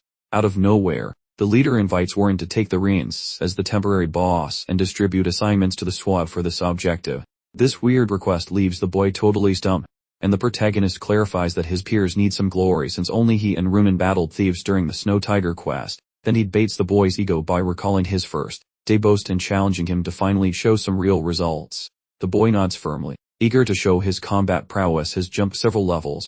Soon after, they inform the group that their friend is now the primary officer. Observing Marta's lack of enthusiasm, Rayon promises to justify his shenanigans eventually, though he insists she mind Warren's commands for the moment. Oddly enough, she claims that formal requests are redundant since she already vowed to shadow him, provided his schemes actually pay off. During a private moment, Rayon verifies that Wrath is also picking up the creepy vibes from those hidden stalkers. Wrath typically insults him by suggesting ritual disembowelment for missing those shadows after eating his power, so Rayon demands the total head count and exact coordinates, and the surly ghost flatly denies him the specific location of that sneaky washer. But Rayon concludes it is a solo performance just by eavesdropping on the spirit's verbal slip-ups. Wrath is stunned by that sharp deduction, unaware that his own accidental use of singular pronouns during their chat totally gave the game away. Once Wrath realizes he was tricked, he starts swearing like a sailor, though Rayon knows one spy does not guarantee a lonely mission. That solitary peeping Tom might have a whole squad hiding nearby, and the spooky atmosphere is preventing Rayon from relaxing his guard. He has a nagging gut feeling that this particular quest is going to be significantly more difficult than advertised. Meanwhile, the cultist scout scurries back to inform his supervisor about the Sigart kids, though the chief dismisses them as minor pests related to one of the Sixth Lords. The spy clarifies these kids are mere rookies lacking any adult supervision, likely on their second field trip since no instructors are in sight. Boasting about his stealth, he insists he remained invisible, and his manager agrees that some half-baked students couldn't possibly detect a professional. He questions why the noble house sent students after some orcs were already boat, while the boss assumes the peasants cried for backup during their agonizingly slow search for the magic stone. The shady group has been combing the peak for a magic stone, and having struck out everywhere else, they now plan to rummage through the local village huts. The minion then inquires if they should proceed with attacking the little settlement immediately. The superior orders him to wait, even though the scout is dying to prune those fresh noble saplings while they are still green. The chief believes murdering them is trivial, but it might tip off the Sigart family regarding the magic stone, resulting in a strategic failure for a tiny win. The leader commands the scout to throw a few monsters their way so the kids can feel like heroes and scurry back home. Out of nowhere, the leader dons a dust helmet and magically transforms into a genuine, smelling orc. He tells his lackey that the real massacre begins the second those novice warriors pack their bags and leave town.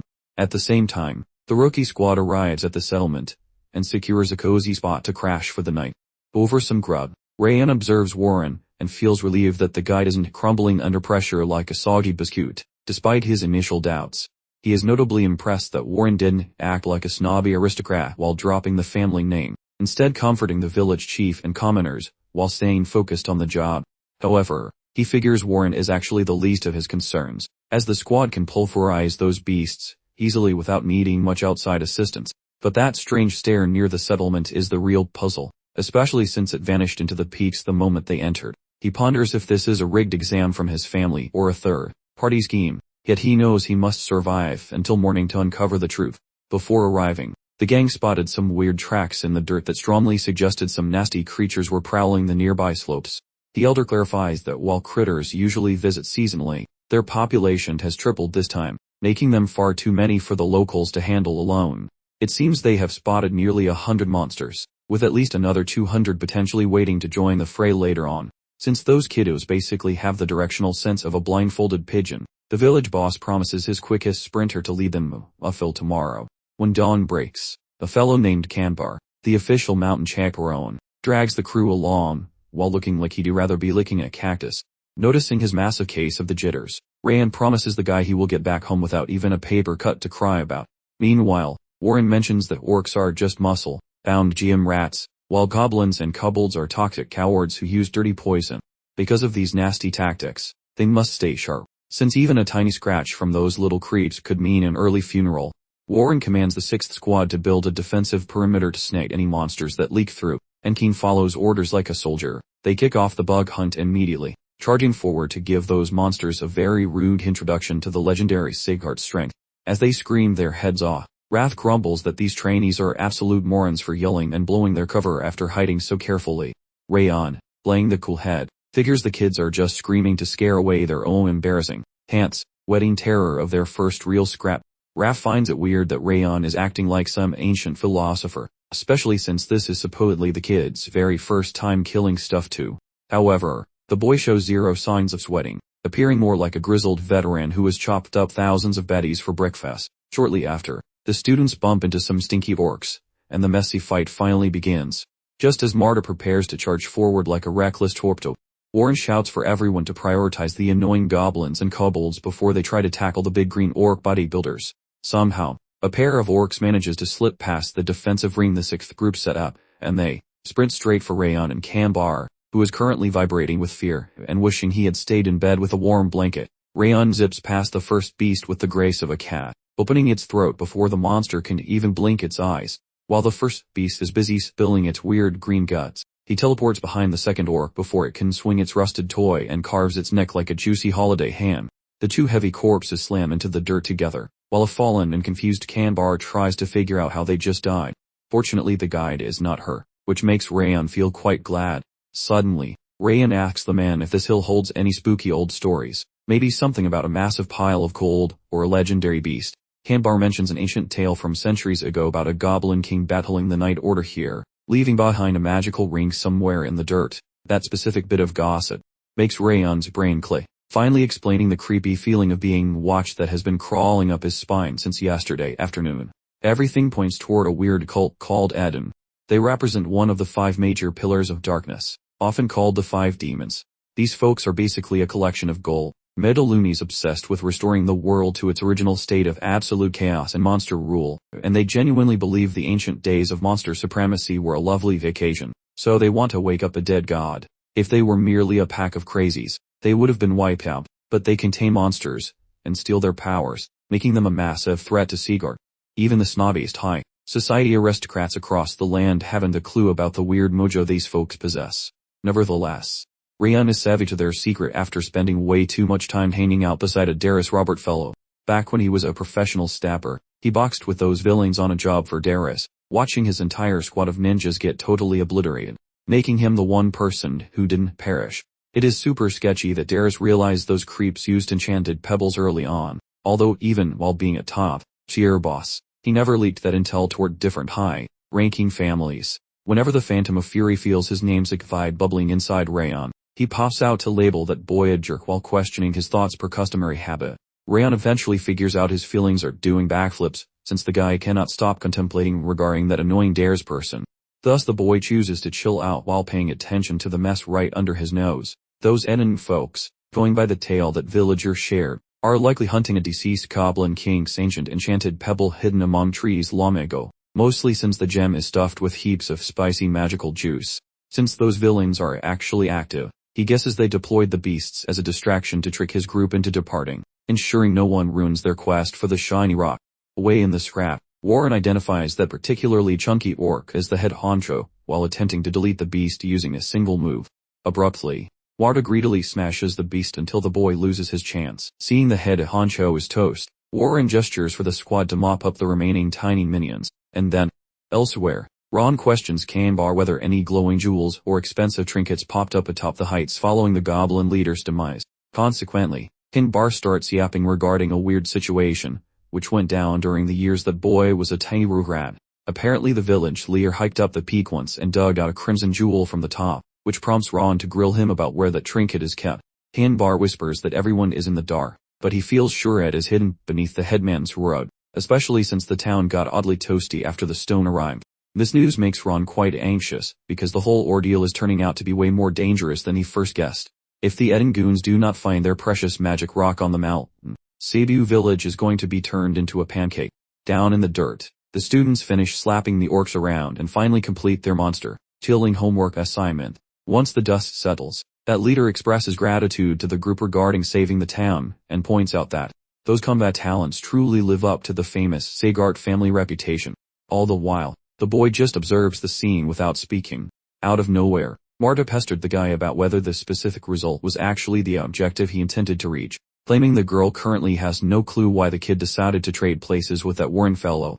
The boy tells the girl about his uncertainty, but promises a full explanation once the moment is perfect. Even so, the girl swears to keep obeying those bossy directions until their little field trip finally concludes. A few moments later, Ronan tracks him down while he is alone, and the lady senses his internal jitters, since his face looks pretty grumpy, though he masks it by suggesting they join the party the local leader is hosting.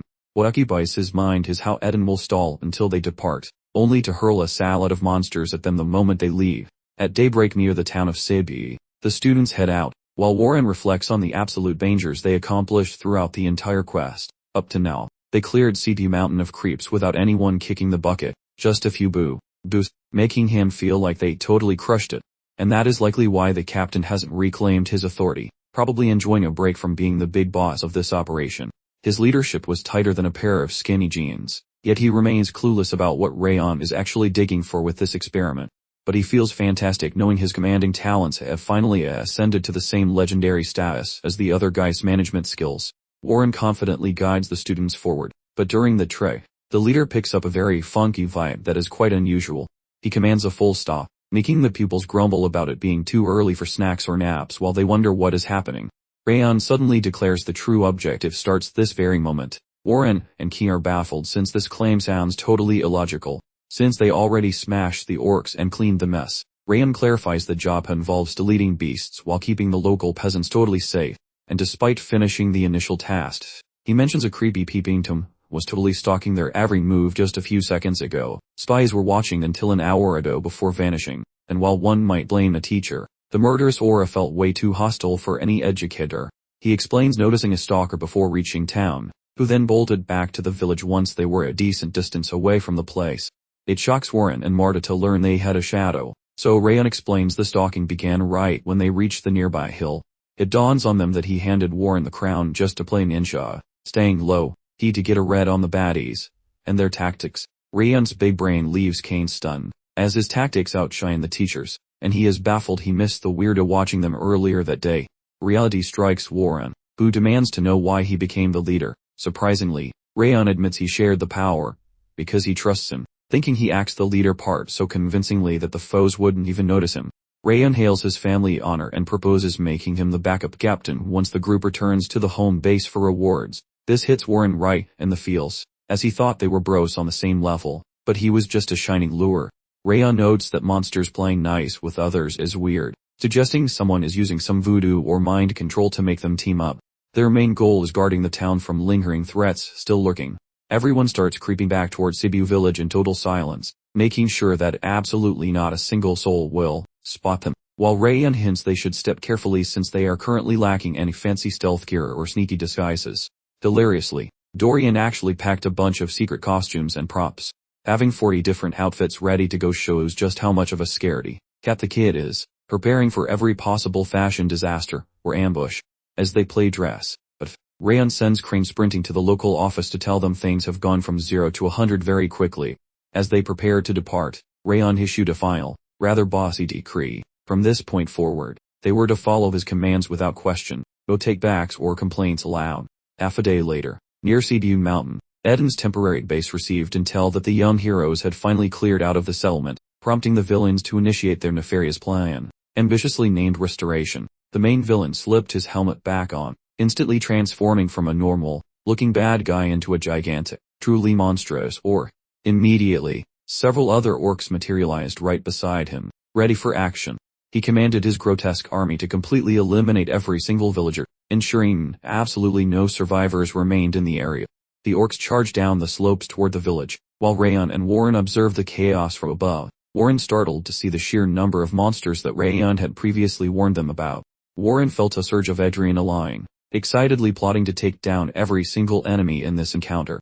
Just as he was about to jump into the fray, Rayon stopped him, reminding Warren that they were under surveillance by an unknown individual, likely a human observer. The mysterious enemy's true identity remained hidden, but Warren was thoroughly unnerved by the ridiculous quantity of orcs and their armaments, fearing massive civilian deaths if they delay any further. Rayon, ever practical, explained that jumping in too soon would guarantee their annihilation, but Warren, distressed by the sight of so many monsters, desperately argued for immediate intervention, though Rayon firmly held his ground. Our group leader quickly advised everyone to exercise extreme caution, because their opponents belonged to the notorious demon sect called Eden, a name which, fortunately, seemed to resonate with the rest of the crew. While Rayon hadn't definitively identified the enemy as Eden, he understood that this particular monster summoning ability indicated one of two possibilities. Either the dreaded Eden sect was present, or a fearsome lord-level monster had surfaced, both scenarios demanding extreme care. Warren conceded that Eden possessed formidable power and that Rayon's strategy was logically sound. However, he absolutely refused to simply watch as a significant portion of the villagers were slaughtered without lifting a finger to help. Warren strongly criticized Rayon's passive plan, arguing that while he used to believe Rayon embodied the Sighart spirit more than anyone, he couldn't stand idly by while innocents were under assault. In Warren's view, drawing steel to protect the villagers was the defining characteristic of a genuine Sighart swordsman. He promptly leaped off the mountain towards the village below, shouting to his comrades that they need not follow unless they truly considered themselves authentic Sighart warriors. Rayon continued to stare as Warren's stubborn figure descended toward the conflict below. Rayon quickly followed. The other trainees agreed with Warren's assessment, feeling that showing cowardice in the face of the infamous 5 demons would bring shame upon Sighart. Consequently, they resolved to pursue Warren and Runan, aiming to protect the villagers from immediate danger. Fen then took charge of the 6th training ground group, following close behind to offer assistance and engage Eden's monstrous forces. Once the majority of the group had departed, only a handful of trainees stayed with Rayon. The reality was that Rayon had fully anticipated this exact turn of events based on his observations, understanding that his companions could never remain silent in the presence of such blatant injustice. He had already sent a subtle mental instruction to Runan, directing her to follow the group, which was convenient since having Warren and Keen in the fight meant the trainees could at least hold out against Eden for a decent amount of time.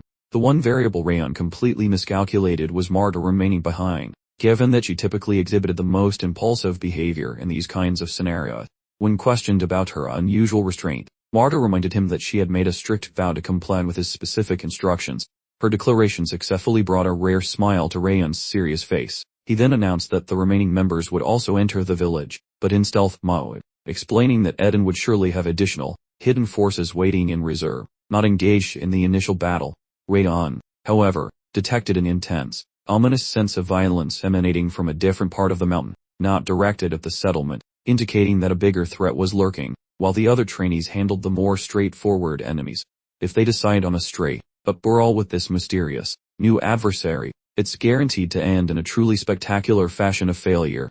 Back on the battlefield, Warren told his recruits to hold back from a head-on clash, favoring a strategy where they first deflected the orcs' attacks before unleashing calculated counter-strikes. He also made sure everyone knew to work in pairs if a specific enemy proved too challenging for one person to handle alone, all part of the larger goal of preventing the monsters from reaching the village. Warren observed right away that this new batch of monsters was far more vicious and powerful than the ones they fought yesterday, yet he was sure they could defend the village if this was the full extent of the enemy's power.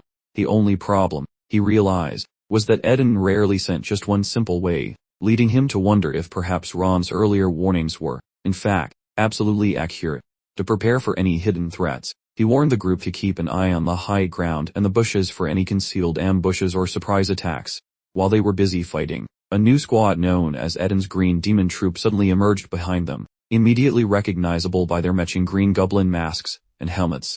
Warren quickly did a head count and determined there were more than 40 of these new foes, none of whom looked particularly friendly. To counter this new threat, he assigned Keen to keep pushing the orcs away from the settlement, instructed Runan to immobilize the feet of both orcs and demons with her frost, and took on the task of engaging the green demons personally. Runan immediately acknowledged her command, and launched a powerful frost aura attack, aiming to immobilize the entire group of monsters. A single blast from the icy aura instantly turned a nearby orc into a very large ice sculpture. With the target frozen, Warren quickly jumped in for the finish, activating his star, enacting sword skill for a decisive strike. He closed the distance in a flash, leaping toward the monsters, and delivering precise slashes to their throats in rapid succession. He simultaneously utilized a special technique known as the Sword of Autumn Wind, which sounded impressive, unbeknownst to Warren. A member of the Ed and Green Demon squad was perched in a nearby tree right behind him, preparing for a cheap shot. The enemy soon launched a volley of poisoned needles toward the trainees, prompting Warren to shout instructions to either create an aura shield or dance around them using quick footwork. A moment later, they discovered the enemies had blanketed the ground in a toxic fog that quickly caused the recruits to begin coughing and gagging. Since this toxin was stronger than previous monster poisons, Warren immediately instructed everyone to cover their faces before they inhaled more of the deadly fumes. The trainees instantly began to collapse, losing the strength to wield their swords as the poison took effect. Warren himself started to stumble, having been exposed to the toxin in that brief window before they recognized the danger. His muscles began to stiffen, while Rune felt dizzy, yet the swarm of monsters and green demons showed no sign of thinning. Annihilation seemed inevitable at this pace. All at once, a massive explosion rocked the very center of the battlefield, turning the tide instantly. When the smoke finally cleared, the source of the destructive force was revealed to be Marta. Behind Marta stood the rest of the recruits from Rayon's group, and she commanded them to take out the trash, meaning the Eden forces, ensuring no one got away. The suffering trainees rejoiced at the sight of Marta and the backup team, and for good reason. They would have all succumbed to the airborne poison had Marta not cleared it with her recent blast. With renewed hope, they found the courage to enter the battle. Even though Rayon was absent, the situation had dramatically reversed, making victory possible again. The green demons were astonished that mere trainees could possess such strength, quickly opting to flee rather than face slaughter. Before they managed to escape, their commanding officer appeared, and questioned if they actually planned on abandoning the fight. The newly arrived figure's towering presence shocked everyone. His aura was far superior to the green demons, and he spoke in perfect human language. Based on the distinctive fighter's helmet he wore, it became evident he was the dreaded Eden Green War Demon. Despite his pathetic rank, this Eden Big Shot is hanging around this dump for reasons unknown, and since this grassy hell, Spawn remembers hearing they bolted. He guesses these rookies actually smelled the trap and doubled back, which is surprisingly clever for mere students. Based on their meager abilities, he assumes Marta was the brainy one who detected their presence, and warns that the group really ought to have coasted earlier to keep their pulses steady. Since those toddlers forgot their insignificance, he intends to erase them completely. One effortless blow sends Burn alongside Marta, and Runen sailing through the air. This chaotic scene leaves the remaining trainees in shock. They search for help only to find their leader busy hacking orcs by the fence, and since Ron is missing, they assumed he tailed it after seeing the jade-colored monster. As Marta struggles not to face Plant, the Verdant Free compliments her as the only somewhat usable piece of trash, mostly because she actually managed to sniff out their presence earlier. Even so, he views her as a weak insect lacking talent or grit who is destined to be flattened. That beast hoists a blade to execute the entire bunch, and Ron suddenly explodes from the brush like a spicy sunbeam, shrouded in a magnificent aura of shimmering golden fire. While he lunges for the throat, the battle beast spots the incoming danger and dodges fast. Yet Ron successfully pins the monster's limb to the dirt using the 10,000 Flames Cultivation First Flame Vortex. This move entertains the monster, who had purposely leaned forward to ensure his throat didn't get sliced open. Failing to land a decapitating blow irritates Ron, but the boy had a few more lethal tricks ready. The Emerald Ogre informs Ron Zigart that, although losing a limb to that ambush was annoying, that's the boy's absolute limit. This creature notices our champion apparently emptied his whole mana tank on that single preceding effort. Deep down, Ron admits this is the reality. He wasted too much power attempting a one-hit victory, and can currently barely twitch. He inquires whether the salad-pillared freak is the manager of this circus. The demon scoffs that his bosses are too busy for such a flea-bitten village, and Ron smirks, noting that unhinged psychos like him are wildly unpredictable at best. This triggers the green beast, who snarls that the kid has a foul mouth for a pretty face and dares him to see how long he can keep yapping.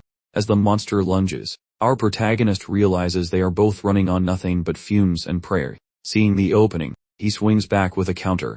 The brute feels shocked that Ron blocked the impact, confessing the kid possesses far more power than his appearance suggests. Ron quips he should probably retire and pick up knitting if he failed to stop such a telegraphed swing. The monster cackles, raining down relentless blows, while mockingly praising the rookie's grit, calling him a clueless little sprout. Regardless of the savage brawl, Buran, observing from the sidelines, questions his own vision. He witnesses Ron scrap with that emerald nightmare who once floored everyone effortlessly. Plus, our champion utilizes the celestial link sword style just as Buran demonstrated earlier. Buran figured he would eventually match Rayon's skill level, but apparently, Rayon decided to step ahead a few grades and leave everyone else behind. Martha made her entrance, pointing out that this was Rayon's actual potential, and what everyone saw before was just the proverbial cherry on top of a very large cake. She observed that simply being equally powerful wouldn't suffice for victory, because the element of surprise had left Rayon low on power reserves and spiritual strength. Martha wore a look of intense worry, openly doubting if Rayon had enough strength left to triumph over the bulky green war demon. Runan popped up unexpectedly, offering the helpful suggestion that they ought to assist. Martha stared in disbelief, noting that she could barely manage a proper struggle, making Runan's offer completely ridiculous given her own weakness. Regardless, Runan remained completely serene, leaving Martha utterly astonished by her lack of panic. Burin, overcome by awkwardness for holding back, decided to join the battle, making Martha question if he remembered the demon's devastating first attack. Burin stood firm, arguing that abandoning their comrade was simply not an option for true Zyart swordsmen. As a matter of principle, Martha consented, but not without demanding they assume full responsibility if this ill-advised plan backfired completely. The three companions marched ahead in unison, willing to gamble their survival in a high-stakes scenario. The Green War Demon was honestly impressed that a mere beginner had lasted so long, even contemplating a job offer for Rayon before asking for his identity. Our protagonist responded without hesitation, proclaiming himself to be Rayon Zyar. The demon recoiled in surprise, instantly recognizing from the distinctive color of his eyes and hair that this was a direct descendant of the Zyart bloodline, specifically, the destructive blood of the Northern King.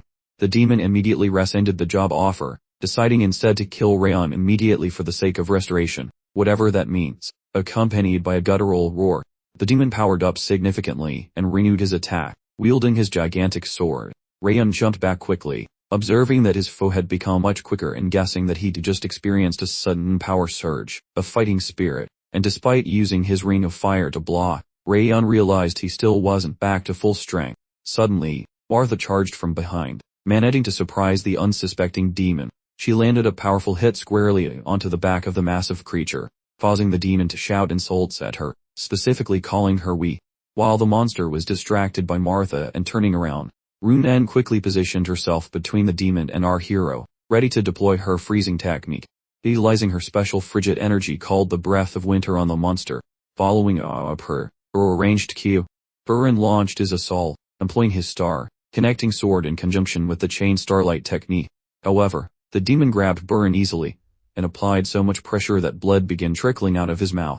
Laughing at Burin, that Wichtfind wonders if he actually expected such a stunt to succeed, adding that he is not nearly as talented as the golden-haired warrior.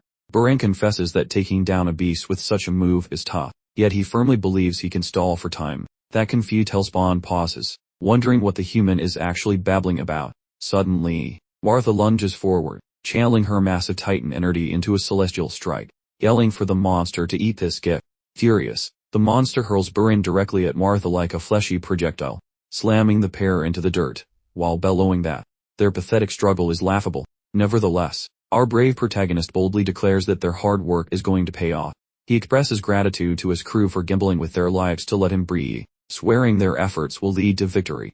The creature, stunned by how much juice Rayon has left, starts questioning the identity of this mysterious guy. Our main man lifts his blade, telling the monster he should feel special, because this move has never been used on a target before. While he once doubted his own power, this brawl proved him wrong, so he triggers his 10,000 fire-breathing style, making his skin explode with heat far hotter than his earlier surprise attack. Every survival reflex inside that monster is panic, but forcing him to understand he needs to kill this human immediately. Right as he sprints toward us, Rayon meets him, slicing the demon with the precision of a master chef. Our hero delivers a spicy smackdown, sending the villain straight to the afterlife. The monster is now just a very ugly rug on the floor, while our champion stands over him looking cool. His companions are absolutely floored, struggling to process that he actually deleted that massive green war machine from existence. Rayon barks orders at his squad, reminding them the party isn't over, because more green pests are lurking, so they need to clean house for their land, tranquility, and the local village. The troops roar, promising to turn those leftover monsters into scrap metal. Burin limps over and confesses the boss was spot on about everything. Minus his guidance, and the backup squad, they would have been nothing but smears on the grass, and the townspeople they aimed to protect would have been toast as well. He offers his thanks for the rescue while saying sorry for being a rebel, even if he still claims he would have raided the town regardless. From his perspective, Closing your eyes to evil just because you are weak is a total disgrace for any Zegart swordsman. Rayon looks away, and tells Burin he did a solid job. Noting that his effort was the reason he pushed himself so hard, he ponders the fact that if even one person had missed the party, this whole situation would have ended in a disaster. Because of that, our hero offers some real heartfelt thanks, ensuring everyone knows he is not just being polite. Burin gets a little red in the face, confessing he is clueless about Rayon's big plans, but he vows to hit the gum so he can handle his business solo next time. Moving on, Rayon gives props to Manhwa, admitting his second wind was only possible because she kept that green monster busy at the very end. He offered his gratitude, appreciating her prompt obedience to instructions. Manhwa shrugged off the compliments, insisting she'd prefer to expire dramatically than ever deviate from the plan, before bustling away to assist with the village's reconstruction. Following the commotion, our hero, blade in hand, pondered whether the assignment had truly reached its conclusion. A wave of profound weariness washed over him the instant the adrenaline wore off, leaving his legs feeling like overcooked noodles, barely able to keep him upright. He was on the verge of collapsing entirely. Runan swooped in from behind to stabilize him, inquiring about his condition. Startled by her sudden appearance, questioned if she possessed some kind of precognitive knowledge about his imminent faceplan. She simply commented that he appeared completely exhausted, precisely mirroring his look after a particularly grueling practice session. Our protagonist let out a long breath, finding comfort in the realization that his companions were keeping tabs on him with the same level of intensity he applied to monitoring them. He expressed his gratitude to Runan while resting his head in her lap. Abruptly, the digital interface chimed in, informing him that his performance during the near-death struggle had exceeded all expectations, resulting in a single-point increase across all personal statistics. Having managed to pull off an unexpected victory against a significantly more powerful foe, he now received a breakdown of his updated status and compensation from the operating system. Ron deduced these were the spoils for taking down the Green War Demon, improved statistics, a shiny new character trait, and a prestigious title. He chose to investigate the specifics of each prize. Rising to his feet, he instructed Runan to head back toward the settlement while he conducted a solitary reconnaissance of the surrounding territory for any lingering dangers. Later, the protagonist settled down in the woods to meticulously review his updated statistics. He observed that while the trio of gifts initially appeared modest, their influence would become proportionally larger as his base power grew, essentially guaranteeing a permanent boost for future encounters against increasingly formidable opponents. The system provided an exhaustive breakdown of the specifics behind his newly acquired backstab characteristic. Ron theorized this new ability was perfect for stealthy assassinations, reflecting that if he'd had it before, his opening move could have potentially ended the fight immediately. Out of nowhere, Raph materialized, launching into a tirade about why the system was showering Ron with rewards for dispatching what he dismissively termed a pushover, questioning the very programming he himself had written. Ron expressed his gratitude to Raph, noting with a smirk that the constant harassment was actually helping him level up. Infuriated, Raph swore that Ron would enjoy no simple demise, promising to harass him for all eternity. Our protagonist completely disregarded the warnings, coolly challenging Raph to make good on his threats if he even possessed the ability to follow through, and smiled broadly as Raph continued to yell in frustration. Meanwhile, in the village, the apprentices were busy rebuilding structures. One called out for additional lumber, completely baffled by the sudden disappearance of the pile of scrap materials that had just been there moments before. Elsewhere, our young man stirred from his slumber, slightly startled that his intention for a quick 5-minute break had apparently resulted in a full-blown nap. Stepping out of his living quarters, he was genuinely impressed to find that the students had completed all repairs on the wooden fortifications during his period of unconsciousness. Runan noticed him immediately and asked if he was feeling rejuvenated, to which he replied that the brief rest had indeed done wonders for his recovery. She informed him that they needed to depart immediately, explaining that a crowd was awaiting their presence. Ron pondered who exactly might be anticipating his arrival. Runan clarified that the individuals in question were none other than the residents of Cebu village. Shortly thereafter, the team was introduced to the villagers, who extended heartfelt gratitude toward their saviors, the Zyart swordsmen. The grateful community expressed deep appreciation to Ron for protecting their settlement and demonstrating remarkable bravery during the dangerous conflict. The locals claimed the whole place would be a giant puddle of misery without his heroic intervention, and swear to never forget the grand brawl and every single thing that transpired during that messy afternoon. Ron feels totally swamped by his friend's praise and the locals' massive amount of jaw-dropping gratitude. He muses that he has never felt this bizarre, warm sensation in his life before. Back in his previous career as a professional throat stabber, nobody ever gave him a warm fuzzy feeling. Only surviving or croaking mattered then, and all his hard work was credited to Darius Robert. Regardless of how many villains he pancaked, or messy chores he finished, Darius hogged all the credit. But currently, for the very first time, Ron actually gets recognized for his own personal brand of excellence. He ponders if his icy soul has ever felt this specific brand of sunshine before. This vibe is like premium catnip, so he craves even more attention and praise from everyone around. Our champion decides to live as a blade master instead of a sneaky killer to witness these scenes repeatedly. He is quite certain that in the near future, this ego-boosting joy will become a daily habit.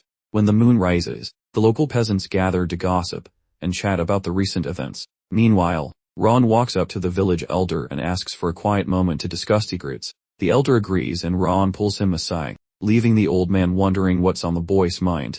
Ron asks if he recognizes the shady group puppeteering the orcs, and the old man identifies them as Eden, those nasty demon jerks mentioned by the blue-haired knight, though he admits he has zero clue why their tiny, boring hamlet was targeted for destruction. Our champion mentions a rumor about a crimson rock found on Cebu Peak ages ago, and the elder confirms it by admitting he swiped that gemstone as a young lad. Rayon clarifies that those Eden weirdos are basically obsessed with that shiny red rock he has hidden. The elder is totally shocked that his shiny souvenir almost got everyone killed and cries about his mistake. Rayon warns him that while they kicked butt today, that glittery rock acts like a giant neon sign for trouble. The chief admits he treated the stone as a holy protector that made the soil rich and warm, never realizing it was actually a magical invitation for demonic invasions. Panicked, stricken, the elder asks if they should just unearth the cursed pebble and toss it away. Our boy says he will pack the rock, leaving the chief gasping and calling him their favorite savior. Rayon points out that Eden sees humans as mere ritual sacrifices and will pursue the rock even if discarded, making Zyart the best hideout, though the chief fears shifting the danger to his savior. Rayon insists that this type of trouble is simply the duty of Zyart. The elder feels better and thanks him, saying they are in debt to Zyart yet again, causing our confused hero to ask for clarification. The elder explains that way back when he was just a sprout, slightly older than Rayon is now, the big boss Glenn Zyart personally saved their skins. Our main character is floored, wondering if that grumpy old head of house really performed such a kind act. The chief confirms it, recalling vividly how Glenn Zyart smashed a monster horde and was incredibly kind to everyone, smiling just as Rayon is doing right now.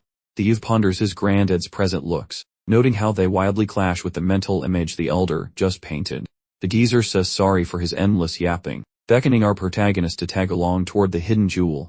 Arriving at the burial site, the leader confesses he never guessed the rock would cause chaos, since he thought it kept the town safe. Once it's dug out, the blade wielder checks the fabric over the jewel, while the old guy claims it's a family relic meant to dim the gem's scarlet glow. The boy reveals the gem, finally witnessing the mystical rock belonging to the deceased monarch of gremlins. The youth figures that should the Eden group obtain that rock, a new beast possessing royal gremlin traits may emerge. Our hero orders the elder to conceal the magical treasure immediately, but his command gets interrupted by a massive dude looming behind them, who jokes that they missed the treasure, because that sneaky cloth hid the mana, and if not for that road, this place would be toasted. Our hero senses the danger, whipping out his steel, and asking who the heck he is, though he's secretly sweating, because he didn't hear the guy coming. The hulking stranger mocks him, suggesting he take a wild guess, before pulling out a creepy face covering. The boy thinks the face shield looks precisely like an ogre, and questions if this is the infamous blood-soaked psycho, a theory the big guy gleefully admits is true. He compliments the kid's brain for a mere student, introducing himself as the blood-praised Fend representing the Eden squad. He can quite peg the fighter's power level, but bets he's the same guy who turned that emerald war beast into scrap metal. The protagonist thinks back, wondering if this is the boss that the previous loser mentioned, even though that failure said the big boss wouldn't bother showing up. Putting on the mask, the demon explains he gave the orders, and wouldn't have bothered commuting if his subordinate hadn't kicked the bucket. Basically, the kid is responsible for this visit due to his combat skills. Our hero feels a terrifying chill of pure murder intent, knowing even a whole army of trainees wouldn't stand a snowball's chance in hell against this freak. Out of nowhere, Wrath pops up, declaring his inevitable defeat while presenting a pair of lousy options. Either keep fighting a losing battle and die, or let the angry spirit drive the boy's physical form for a while. When the giant morphs into a hideous emerald beast, the situation goes from bad to absolutely disastrous. In a different part of the map, the rest of the squad is still sweating over the town's wooden barriers. The kid catches sight of the girl strolling closer, questioning her presence at his construction zone. She jokes she's just checking if he's slacking, adding that he's actually a better woodworker than he is a fighter. The lad suggests she scram, but the lady argues that being his senior means he cannot command her, especially since just a single specific guy holds that authority. Soon they spot the girl lugging a heavy bucket filled with fruit. The pair questions her foraging habits, since the locals previously gathered plenty of snacks for the squad. She notes these specific items are for the hero, possessing superior freshness. The elder girl pokes fun at her, saying she's acting like a doting housewife already, but the youngster just blanks her and keeps walking. An enormous detonation abruptly echoes close by, immediately grabbing the gaze of the entire group. Ronan, clearly in full panic mode, bolted toward the commotion source, worried about Rayon's whereabouts, and announced it was exactly where he and the chief had gone. She frantically told everyone to grab their weapons and make sure Keen and the 6th training ground were alerted.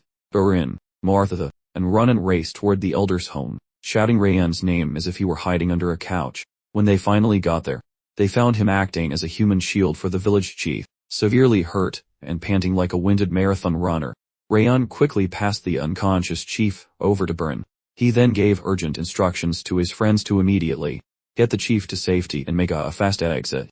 Martha, completely baffled, asked for clarification on what he meant. A powerful wave of oppressive energy suddenly descended, making it difficult for Burin to breathe, crushing Ronan's lungs, and similarly affecting Martha, causing all three to collapse under the immense pressure. The Eden blood raging demon offered a predatory smile, delighted to discover a bonus round of prey had appeared. Burin observed the figure's armor closely, and realized it resembled that of an ogre, leading him to believe they were up against one of Eden's high-level managers.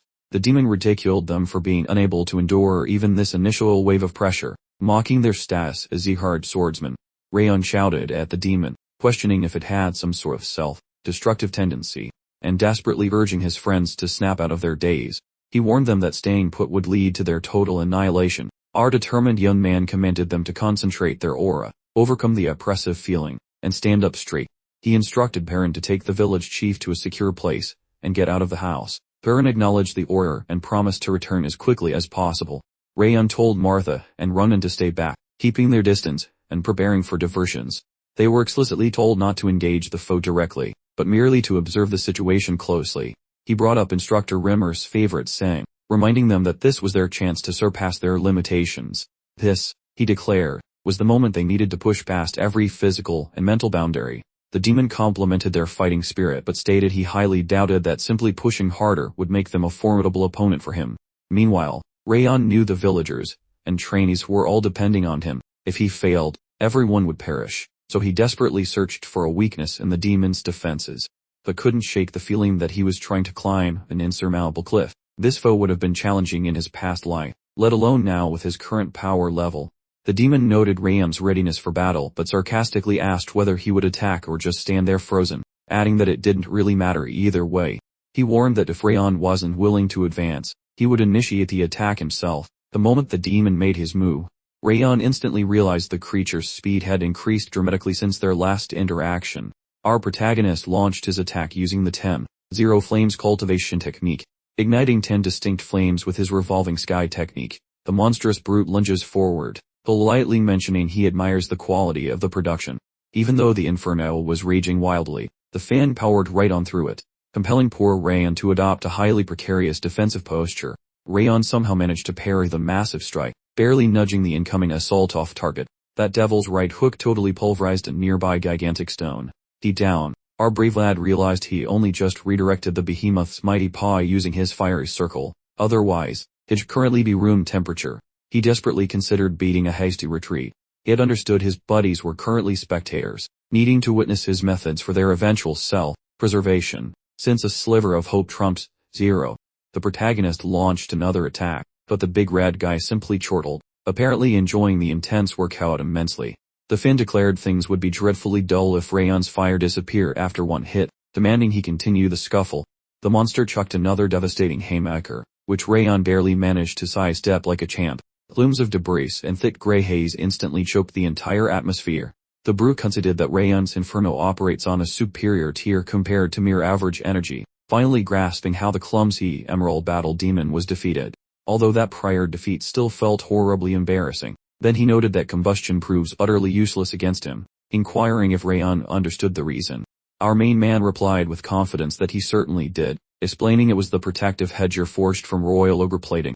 Rayon elaborated that ogre monarchs, the forest royalty, routinely endure fiery devastation without a scratch, capable of crushing fortresses even after absorbing zillions of burning shafts. And since this manic devil has that ogre mojo, fire spells are simply pointless. Upon absorbing this insight, the colossal demon playfully joked, stating Rayon should realize that whatever spirit energy he uses will be completely ineffective against such perfection.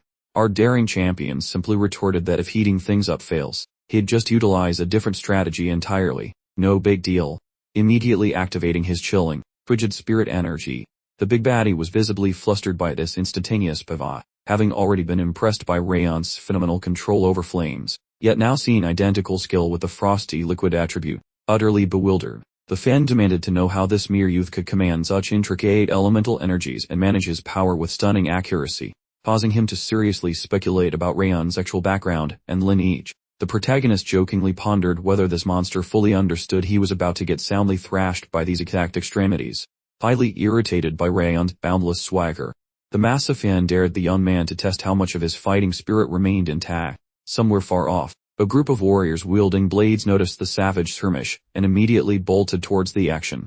Burin, feeling terribly worried, yelled questions to ensure his companions hadn't been vaporized, subsequently halting dead in his tracks upon noticing Rayon courageously battling the gigantic devil. Burin was flabbergasted, witnessing frozen energy instead of fire, quickly realizing Rayon actually possessed mastery over dual elemental powers. He simply couldn't fathom exactly when their friend had transformed into this unbelievable master of the blade. All over the land mass, Methans get sorted into different cubbyholes depending on their muscle mass, and this rule covers all pointy sticks, including butter knives. The whole sorting hat routine relies on how much magic juice they leak, and folks just starting to spray the glowy stuff are known as rookie sparklers. Once they stop accidentally stabbing themselves and start pumping energy into their gear, they become certified glow ogres, and as their power levels climb higher, they hit the pro tier status, where they can finally shoot laser beams from their metal sticks. Now Burin figures out that Rayon has evolved into a high-tier pro capable of manifesting sharp spirit vibes, which should have been a logical impossibility for a child. Yet our protagonist is currently dancing with the angry Crimson Freak. Burin is totally flabbergasted to see Rayon, who looks like a confused goldfish, balancing on the edge of pro-level mastery, while keeping his head attached. Still, he has to begrudgingly confess that the massive gap in their punching power is pretty freaking obvious to anyone with eyes. Catching Burin's sideways glance, Rayon sends a secret wink, the kind of weird telepathy shared by bros who have sweated together in the game for way too long. Burin gets the hint instantly. Rayon wants a group beat down the moment he spots a tiny chink in the villain's plot armor. Rayon and Martha, catching the spacey vibe, start charging up their own flashy moves to join the fray. The trio shares a quiet nod, because this village needs saving from being flattened, and they actually believe they can pull it off by working together with him. Right in the middle of the messy scrap, our main man yells, telling his buddies to throw everything including the sink at the bad guy. The three dive at the monster's meal on while he is distracted by Rayon's flashy footwear and annoying presence. They are totally dead, set on winning using nothing but their own stubborn grit. Sadly, the horned jerk confesses he has been baiting them like a seasoned fisherman waiting for a nibble. Exploding with a wave of cosmic gas that eats all three of them into the next county, Burin immediately spots the scary amount of juice, realizing the demon has graduated from the pro leagues to become a total grandmaster boss. Snickering, the blood-crazed weirdo thanks Rayon for rounding them up like cattle, enjoying the way their optimistic smiles melt into pure, unadulterated terror. He giggles, asking if Rayon really thought he could win, then warns he is about to become a permanent stain for forgetting his place. But our hero screams back that he isn't the only one who has been camping out for this moment. Rayon dumps every bit of stabby intent he saved from his previous career as a professional hitman, mixing the chilly shivers of frost into his spacey fire sword skill of 10,000 burny things. He concentrates every ounce of his being into a singular, pointy end, intent on making a very large hole. Rayon finally touches the demon's spectral muscles, shoving his pointy metal toy deep inside him. The blood-thirsty lunatic drops to his knees like he missed a step. But after a heartbeat, he stands up again, grabbing the toothpick stuck in his ribs, and the monster wonders if Rayon timed that poke for the split second his shield's lag, admitting he would be a corpse if he had tripped once. Then, with a meaty, placed haymaker, the monster yeets Rayon into the atmosphere, and crunches his metal stick with his fingers, saying the kid is too much of a shrimp to close the gap. Our little blade wielder groans that even though he poked him when the glow was weakest, He could not penetrate those chunky, steroid adapts. Our hero grimly realized the fiend had blocked his strike by merely hardening its skin and muscle, a feat unmistakably marking it as a truly seasoned aura master, perhaps one who never skipped leg day. Rayon quickly assessed the grim scene, realizing the plan was absolutely caput. As the top trainee, he barked orders for all Zygarde cadets to beat a hasty retreat, pronto. He emphatically stressed that winning right now was about as likely as a goblin winning a beauty pageant, then directed the squad to prioritize evacuating and rescuing every single resident they possibly could. Abruptly, he roared at Baron, proclaiming that such a pathetic demise was entirely unsuitable for any self-respecting Zygarde swordsman, who, presumably, preferred a more dramatic exit. Our hero commanded a full retreat, insisting everyone escape the blood-raving demon at all costs. Some battles simply aren't for winning. The team obeyed his command, Baron quickly taking the lead to organize their hurried escape. Quite the multitasker. As they ran, Renan called back to Rayon, emphatically telling him not to die, which felt rather obvious. He responded with fierce, unwavering resolve. Concurrently, the monstrous fiend began playfully mocking Rayon, inquiring if he genuinely harbored the delusion that his companions could actually outrun it, or perhaps he fancied himself capable of single-handedly restraining a creature with the subtlety of a runaway freight train. Right then, our plucky young man loudly hailed Wrath, rather boldly suggesting a little gamble, because apparently, this was the perfect time. Wrath, absolutely itching for his turn, playfully quipped that this felt less like a friendly bet, and decidedly more like Rayon's very final moments, before inquisitively asking for the stakes. Ron proposed betting on the ultimate outcome, specifically whether the demonic beast would finally finish him off or if he would miraculously live to tell the tale, to which Wrath scoffed, clearly doubting his chances. Yet our hero candidly confessed it was practically hopeless, and that, my friends, was precisely why. For even a minuscule glimmer of hope, he desperately required Wrath's assistance, pledging to embrace Wrath's raw fury in return for the full restoration of his physical form and spiritual energy. Wrath, logically concluding that Ron was destined to bite the dust regardless, and he certainly wouldn't reclaim his vessel without this bargain, readily agreed, proceeding to utterly douse him in pure, unadulterated fury. Our protagonist was instantly racked with agony as Wrath's furious energy surged through him, quite the discomfort. The demon, meanwhile, watched utterly bewildered by Ron's sudden recovery, clearly suspecting some form of cheating. The baffling spectacle simply spat in the face of all common sense, for it certainly didn't look like he'd just chugged some invigorating ogre or troll blood, making the whole affair utterly inexplicable. Baon, with a smirk, merely jogged the demon's memory that he had already made it abundantly clear the exact how was utterly irrelevant, and none of its business. Endowed with reinvigorated power, he defiantly challenged the beast, swearing to keep it thoroughly engaged until the sun cheerfully popped up, making it late for breakfast. Baron commanded everyone to strictly adhere to protocols, ensuring the injured, and those unable to walk received proper assistance, admitting their pain and terror were valid, but sternly insisted they pick up the pace, as time was fleeting and a quick dash to safety was paramount. Two trainees murmured, completely uncertain about the pandemonium, and if they'd make it out in one piece. Catching their anxious whispers, Wartha passionately reminded everyone that Ron had gallantly remained to face that monstrous creature, all for their benefit, valiantly battling to safeguard the villagers and his comrades, even while sporting a rather inconveniently broken arm and a dislodged rib. Abruptly, Wartha's patience snapped, as she furiously bellowed at a nearby officer for simply standing there like a particularly decorative garden gnome, indignantly asking if he intended to casually discard all their lives with such a lackadaisical demeanor.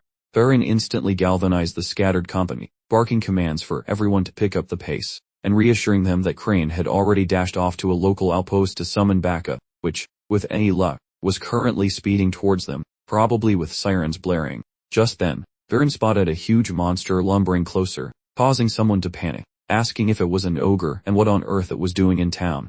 Baron found himself equally bewildered, completely incapable of grasping why the venerable monarch of the entire force decided to pay their humble little village such an unannounced, destructive visit. Martha then casually pointed out there was another ogre, because one giant monster wasn't enough excitement. Suddenly everyone realizes they are surrounded. Some guy screams that ogres are pinceering them, though he doubts those idiots can even plan.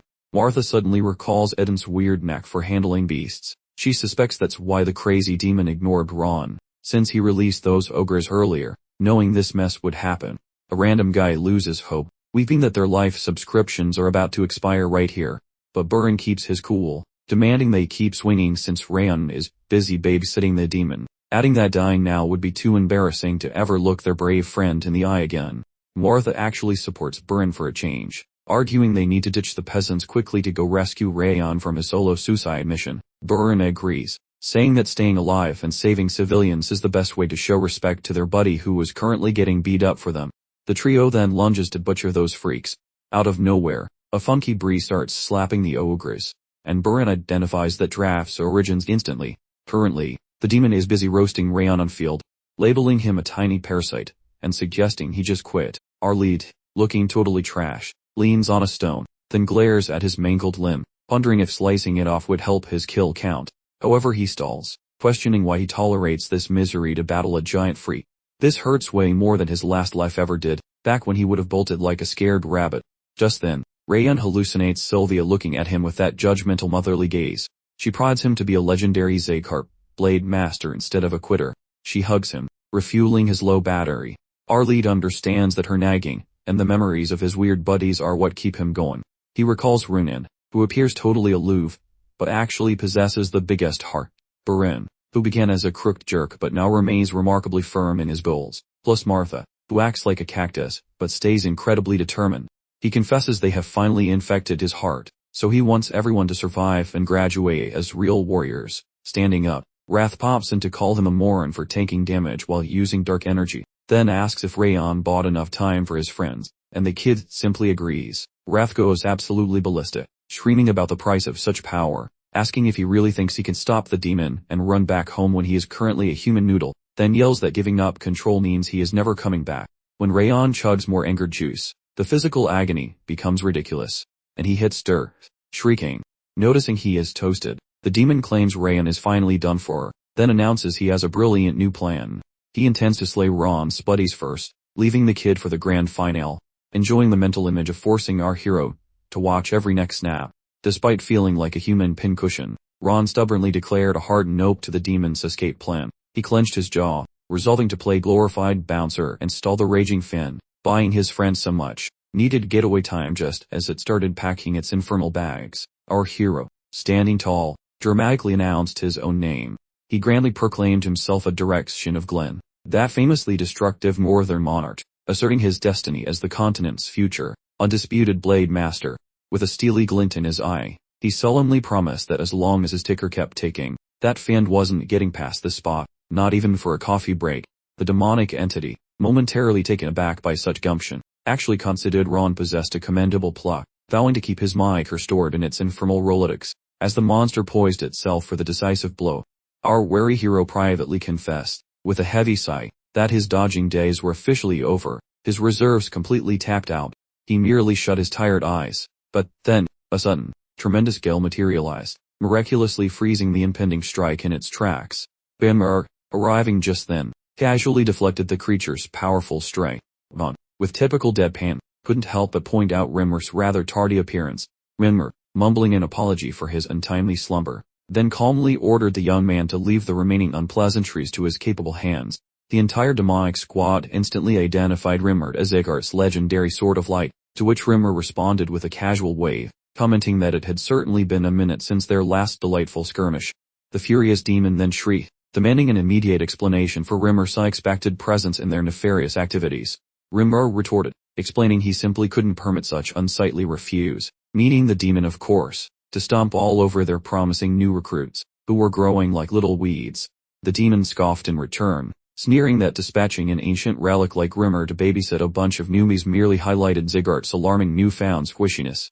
Their explosive battle then dramatically ignited. The demon observed with keen interest that even in their current skirmish, Rimmer was visibly struggling to parry such a potent blow, especially while off balance, and mused aloud if the whispered gossip was accurate, namely that Rimmer was fundamentally broken, his very core power source utterly demolished. Rimmer, with a practiced eye roll, casually brushed off the whole notion as utterly unfounded chatter, suggesting his opponents seek out more current tabloids, since demons purposely lagged behind on the latest scoops. He added, almost as an afterthought, that he'd hung up his frontline boots ages ago, baffled as to why those tired whispers continued to circulate. The demon, refusing to buy the act, outright called Rimmer a fibber, declaring his blade, once a conduit for overwhelming deadly malice, now felt about as threatening as a mild afternoon zephyr. Indeed, His weapon seemed too feeble to even scratch him. With a renewed ferocity, the two combatants then brutally collided, while Rimmer, in fine form, thoroughly vexed the Fiend, frequently labeling him a truly barbaric oaf. Meanwhile, our wide-eyed hero kept a vigilant watch from a safer vantage point, meticulously studying how instructor Rimmer executed his flawless dance between offense and safeguard, moving with all the effortless grace of a dandelion puff in a gentle breeze.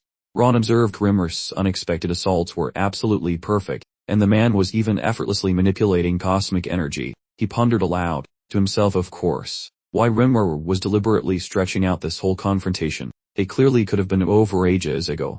Our perceptive protagonist began to harbor a sneaking suspicion that Rimmer was intentionally showcasing his dazzling blade war, even amidst such an incredibly perilous situation. If that were truly the case, he mentally concluded, then Rimmer had definitively lost his marbles. Amidst the furious skirmish, Rimmer cheekily inquired why the demon found itself unable to conquer him, even in his supposed enfeebled condition, then casually added a caution that, at this pace, the Fiend would soon be bidding farewell to its rather spiffy headgear. This comment, quite understandably, inflamed the demon's temper, which then bellowed at him to cease the silly shenanigans and engage in an actual, proper fight. Rimmer realized his attempt to hold back was failing miserably, so he decided it was time to wrap things up. His educational methods, apparently, were getting slightly out of hand. He then yelled over to Rayon. He commanded the young pupil to observe carefully, explaining that this specific fighting style was the pinnacle of Zegard techniques, a legendary level Rayon himself must eventually conquer. The process begins with the formation of the sword field, quickly followed by the infamous Eye of the Storm maneuver. The demon inwardly questioned if the raging vortex surrounding Rimmer truly was his legendary sword field. Noting how Rimmer's overwhelming energy field sealed off every potential exit, with options dwindling, the demon concluded that the only viable solution was a desperate, head-on collision with Rimmer. He lunged ahead with a ferocious roar, demanding that Rimmer be instantly pulverized. Rimmer responded instantly, confronting the enemy mid-flight. The two warriors rapidly closed the gap, but Rimmer possessed superior velocity, causing their respective strikes to impact each other. The impact generated an enormous, mushrooming plume of dust, visible for miles around. As the dust dissipated, the demon admitted Rimmer successfully halved their physical power and aura by channeling the gentle breezes into his blade, a textbook example of a swordfield's devastating effectiveness. The demon, still confused, questioned how Rimmer, who lacked Zegard blood, could possibly deploy such a field. Rimmer corrected him, explaining it wasn't a genuine swordfield, but a high-level imitation created through his elven affinity and natural power manipulation. The demon gave a nod, conceding that even a frail, aging tiger remains a deadly predator. Turning aside, the demon lamented his failure to murder Rayon, stating he should have prioritized eliminating the boy at any cost. The demon continued, claiming this oversight would cripple their operation. Rimmer cut him short, warning the demon that he wouldn't allow a creature like him to lay a finger on their young monarch. The demon grudgingly agreed Rayon displayed suitable kingly qualities, but cautioned Rimmer against overconfidence, noting that Eden's talent rivaled Rayon's, at least in the present moment. The demon, defeated by Rimmer's powerful Sword of Light technique, finally gave in and collapsed completely from the force of the final blow. Rimmer slid his blade back into its scabbard, then turned to Rayon and asked if he had successfully witnessed the specific skill. This is the exact skill he must learn as a Zyart, a technique known as the sword field. This differs significantly from the mana-based barriers created by traditional magicians. A sword field requires immense spiritual development and an explosive aura release, forged from every past experience, personal success, and future aspiration. Since Rayon is a direct descendant, Rimmer guaranteed he would eventually master it. Rimmer advised him to seek further instruction and gain more worldly experience, until that time arrived. Rimmer mused to himself whether Ronan, Wartha, and Buran had been observing the fight as well. The trio of companions hurried over to Rayon, experiencing profound relief upon confirming his safety. Martha showed her relief openly, and Buran immediately expressed his happiness at seeing their comrades still alive and well. Watching their reactions, Rimmer mused on the difficulty of maintaining a pretense that everything was perfectly fine. For individuals outside the Zyark bloodline, activating a sword field demands exceptional talent and vitality, draining so much energy that it effectively reduces their natural lifespan. Because his energy core was fractured, activating the sword field brought Rimmer excruciating agony, yet he felt absolutely no remorse for using the technique. Rimmer had observed something significant in the young hero when he finally reached the battlefield. That singular observation confirmed his belief in the emergence of a new monarch. Right then and there, he committed his allegiance to Ron. embracing him as his newly appointed, fabulous overlord. After his own rather dramatic, crippling injury, Rimmer felt he was just floating along, quite purposeless, much like a lost balloon. However, these spirited, youthful blade wielders unexpectedly supplied him with a vibrant, renewed purpose for being alive. Hence, he harbored absolutely no regrets whatsoever regarding investment of his final days into this promising venture. Naturally, before his own personal expiry date arrived, Rimmer earnestly yearned to witness Ron's Zyart lineage ascend gloriously as the undisputed ex-Zyart king. Meanwhile, over at the Grand Royal Palace, Ron's esteemed grandfather, Lord Glenn, was currently double-checking if our plucky young hero had actually squared off against that infamous, blood-curdling demon hailing from Eden. Rimmer confessed he had fully anticipated Glenn's astonishment, even rushing there just to savor the reaction, declaring it entirely worthwhile, while a still, flustered Glenn barked for him to just cut to the chase. Rimmer asserted that, despite its outrageous nature, even to his own seasoned eyes, he had personally observed every single detail, pledging on his honor that the tale was entirely factual. Not only was he a witness, but so were every single trainee from both the 5th and 6th training grounds, alongside all the good folk of Cebu village. Beholding Ron bravely confront the terrifying, blood-crazed fiend entirely by himself, Glenn mused aloud that such a demon was usually a match for a formidable swordmaster. If Rimmer's wild story proved true, he inquired about the cost. Rimmer replied that most only suffered minor scrapes, but Ron took a severe beating in the arduous fight, and somehow clung to life until Rimmer dramatically appeared. Glenn then raised an eyebrow, questioning if Rimmer genuinely expected him to swallow such a preposterous claim without batting an eye.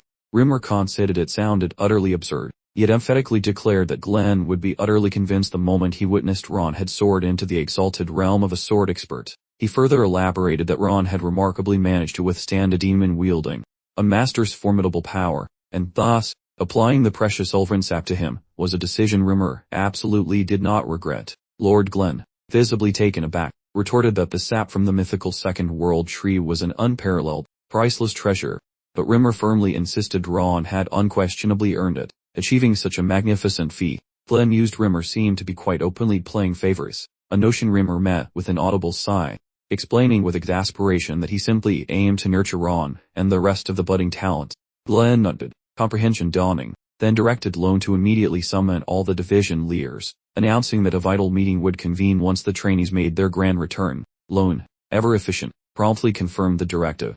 Quite unexpectedly, Glenn actually praised Rimmer for a job well done.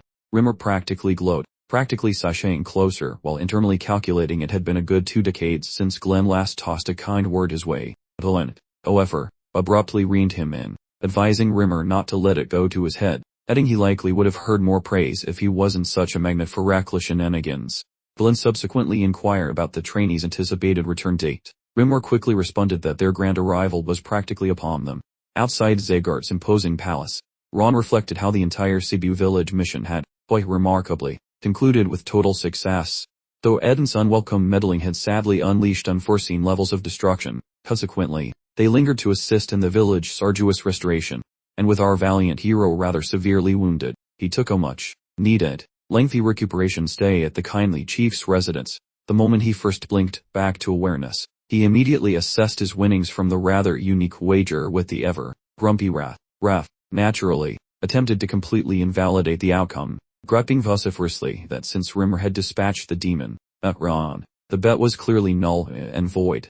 Despite Raph's obvious fury, the fresh stats gained from his victory were immensely pleasing, especially because of the formidable iron will trait Ron had acquired. The system coolly clarified that it consistently generated the exact ability the user most needed, much to the complete and utter dismay of Raph. He continuously muttered that without that pesky iron will, he surely would have commandeered Ron's body long ago. Raph grumbled, insisting the kid needed to cool his jets, since he basically had forever to get things done. The demon's strength was bouncing back with alarming speed, and he had already successfully corrupted Rayon's mind. Raph admitted that while the boy was developing quickly for a mere mortal, ultimately, the victory would belong to him. Rayon's very essence and physical vessel were destined for demonic ownership. Once Raph succeeded, Rayon would be condemned to spend eternity stuck beneath a giant block of ice. Meanwhile, back at the palace gates, every single new recruit formed a perfectly straight line. Billy Hewen, Zygart's field commander, stepped forward to greet the exhausted group, offering a formal welcome home. Dorian dreamed of nothing but sleep, Runan inexplicably craved flavored ice cream, and Martha just kept repeating that she truly believed this was the end for her. Burin noted that simply returning alive counted as a victory. The commander agreed they looked worn out, but informed them there was still one more thing left on the agenda. He directed the wary group towards the main building, Lord Glenn's personal estate. There, every trainee dropped to their knees in a show of respect before Lord Glenn, offering their salutations. A wave of murmurs swept the room, questioning if Ron Zahart really beat a pair of demons, including the infamous blood raving tide. He still just looked like a decent swordsman. While bowing to Lord Glenn, Ron acknowledged his initial nervousness about the summons, but quickly realized it was a golden opportunity, especially with every high-ranking official present. Our hero understood that he had gained valuable experience from the journey. If the difficulty level kept rising, he absolutely had to level up his strength immediately. With squad commanders, department heads, and even masters from the direct family line gathered, Glenn Zahart clearly wasn't messing around about this whole situation. Given that Glenn meticulously separated work business from personal feelings and consistently paid for services rendered, this gathering represented an excellent chance to showcase their success and acquire new combat techniques. Lord Glenn specifically called out Ron, admitting he'd heard Ron was the most important person on the trip, and requested a complete breakdown of events. Ron agreed to speak. He began explaining how everything started when they first landed in CB, noticing a suspicious look that led him to ambush the Green War Demon during the hunt for the Goblin King's Stone. Ron detailed how, following the first clash, the blood-raving demon appeared, and he deliberately became a decoy to keep the other trainees from getting hurt. Just then, Taran jumped in, loudly yelling at Ron and claiming the entire story was a fabrication. He demanded to know if Glenn truly believed such nonsense, arguing that the Green War Demon alone was far too powerful for a bunch of kids to defeat, let alone the blood-raving one. As if on schedule, our protagonist ordered Dorian to present the proof. Dorian stepped forward, placing the helmets of both the green and blood-raving demons right in front of Lord Glenn. A ripple of disbelief swept through the assembly as they were forced to acknowledge the accuracy of the entire account. Ron asked Glenn for permission to unsheath his weapon, and the Lord nodded in approval. He pulled out his sword. The sword was engulfed in flames. The court was stunned by the sight of a real aura blade, an intense fire. Whispers spread, recalling how Rayon's magical energy had been completely average a decade earlier. Now understanding how he managed to beat the Green War Demon, Rayon then stared directly at the impolite nobleman and sarcastically inquired whether this display had settled the matter for him. That salty high-born, humane with envy, begrudgingly admits Rayon officially joined the elite leagues after flashing those shiny trophies. The big boss Glenn then speaks to the crowd, celebrating Rayon plus those top-tier students from various training grounds for their stellar performance.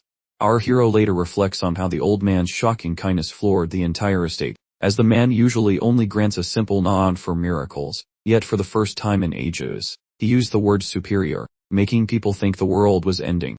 A few tears actually started leaking from their eyes, holding their breath, because such rare kudos are practically legendary.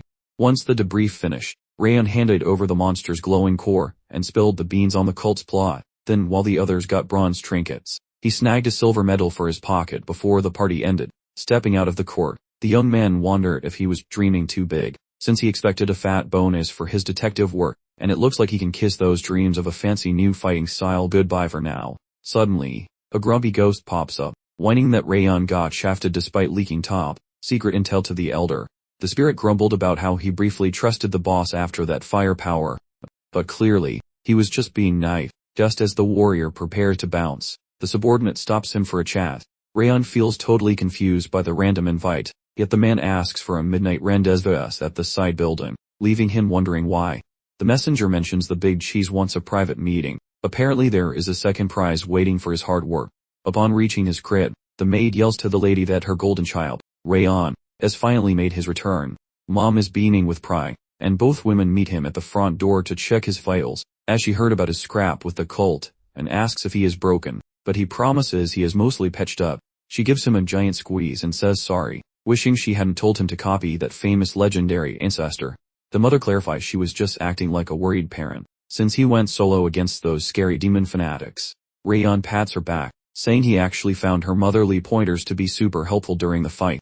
He admits that when the crazy blood demon showed up, he almost wet his pants and thought about ditching his teammates to save his own skin, since he was totally outclassed. But then, her voice popped into his head, telling him to act like a real legendary blade master from the family. That mental pep talk gave him the guts to stay and fight the monster. The sole reason he stands tall as a legit fighter today is because she spoke up, and he is seriously thankful for it. Our hero is shocked to see both ladies sobbing like babies. The maid wonders when he became such a stud, and Rayon asks why the water works started. Later that evening, he asks the girl if anything weird happened while he was out, and she says the main office wants her back, which basically means they want to fire her permanently. He guesses they want to scrap her for hiding his promotion and to vent their anger over the meeting room fail, so he decides he cannot let his double agent die, especially since he spent way too much effort keeping her alive and kicking. The lad tells her to stick to his plan if she wants to keep breathing, and the spy looks stunned as he suggests she write the boss, saying she is now Rayon's personal assistant, because his mother is paranoid about his health, which he claims will stop the suspicion, and make the villains think they have a front row seat to all his private secrets. Furthermore, he suggests that if those villains get suspicious, she should report the kid is healing well, though only the patriarch and the wild mentor know, making her seem like a top-tier informant. He commands her to mail the letter now and keep a straight face to avoid getting caught, and she finally nods. Then, the fire spirit pops out to roast his choices, asking why Rayon keeps such a trashy secret agent around. The protagonist snaps back that she is actually quite handy, since she will be a juicy lure for the villainous Koran. Our hero won't throw her away, recalling how he previously got treated like garbage. Having wrapped that up, he trots off to handle his final chore for the afternoon. Soon after, inside the palace, Rayon says he to Glenn, mentioning he showed up as requested. The big boss cuts the chatter, asking which specific leg movements Rayon utilized during his recent journey. The young fighter is baffled by the random question, then rants about how leg skill saves lives, admitting he just used the basic river footwork. Lord Glenn agrees, noting that while the river footwork is fine for babies, it is useless against a truly terrifying enemy. The master declares that, since Rayon discovered the secret plans of those Eden villains, he will personally show Rayon a special way to move his legs that does not look stupid. Our hero is floored, wondering if the old man has finally lost his mind and decided to be helpful. Glenn stands up, barking at Rayon to keep his eyes wide, because this performance is a one-time thing. When the master dances, fire begins circling his ankles and his entire frame. Rayon is totally impressed, guessing this is how the world's strongest guy walks, and figures he better not screw up this chance. The crazy foot patterns Glenn shows off are completely bizarre, mixing snail speeds with lightning bolts and diamonds with gelatin. It looks so wild, like he could teleport to a bakery, and even with the ring of fire, our boy cannot figure it out. The leader mentions those funky movements are known as the Supreme Harmony Steps. A magical pop-up tells Rayon his ring saw the moves, so learning the first part, the Heavenly Advance, will be easy now. Glenn asks if he paid attention, so the boy says sorry, confessing he only managed to see the very first wiggle. The boss nods, ending their little meeting. Plopping back down, he tells the boy that this gift was his payment, and he better not waste it, so Rayon leaves. Afterwards, Lone mentions to the boss that it was pretty shocking to see him share those Supreme Harmony Steps with the kid, wondering out loud if the little brat can even handle a style that is more complicated than advanced calculus. Lord Glenn grunts that, even though the show was short, Rayon actually caught the vibe of that first Heavenly Advance. This movement acts as the primary building block, and roughly 50% of that Supreme Harmony flow. He notes that, while the boy is currently clueless, he will eventually figure out how to dance like a pro. Hanging out in the yard, our hero realizes a week went by, and while he is grinding hard with the system, he still sucks, so Raph mocks him for being a weakling, yet he stays positive about his future skills. While he is practicing, his mother screams at him to go take a nap, and he wonders if she is faster than Rimmer. Sylvia is super mad, yelling that he promised to stay in bed, so he quits, terrified because she is scarier than the devil. In the end, his workout session is totally ruined by Sylvia's constant complaining. The lady promises that if he gets caught working out again, things will get very ugly. When he attempts to sneak out, Helen and the maids act like bodyguards, making it impossible to do any training. Relaxing on the grass, he realizes the women are having a blast ruining his life. Yet he admits that a lazy snooze is quite the treat. Suddenly a servant scurries over, yelling about a total dumpster fire. Raiden Zahart has dropped by, making the boy curious why this spawn of Balder, who is Glenn's fourth kid, showed up. He probes why that peacock visited the side house, but the lady says they are clueless. However, the visitor started getting physical with Sylvia and her staff immediately. Near the side gate, the jerk bellows at Sylvia for the dusty bushes, demanding to know why she missed his mail, but she gently notes that his span never reached her. Feeling slighted, the guy claims she thinks his servant failed or he is a giant fibber. so she denies the jab and asks for time to groom the area, immediately rounding up her girls to scrub the dirt away manually. Inside his noggin, the boy seethes, thinking everyone should worship him after he smashed a branch of that white blood cult. Still, nobody gives him a gold star, and they only care about that Rayon kid, which is annoying because a non-royal brat shouldn't steal his glory. Getting really cranky, the bully screams at the lady to move and hawks a wet one underhand, sake of his nonsense, snaps that he is crossing the line, regardless of his fancy pants bloodline. He mocks her, then delivers a slap so hard she kisses the floor. The jerk brags his royal blood makes him her master who could kill her for a tiny 2-day timeout, yet she still dared to argue. Unexpectedly, Yahello shows up and tells Sylvia to watch out, choosing to block the bully before things get even hairier. While the boy lifts his boot for a stomp, Rayon arrives with steel, making the jerk think this is a lucky chance to meet the local celebrity. He gestures at the steel, asking if the kid really plans on swinging the oversized toothpick, demanding he put the metal away without another word. This loudmouth introduces himself as the Zayhart named Rayon, Baldur's child and kingpin of the true martial palace. Ignoring the fancy titles, a furious Rayon tries to give the guy a very close shove. Suddenly the lackey blocks with a blade. The brat screams insults. However, Rayon answers with a massive fist to the face, sending the minion flying away. The bully yells to ask if the kid knows who he is hitting, but the hero just snaps back, labeling him a common housebreaker who just crashed his private party. Startled, the jerk wonders what garbage he is hearing, claiming he is the rightful king of the castle. Rayon boots him in the stomach, proving that his claim is complete and utter baloney. The bully drops down while crying and swearing revenge, but the fighter says he is nothing like a master and this place is not his house. It belongs to his family. Just as the hero prepares to finish his business, the warrior pops up, telling the youth to halt immediately. Rayon notices this fancy guard from the cheer squad, confused why such a big deal is hanging around. The bratty noble orders the troops to kill our hero for touching a high-born legend like him. The guard insists he only obeys the master, telling the noble to scram, while the brat calls him a common mutt. However, the servant suggests backing away to prevent a brawl with an elite fighter from the top squad. The angry noble finally decides to leave. He threatens that the boy will regret this, promising a world of pain and total social suicide. Helen offers her regrets to the lady for being useless, but the mother thanks her for the bravery shown. The woman plans to fix the issue herself, though the protagonist suddenly jumps into the conversation. The lad vows to manage the situation, begging the women to simply have faith. A bit later, the two youths bow down in front of the patriarch, who commands them to rise. The leader mentions he already heard about yesterday's circus.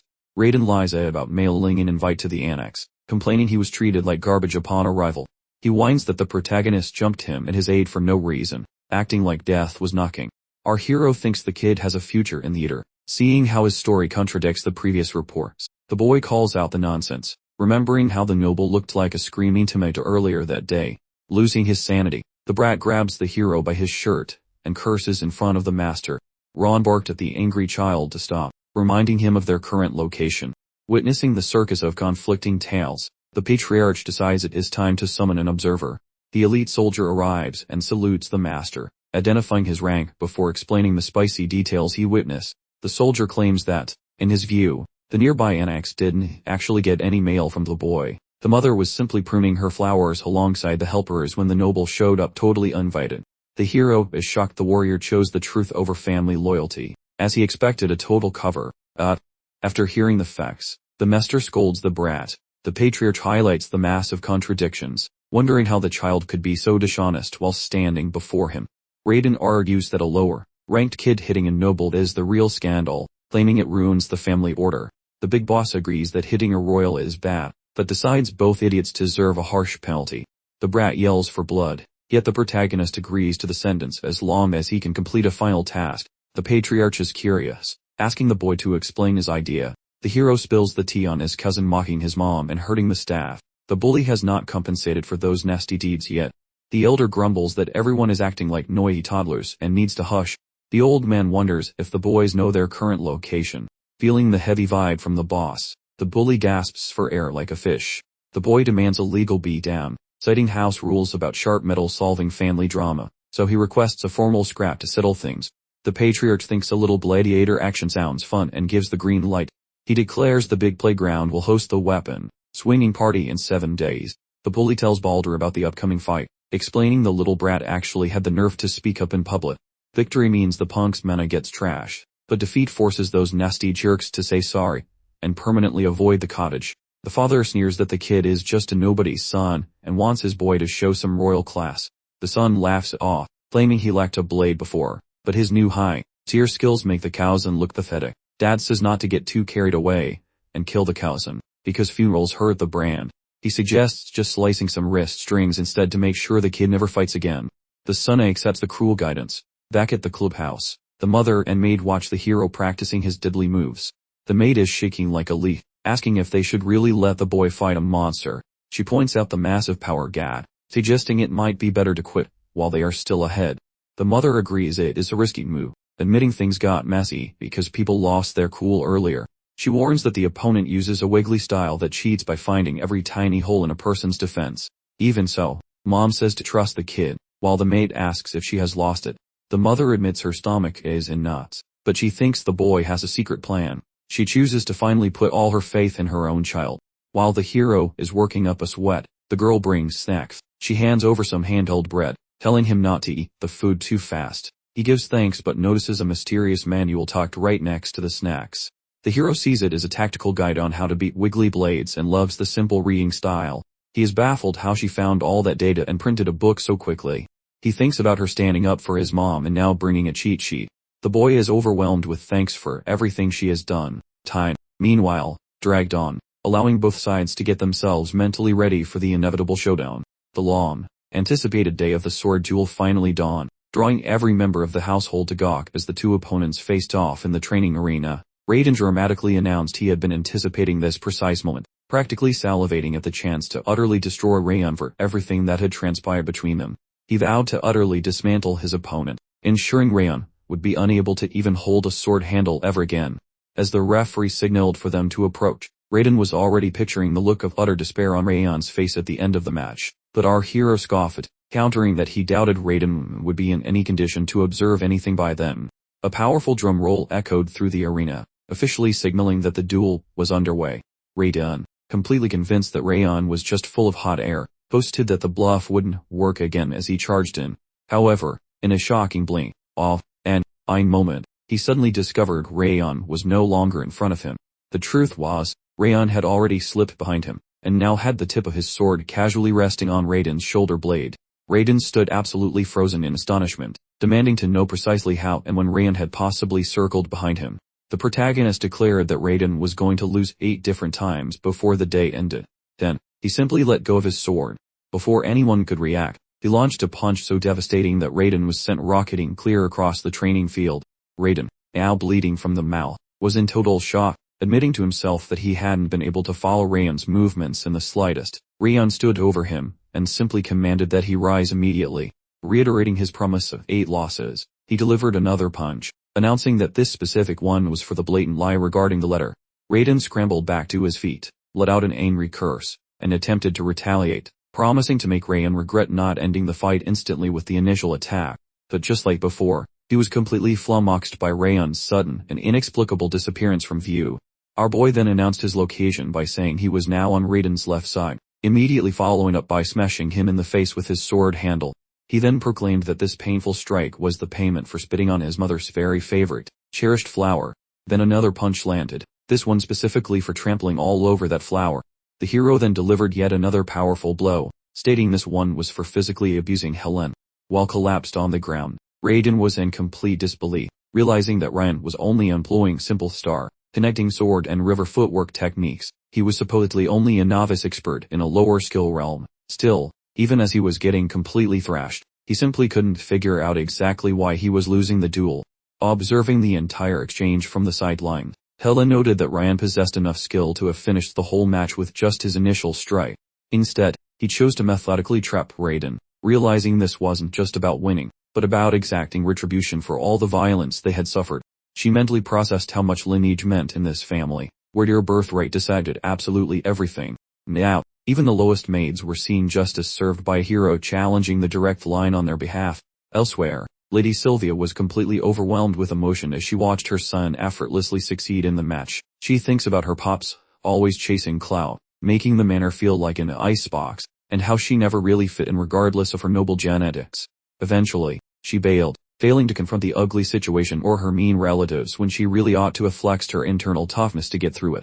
Right now, Ron is showing the world that being tough means swinging back, no matter how stacked the deck seems against him. While the swordplay keeps dragging on, our main man faceplants Rayon into the dirt, making Sylvia realize her kid is teaching everyone that charging forward beats retreating like a total coward. The official at last screams that Rayon is basically toast, crowning Ron as the undisputed king of this sharp blade competition. And once the ref yells about Ron being the champ, Baldur loses his absolute mind, screaming at his kid about how he managed to fail such a basic task so spectacularly. Amidst the chaos, Rimmer is doing a literal victory dance, loudly telling everyone that he totally called this outcome, because he is a genius. The entire squad, including Dorian, Martha, Burin, and Ronin, starts partying hard, because their boy actually pulled it off. During a quick break, Lone tells the big boss that despite his ancient career with the Sage-Hart family, he has never watched a crowd go nuts for a side branch kid while completely ignoring social hierarchy. Lord Glenn nods, admitting the friendship power is weirdly strong, but what actually knocked his socks off was how the fight itself went down. Ron being a total newbie did not stop him from using those fancy harmony steps, a dance move Glenn invented after surviving his empty face, which is so hard most people die trying. Yet the kid mastered it in a mere fortnight despite its extreme difficulty. The Patriarch also witnesses the kid becoming a massive icon, while the whole arena screams his moniker like some legendary rockstar. Lord Glenn uses that his own hunger for gains turned this place into a jam, broke paradise where only the strong survive, and he is too old to change it.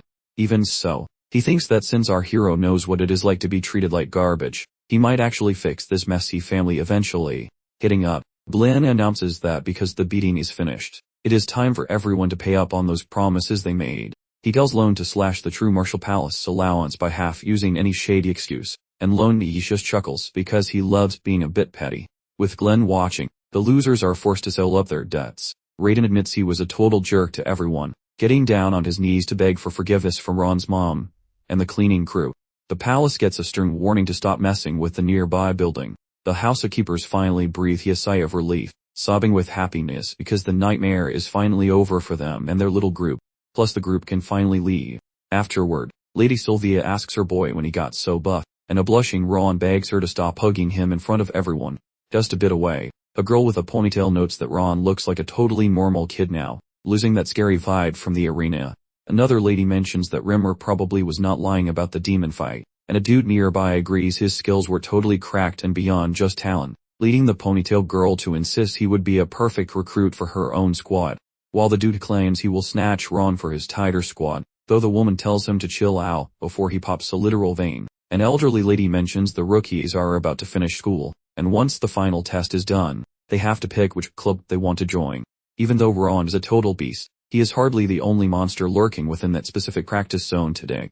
That trio of Martha, Burin, and Rumen possess enough muscle to conquer NEP, so the next picking party looks like a total riot. Inside the sleeping quarters later on, Judil queries her little boss about his master plan for that blade scrap, and he confesses he mostly rigged it for his own win. Judil claims he has one spooky dude, yet way more importantly, he has a heart of gold, which leaves our lad totally stunned. She tosses in some thanks, remembering his heroic rescue from that mean old Zircoran fellow, then tells him to sleep tight before making her exit. Staring past the glass, Han ponders how Judil looked totally ominous, and seeing her shield Sylvia proves she is legit, so he figures he can admit his previous anger was just some Oscar-worthy acting. A bit later, inside the big castle, Rimmer says hello to Lord Glenn, flaunting hands covered in more shiny gold than a dragon hoard. Lone and Glenn watch him with big suspicion. Glenn wonders about all that bling, so Rimmer brags he cleaned out the martial master in a bet, credit to Han's skills. He snagged some magic juice for the whole training crew, prompting Glenn to tease him about basically robbing his own kid blind. While slurping his brew, Glenn figures this flashy show is just a distraction, so he demands the elf spill the actual beans immediately. Rimmer mentions he has a spicy idea, which sparks Glenn's interest, since he thought the elf already controlled every training detail. But Rimmer explains it is not about the drills, but rather the big final test for finishing school. Glenn wants the full squab. So Rimmer notes the usual routine involves teacher permission or just beating up another student, though these tiny warriors already tangled with those fancy Owen Kingdom knights, and walked away from a suicide run. Those kids endured way more chaos than any normal student should ever see. Thus he thinks the fifth group needs a fresh nightmare to conquer, and Lord Glenn asks for his master plan. Rimmer pitches a wild survival trial, where the students must thrive in the wild without any help or using their family's famous brand, because even if they are rookies, they should reach for the stars. Glenn mulls over the concept, noticing that Rimmer has definitely evolved, which makes the elf ask for some clarification. Glenn points out that ever since his mana core broke, and he quit the war, the elf always looked pretty miserable and gloomy. But hanging out with those fifth group kids has brought back his fire, making him look just as hyped as them. Rimmer gets all shy, and says it's awkward, while Lone nods along that he is acting much less grumpy lately. Rimmer claims he finally found his true calling in the classroom, not only for swinging blades, but perhaps even for coaching the next big boss to replace Lord Glenn.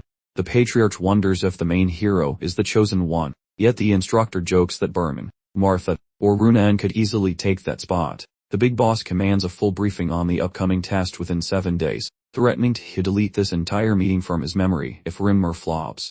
The lazy instructor smugly asserts his paperwork is already finished and simply awaiting a formal review. Students gather at the main arena, questioning why their mentor is absent after calling a meeting, though they joke he likely just crawled out of a casino. The door slams open as Rimmer bursts in, blaming his tardiness on a fake charity visit, while Dorian whispers the man needs to invent better lies. The elf swears he is telling the absolute truth, then pivots to a major update he finalized after staring at their hopeful faces today. He reveals the final assessment is approaching, because nobody can be a professional student forever, prompting a confused trainee to ask for more details. The teacher points out they have already faced Owen's elite warriors, the South, North Union, and that nasty ambush by Eden, making them basically veterans, since they have survived so much. He is skipping the boring duels and throwing them into the wild world to see just how big the planet is. Staying alive is the primary goal for this upcoming final graduation assessment. Within 30 days, they will ditch their rookie titles to fend for themselves globally with only a blade, though cowards can opt for a different route. Runan leans over to check if the hero is game for this madness, and the protagonist gives a firm, careless nod of agreement. The girl immediately vows to join him in this crazy endeavor. Dorian hops on the bandwagon, figuring the teacher has a plan, while a cucking Martha brags that she was practically born surviving in the wild. The elf looks stunned by their quick enthusiasm, particularly from the main hero, and wonders if they actually understand the death traps he has planned. He identifies the prodigy as the group's trendsetter, worrying the others are just following him blindly, but the boy admits he knows things are about to get ugly. However, the kid believes his teacher would never assign a mission that is truly impossible to finish. The man likes that spirit, yet promises no mercy before finally listing exactly where each of them will be struggling to breathe. Byrne departs for the Levine Dunes. Martha travels to the Cyan Ravines. Runan navigates Chiton's thick woods, while Rayon investigates that northern Haban fortress. Our hero quickly remembers the fortress' terrible reputation. Rimmer describes it as a meat grinder where beasts from the sea and mountains strike constantly, giving nobody time to rest or even clean their weapons. The teacher stares directly at the protagonist while saying this, then tells the group to pack their bags, because they leave in 4 weeks. Sometime later, the boy is sweating buckets in the royal gardens while his mom and Helen keep a close watch on him. Helen worries he is training too hard and neglecting sleep lately. She wishes he would skip the test because that castle is notoriously deadly. Sylvia acknowledges the danger, yet she sees potential for a massive power, explaining that he is likely sharpening his skills for the coming storm. She vows to support him quietly, allowing him to concentrate fully on his drills. During his exercises, the kid feels the exhaustion of a brutal week, yet a nagging voice in his head insists he is still too weak. Those Haban beasts possess thick skin and huge bodies, which makes slicing through them feel like trying to cut a brick with a butter knife. The clan's style balances hitting and blocking, but he suspects he is still going to have a rough time out there. The 10,000 flames method is impressive, but it drains his energy so fast he might faint mid-swing during any extended brawl. While that glowing ring of fire has been a reliable buddy, he realizes relying on a shiny accessory forever is a recipe for disaster. Since there are only 21 days before he hits the road, the main guy decides he should probably research some facts about Haban Castle. He specifically craves a fresh way to hit people, a spicy offensive move to fix the holes in his current combat toolkit. He decides that splurging on his own skills is the best investment. Momentarily, Rayon meets the big boss Glenn, who wonders if the kid really wants to dump his hard-earned silver tokens on sword lessons. The young lad says yes. Glenn mentions it as his own business, although he assumed the boy would use the loot to get his mom back into the family. He confesses that was the plan, but fighting in CDU and that recent scuffle proved that mediocre efforts only earn cheap silver, never gold. Recalling the warning about the difficulty, our hero acknowledges that only those shiny gold plates will actually fix Sylvia's social standing. Rather than hoarding worthless silver pieces, he figures that powering up now is the only way to snag the golden treasures later on. The old man concurs that this strategy makes sense, especially if he plans on surviving the chaos at Heaven Castle. He throws a dusty manual his way, suggesting the boy pick another volume if he thinks this particular choice is total garbage. Its leather cover says, Fangs of. Since Glenn chose it personally, the kid knows the manual is definitely top tier. He takes the prize with a bow, while the leader hopes he manages to master it without exploding. Just as the boy heads out, Glenn interrupts with a query. Since he understands that Heaven Castle is a literal nightmare, was he not terrified about the testing site, and why did he not just say no to the whole ordeal? The youth explains that brawling with N taught him a very significant lesson. The elder demands further details. Our hero claims that barely avoiding the Reaper gave him more experience than boring drills, and he realizes that he must find deadly challenges to truly level up his abilities. Furthermore, he believes that Coach Rimmer would never assign a quest that was actually impossible, so despite the pain, the outcome should be worth it. The boss gives one final tip, noting that there are various ways to swing a blade, and thinking outside the box is vital. The kid shows gratitude for the smart advice. Unexpectedly, Rimmer teleports from behind the big guy's chair, yelling that this exact attitude is why he likes Rayon, as he loves it when pupils actually get his cryptic plans. It makes our protagonist much better than Burin or that mean girl Martha, while Glenn mocks Rimmer for being a trashy educator who gossips about kids, then shows shock that Rimmer permitted the boy to take Fangs of Insanity, a move that normally costs a whole mountain of gold. The teacher teases Glenn about his hidden soft spot for the grandkid, and though the old man tells him to zip it, Rimmer claims he is being quiet. Nevertheless, he acknowledges that Fangs of Insanity is a brutal style, and he feels slightly concerned about whether the boy can handle the madness. Since the manual has been delivered, his shift ends, leaving our lad to either become a god or a total failure.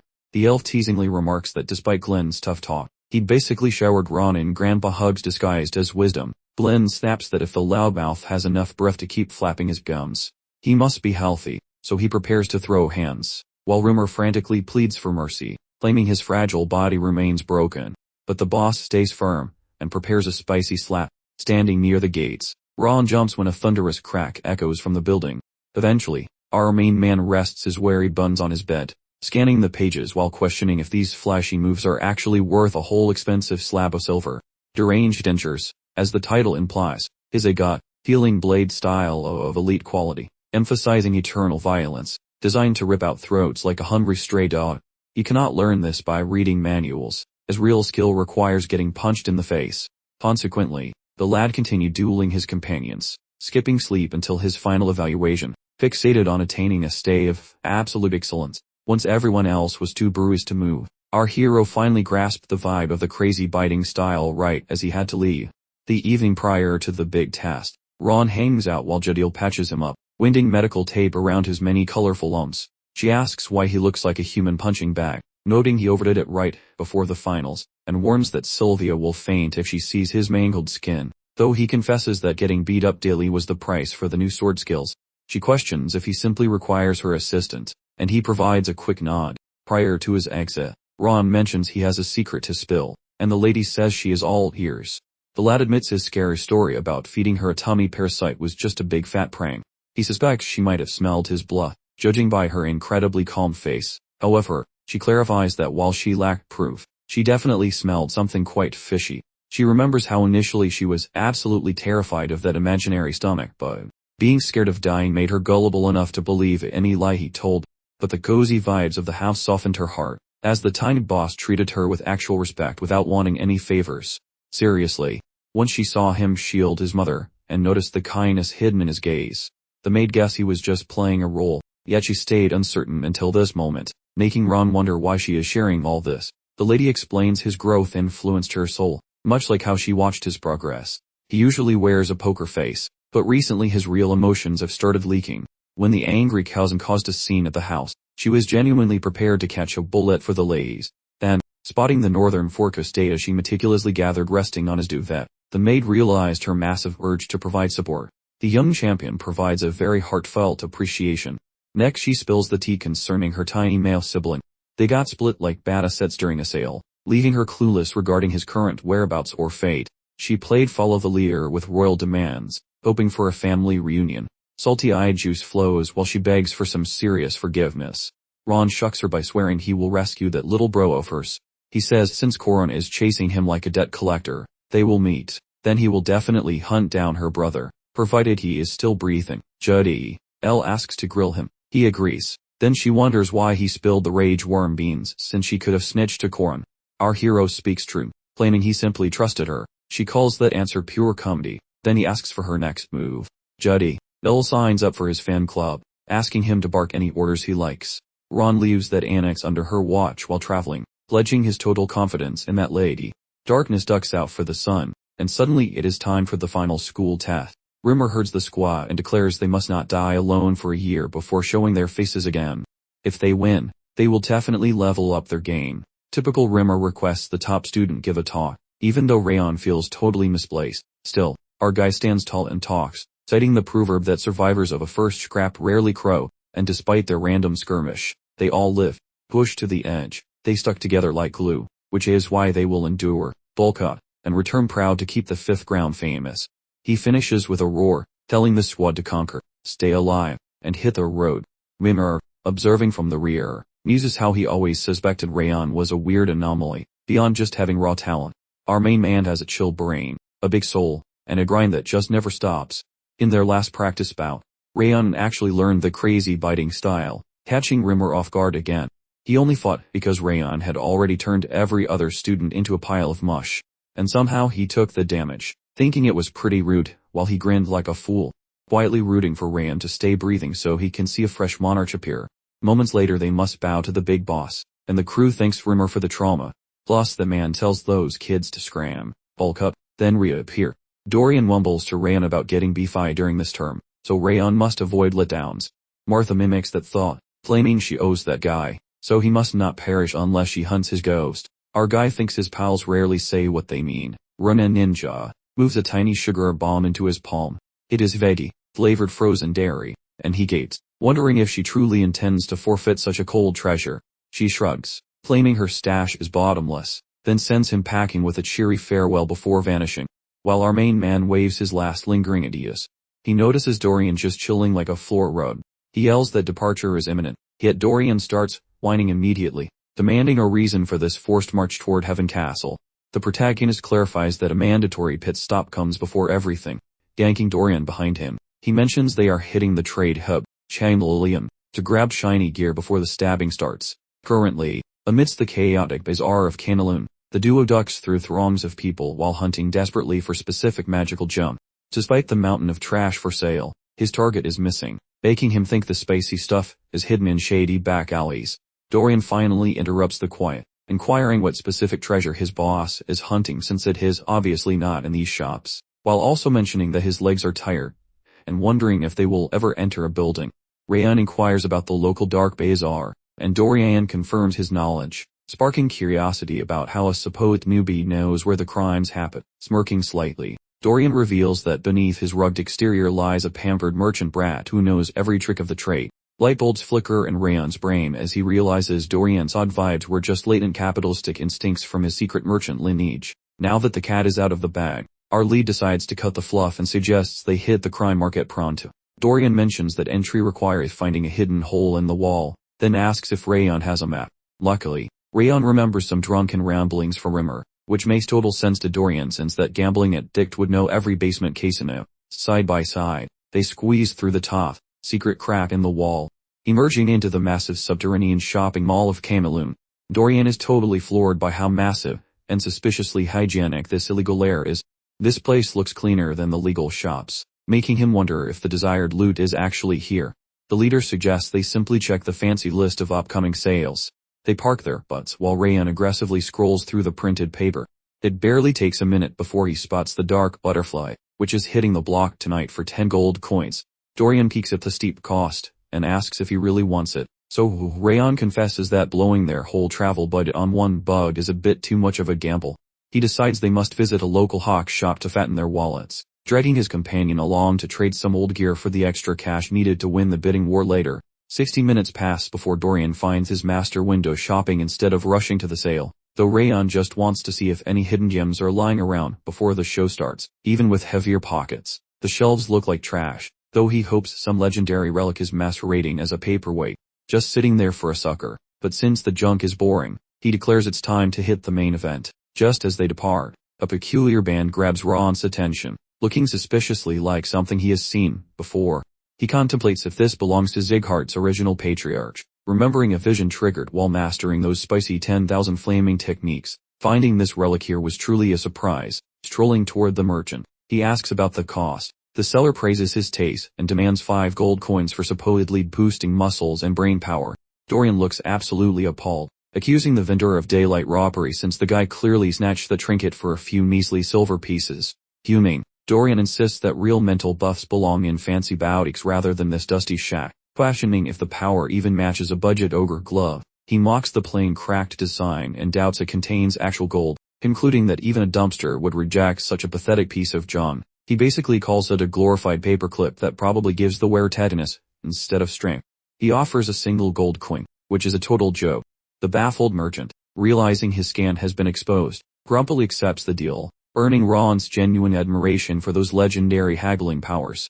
Wrath pops up to mention the jewelry hides a mystery, laughing at Dorian's scary bargaining persona, while Ron decides his friend is a savage negotiator even if his taste in relic is questionable. Overall it was a solid shopping trip. Suddenly, a mysterious lady in a mask strolls up with her lackey and asks if Ron has finished buying that specific jewelry, to which he simply nods his head.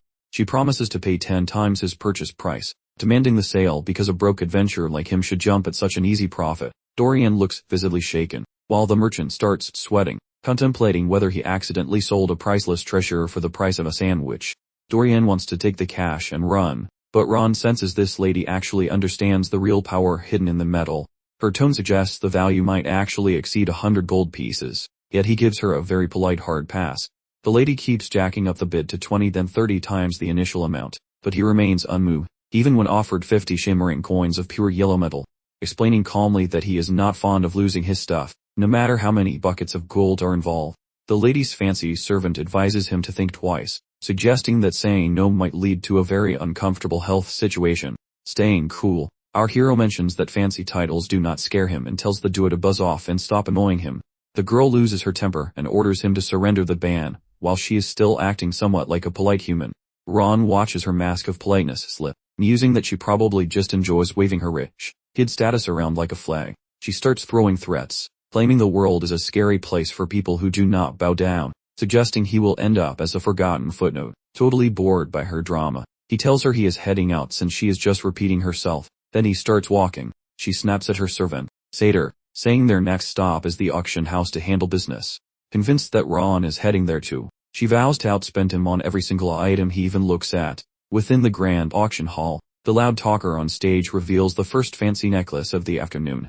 It goes for 70 gold coins, followed quickly by a shiny silver stone and a band that supposedly glows with angry fire. So far, nothing has piqued Ron's curiosity, and he starts questioning when that elusive black butterfly will finally make an appearance. Eventually, the host unveils a legendary dark butterfly that apparently treats expensive monostones like its favorite snack, explaining the fatal charm and the struggle to keep it from turning into a ghost. This sale kicks off with a tiny price of 2 shiny coins. It hits 7 prior to our guy betting a lucky 13. Praying this big cost makes the others wet their pants. Suddenly, the masked lady drops 50 gold, making the shocked seller name her the winner for that massive record price. She tells her guard they are leaving, seeing the kid only wanted the bug, so she is finally done dealing with his annoying face forever. Dorian spots her previous face, and notes she is acting quite nasty, questioning their plans, since those dark bugs are very scarce at such events. Rayon tells him to relax and find some sneaky pajamas for a night trip, leaving his buddy quite shocked by the weird task. Our guy says he will just steal the bug back from her, which makes his partner look totally speechless. Every legendary killer in the land has a gimmick like being fast, slick, or having very pointy knives. But in his old life, Rayon was the sneakiest person ever, using special foot movements that left no trace behind.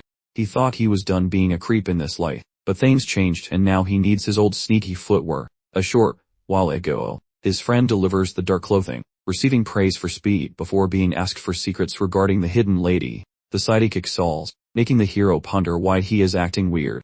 At last, the partner whispers that this mysterious female is specifically Princess Jaina, a crown girl belonging to those Balkar lands. This girl was a mystical prodigy from birth who finds relics for the crown, so his buddy thinks they must quit since she is a famous elite in the criminal world and probably quite lethal. However, the lad argues that staff are currently inspecting the prize, and since it hasn't reached her royal suite, this moment is perfect for a haste while the market remains the owner, telling his friend he will be right back. He runs off while neglecting all the worried yelling, peeking behind a door. He confirms the expensive bug is sitting outside the room like a free donut. That auction guy is crying, because the lady spent 50 big ones purchasing an insect, whereas his gambling partner suggests focusing solely on cards. He spots the dark moth, while the staff is busy, remembering these fragile things need open homes where they just die from boredom or lack of air in small boxes. Our guy knows the next move. The insect loves those rocks for their super clean magical energy, but once it smells his even better fire energy, it will escape its jail and release all that shiny magic power. The boy observes a dark insect escaping its nest and landing softly upon his palm like some pet. But the haste is over in a blink. One sentry spots the empty cage whereas his buddy remains occupied attempting to win that poker match. It takes a moment to sink in, and then the workers start running around like crazy people, as our main man vanishes with his new bug. During this time, his friend is sweating, certain that the boss getting nabbed will trigger a massive international brawl with Balkar. He feels his pulse racing and kicks himself for not tackling Ron earlier. Amidst his frantic fretting, the master's tone abruptly slices through the heavy atmosphere.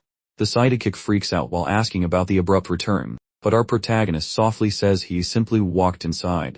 Eyes bulging, Dorian pieces together that the grand heist actually went perfectly. Ron confirms the win, flashes the fancy pouch holding the bug, and tells him to haul tail back to their quarters. During their return trip, they bump into that mysterious lady wearing the face covering. Obstruction follows, as she notes surprise regarding his arrival, guessing he feels bitter, then insists she possesses deeper pockets yet proposes trading the bug for that ring, suggesting he ponder deeply. She claims this is his final opportunity, making the master annoyed as he asks if she has hearing problems regarding his previous refusal. Giggling, the woman hints the boy ignores such benevolence right before her speech becomes freezing, vowing a painful outcome regarding his obstinacy. Without warning, a panicked bidder, boss gallops inside notifying the noble woman about how that shadowy insect sprouted wings and vanished. Some bandit grabbed the loot, causing Ron to smirk, while observing how situations reverse since she currently faces immense hardship. That aristocrat rapidly links everything, assuming our hero acted as the main burglar, particularly his irritating grin and snarky demeanor, which reflect her personal shortcomings, make the lady sure he did it despite lacking proof, branding him a filthy looter. That girl inquiries about his knowledge of royal standing, yet Ron maintains her background carries zero importance. Dropping that concealment, the royal female identifies herself as the prominent Jaina representing Balkar territory, cautioning the fellow against exhibiting that level of rudeness hereafter. The lady commands her servant to take care of the kid, plus that worker promptly strikes. Unfazed, our protagonist meets the challenge directly, set on lecturing these snobs regardless of their high-ranking titles. Ron instantly demolishes that valet, resulting in the fellow hitting the dirt extremely fast. That princess feels shocked, yelling toward her servant regarding failing against a boy she deems completely lower than her, and right then, Greer suddenly arrives. Noticing our hero then labeling him a gifted weapon master belonging to those Zyhart ancestors.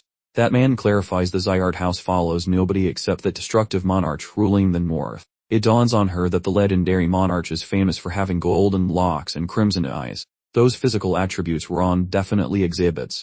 Horror dawns while dread consumes the girl, so Ron rotates toward her, questioning the earlier label regarding being a malicious burglar. The youth mentions his tolerance as P, pondering whether such allegations constitute a formal affront from Balkar against Zyhart. Ron offers a final shot at an apology, telling her to chalk it up to being a naive kid, while the shaking princess mumbles she had no clue who he was. The boy alerts the lady that lacking a regretful statement, his teen shall submit a bureaucratic grievance concerning her slander and annoying behavior. She just melted into a dramatic, tearful mess, pleading for a quick pardon.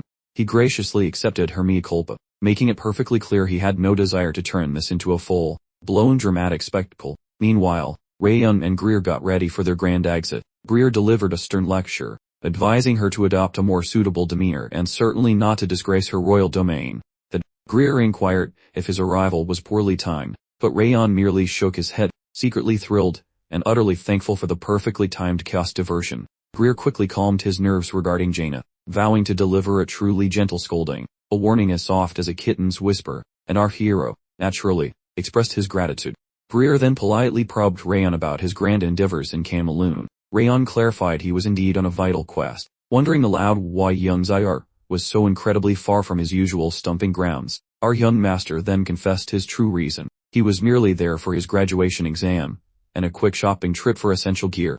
Greer, absolutely thrilled by the exam news, then queried what specific trinkets Rayon was hoping to acquire. Our protagonist responded that he required a shiny new sword, explaining his present blade, while certainly adequate, had simply overstayed its welcome, like a guest who refuses to leave.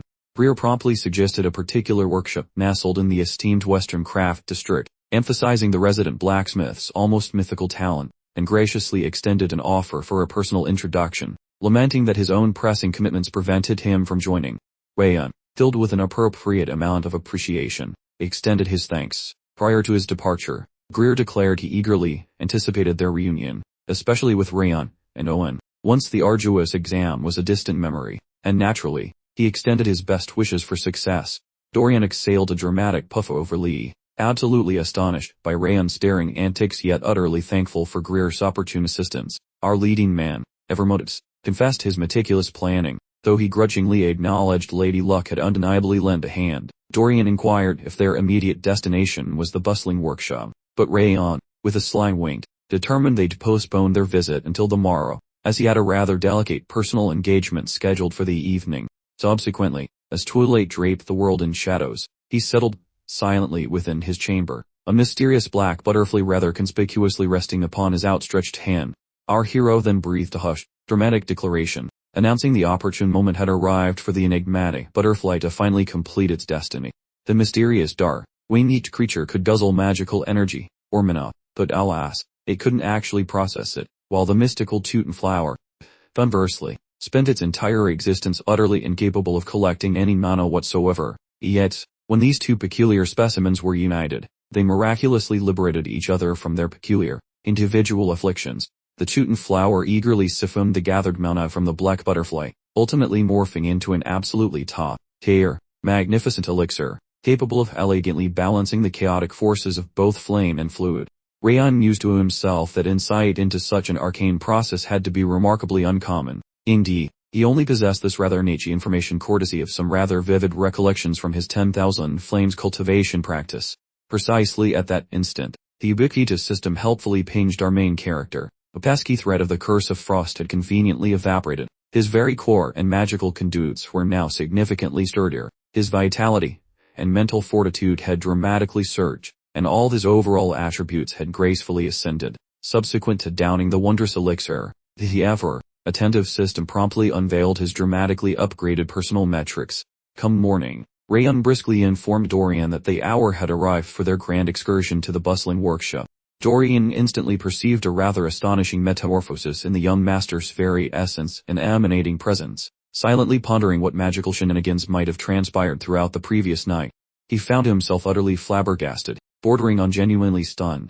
Initially, Dorian confessed, he was simply captivated by Rayon, utterly puzzled by how he maintained such rigorous training, even as practically everyone, including the Sudi Dirac heirs, consistently dismissed him as the utter disgrace of the family. However, upon forging a deeper connection, Dorian dramatically ascertained that the young master authentically personified the noble Zygarde lineage far more magnificently than any other individual residing at the rather peculiar fifth training ground. For this precise reason, even though they were currently dispersed like dandelion seeds in a hurricane, the loyal disciples of the fifth training ground had unequivocally decided to pledge their unwavering allegiance to Rayon. Dorian fervently held the conviction that, armed with the young master's formidable might, he might just be capable of single-handedly resolving his own family's rather intricate domestic dilemma. Nevertheless, that particular ambition wasn't the sole driving force behind his loyal adherence to our valiant hero. For a brief, contemplative interval, he floated away into a fleeting daydream, before abruptly jolting back to reality, when Rayon's voice sharply cut through, asking precisely what shenanigans he was up to. Rayon sternly reiterated their need to depart post-haste once they secured the blade from the workshop, instructing Dorian to maintain pace, as a significant journey lay before them, which sounded exhausting. Dorian, with newfound conviction, determined he would dedicate himself to cultivating immense power, faithfully shadowing Rayon. He felt utterly certain that every single challenge would miraculously resolve itself, provided he simply remained tethered to Rayon's side. Finally, He chirped back to Rayon, confirming his imminent arrival. As they embarked on their travels, Rayon casually announced he'd be diligently refining Dorian's star, connecting sword technique all the way to Habham Castle. Given there was, shall we say, a considerable amount to overhaul, Dorian, naturally, questioned whether that was a truly brilliant strategy. Following a respectable duration, they finally presented themselves at a rather unassuming little workshop, grandly declaring their patronage under the esteemed Sir Greer's personal endorsement. The metal-pounding geezer wonders aloud if they are blathering about the third royal brat, Prince Owen. Ron nods, admitting he only visited because Prince Greer promised the service was not total garbage. Initially full of doubt, the ancient metal masher nearly drops his tools after finally seeing the boy's face. Despite looking like a child, the lad radiates a vibe far more lethal than Greer, standing there like a sharp weapon. This craftsman detects a spirit unlike the prince, questioning if the lad is a Zaghart, while Dorian wonders how he knew.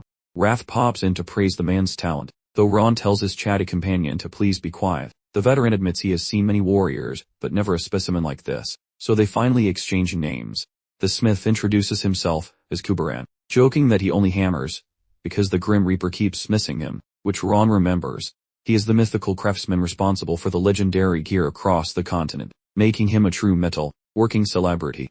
The youth didn't anticipate meeting a celebrity in this dump, so the smith questions their arrival. The youth describes his need for a quality trekking tool, mentioning he is currently just a trainee since a different artisan already claimed his debut blade. The veteran correctly identifies Vulcan as the planned manufacturer, and the boy gives a nod to validate that specific legend. The senior smith giggles regarding Vulcan's professional comeback, opting not to snatch a student from that competitor while providing a short-term blade. Since the fossil only crafts top-tier gear, the kid can select anything, while even Dorian receives permission to join the shopping spree. The pair expresses gratitude before they start hunting for gear among the shelves. The boy explores the shop and admires the craftsmanship. Every tool here works perfectly. A crimson blade suddenly captures his full attention. Dorian looks baffled by the abundance of treasures, but the smith tells him to stop stalling and just take something sharp. Unexpectedly, the old geezer detects an incredibly bizarre vibration, rotating his ancient body. He spots the boy gripping that crimson curse and bellows for him to drop it. That hardware is haunted by a nasty spirit that loves to turn its owners into mindless puppets. Dorian thinks the senior is overreacting, but the hammer wielder gestures toward the visible purple fumes of doom. However, he stares in disbelief as the evil aura fails to even scratch the surface of Ron's skin. The inner demon explodes with absolute fury, referring to the weapon's malice as a weak parasite for attempting to infect the great monarch's chosen host, vowing to turn the blade into a popsicle, while Ron tells his inner demon to take a chill pill. The inner demon argues that the boy would have been devoured without his shield, yet Ron clarifies he is not property, and resists alone. The smith wonders if the kid's skull is cracked, yet the youth insists he's okay despite the bizarre nature of the knife. That elderly fellow cautions him about the cursed reject, basically a metal stick full of ghosts. He starts spinning a yarn about a southern town called Siren, where folks worship a big tree named Othello, filled with peaceful hippies who would not hurt a fly. Suddenly, those pale, blooded fanatics crashed the party, butchering half the town and snatching the others, making sure nobody got out alive.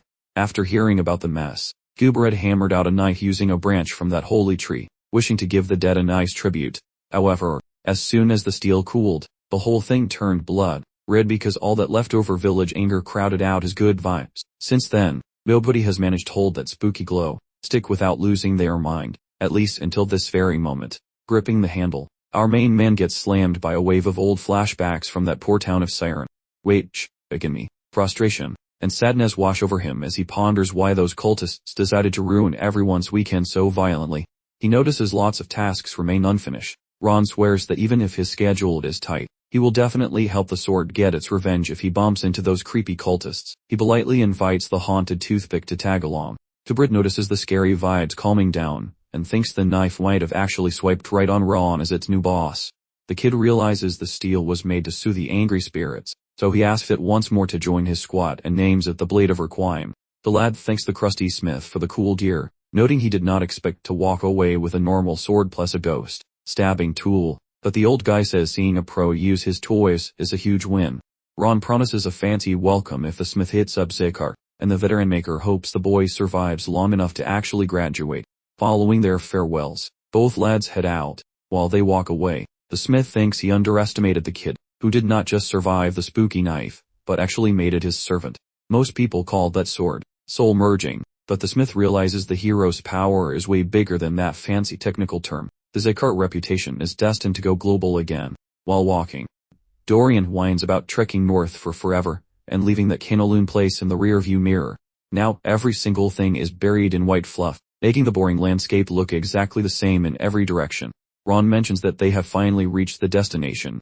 They arrive at Haven Castle for their big final test, and the building is absolutely chunky in size. Dorian plugs his nose at a weird smell, but Wrath loves it, claiming the odor of war gives the King of Essence a massive energy boost. Our main hero wonders why the spirit is hyped up since the walk here was basically a stroll through a park. Dorian's jaw dropped because he cannot believe the audacity. The temperature plummeted as they approached the castle, but Ron just forced him to keep jogging every time he mentioned his frozen toes. Dorian mumbles that the leader critiqued his form all day, and even made him do solo drills while everyone else was sleeping. The poor sidekick grumbles about his total lack of shut-eye and asks how anyone could say this trip was easy. An annoyed Wrath agrees that the dummy actually has a point, begging the hero to chill with the training so even a ghost can get a nap. Without warning, those heavy iron doors creak apart, revealing Tyrion, the local second-in-command guy. The officer questions if those slow mercenaries arrive, declaring himself the man currently in charge. This fellow clarifies being the person holding their leash from this moment forward. Rayon claims he is pumped to start, while Tyrion checks if Dorian is dying, though Rayon insists the boy is always this pathetic. Content enough, Tyrion commands a mart, while Rayon hauls a whining Dorian inside despite the kid's desperate pleas for his mommy. Our hero observes the atmosphere here feels much grittier than any gossip previously implied. Crumbling masonry speaks of endless sieges, the locals look like zombies, and the bricks reek of old barbecue and rusty copper. Jujil's intel was spot on, making Rayon wonder how that girl gathered such juicy gossip without ever setting foot in this dump. As the group nears the palace, a lady stares like they are total circus freaks, pondering if those faces are unfamiliar, and if they are hired help, as she is Yuo from Frost. The elderly father shouts for assistance starting the business, and the daughter is thrilled to aid her aged parent, staring the leading man's focus. Entering the office, Tyrion reports to that big cheese and presents a fresh batch of paid muscle, really just Zyart military students. Boss man Mylan says hello, checks their aids, and claims his title as the ruler of this frozen rock. Rayon suspects the old guy knows their secrets, realizing he is looking at the legendary warrior himself. Know him as the Northern Behemoth, a dude who has guarded this fortress for 2 long decades. Wrath mumbles that this Keezer possesses a general stare unseen since the Essence King's era, which Rayon notes requires decades of survival. The leader explains that their true names are classified, meaning nobody outside this office knows they are fancy aristocrats. The boss realizes Rimmer delivered Rand to this location for some genuine toughening, but doesn't expect school books, because here they only serve freezing storms and non-stop rolling. The leader cautions that folks hunting for luxury ought to bolt for the exit immediately. Dorian asks if that exit offered is still valid, but our boy declares they are here for gains, and won't back down. The leader likes that spicy attitude, though he bets it will vanish once the actual stabbing starts. He notes that their status is now equivalent to dirt, serving as basic grunts at the absolute lowest level. He tells his helper, Charles, to shove them into the 3rd Scout Squad for cleaning duties and dangerous skirmishes, while the assistant guides them to the dorms, with Rayon waving farewell as they exit the room. Tyrion admits he hates these new kids, prompting the commander to ask why he is being such a hater. Tyrion argues that the shaky kid is useless and the chill kid is too cocky, predicting they will be a total disaster, and notes that Rayon's floral jewelry makes him look like a gardener, so maybe they should just fire them now. That officer notes how visual impressions frequently bamboozle the observer, and mentions to Tyrion that both survived Zygarde's legendary torture mass raiding as practice. He suggests monitoring their conduct first, a plan which Charles promptly endorses. Then Mylan asks why bi-weekly spying is required, wondering if Rimmer suggested it in his recent mail, but the commander explains the mandate originated from the family leader's headquarters. Charles realizes the Northern Conqueror ordered this, and the boss says reporting every single action is mandatory and totally weird. Old Man Glenn feels quite baffled by what that warrior actually wants. Elsewhere, Ron feels stunned that Dorian revamped the quarters during a tiny toilet break. Our protagonist remembers the place looked miserable earlier and asks where Dorian found things, like that golden drag, while Dorian claims he hauled everything inside his portable sack. Khan inquires about various shades, and Dorian insists that fabric walls are absolutely vital. He probes for Rahan's preferred palette, causing the hero to scrutinize that magical pouch. Suddenly a youngster walks in, asking if they finished tidying up their gear. This newcomer identifies as Rayon, the captain of the third exploration group they joined. Noticing the messy arrival, Rayon commands them to pack because departure orders arrived. Inside the main Zycart ancestral residence, the patriarch wonders why the annoying Rimmer suddenly decided to appear today. Rimmer smirks while discussing the cover feast investigating Rayon, teasing Glenn for finally liking his relative. Glenn groans, assuming Lohan blabbered the truth despite being ordered to stay silent. However, Rimmer gloats about Rayon taking the bicolor plant and humbling the snobby princess, though Glenn argues that larceny is a bad habit that creates angry neighbors. Yet Rimmer notes the boy only reacted to her being rude. The youth simply defended himself, and he believes the judges will never find the hidden insect. Sadly, Rimmer discovers Glenn recalled the pair, and asks if he isn't curious about the new cube weapon the hero obtained. Glenn clarifies they were sent away to minimize family friction, and are now allowed back. Unexpectedly, Rimmer points out that Glenn receives secret intel from the Heaven Fortress. That subordinate Lohan mutters under his breath that he didn't spill those juicy secrets. Then the red-headed elf keeps yapping, suggesting Glenn should just tell Rand he is a total legend. Rimmer suggests that if this continues, the feud will end, and Glenn might love Sylvie. Glenn gets furious, and stands up to pummel Rimmer, who tries making excuses. The loudmouth still catches those hands, and bellows like a wounded animal. Meanwhile at Haven, Rayon thinks he just heard a distant shriek of agony. Only, text, end. Briefly thereafter, the commander hauls our main man and his buddy toward the freezing heights of Mount Sterling. His landscape mimics a frozen abyss packed with beasts, yet the surrounding scenery is absolutely stunning. The commander then proposes a little exam to see how much talent our hero and Dorian truly possess. He grills both trainees concerning specific prints in the powder, making Dorian guess a chilly behemoth made them. On the contrary, the champion argues that behemoth prints mimic people's feet yet appear way bigger, whereas these specific markings certainly belong to a quadrupedal carry cliff jumper rather than a troll. The commander feels absolutely flabbergasted. Then he inquires if our lad recognizes when those marks surfaced, so Rayon inspects the mushy soil, and calculates a successful hunt toward the west. The leader points out some scratches on a trunk, and our lead guy coolly mentions they are from. This creature utilizes sharp nails to tag wood like a fuzzy vandal, although the beast responsible has already kicked the bucket. He clarifies that massive wolves inhabit specific zones, and these signs are ancient, proving the animal is definitely a goner. The boss feels absolutely shocked by the heap of facts our fighter possesses, remembering that new recruits usually face bullying designed to prove that book learning is garbage in the wild, mostly by giving them pointers in a way that makes their blood boil. However, quite shockingly, Rayon is a walking encyclopedia, and this is becoming less of a prank. Rayon then shifts his eyes toward Dorian, and orders the poor guy to identify the markings on the stake he is holding, but Dorian starts whining about it immediately. But the leader eventually talks him into answering. In the meantime, the kid decides on inspecting the landscape using mythical powers, while his magical sword starts shining, searching the perimeter by itself and feeding data to our main man using its ghostly fuel. Our hero remembers this blade sucking soul juice from slain monsters and transferring it, which explains his newfound ghostly skills. All at once a demon emerges and grumpily demands why our hero utilizes such garbage moves rather than the monarch's superior radar, claiming it is supreme. The brave guy calmly says the blade is doing the heavy lifting, so he doesn't need to borrow any grumpy demon tricks. Feeling quite annoyed, the demon snaps that such radar represents a tiny portion of true greatness, while our hero questions how to measure quality. This inspires the spirit to brag about previously reigning as the toughest ruler of hell, but our lad ignores the chatter completely.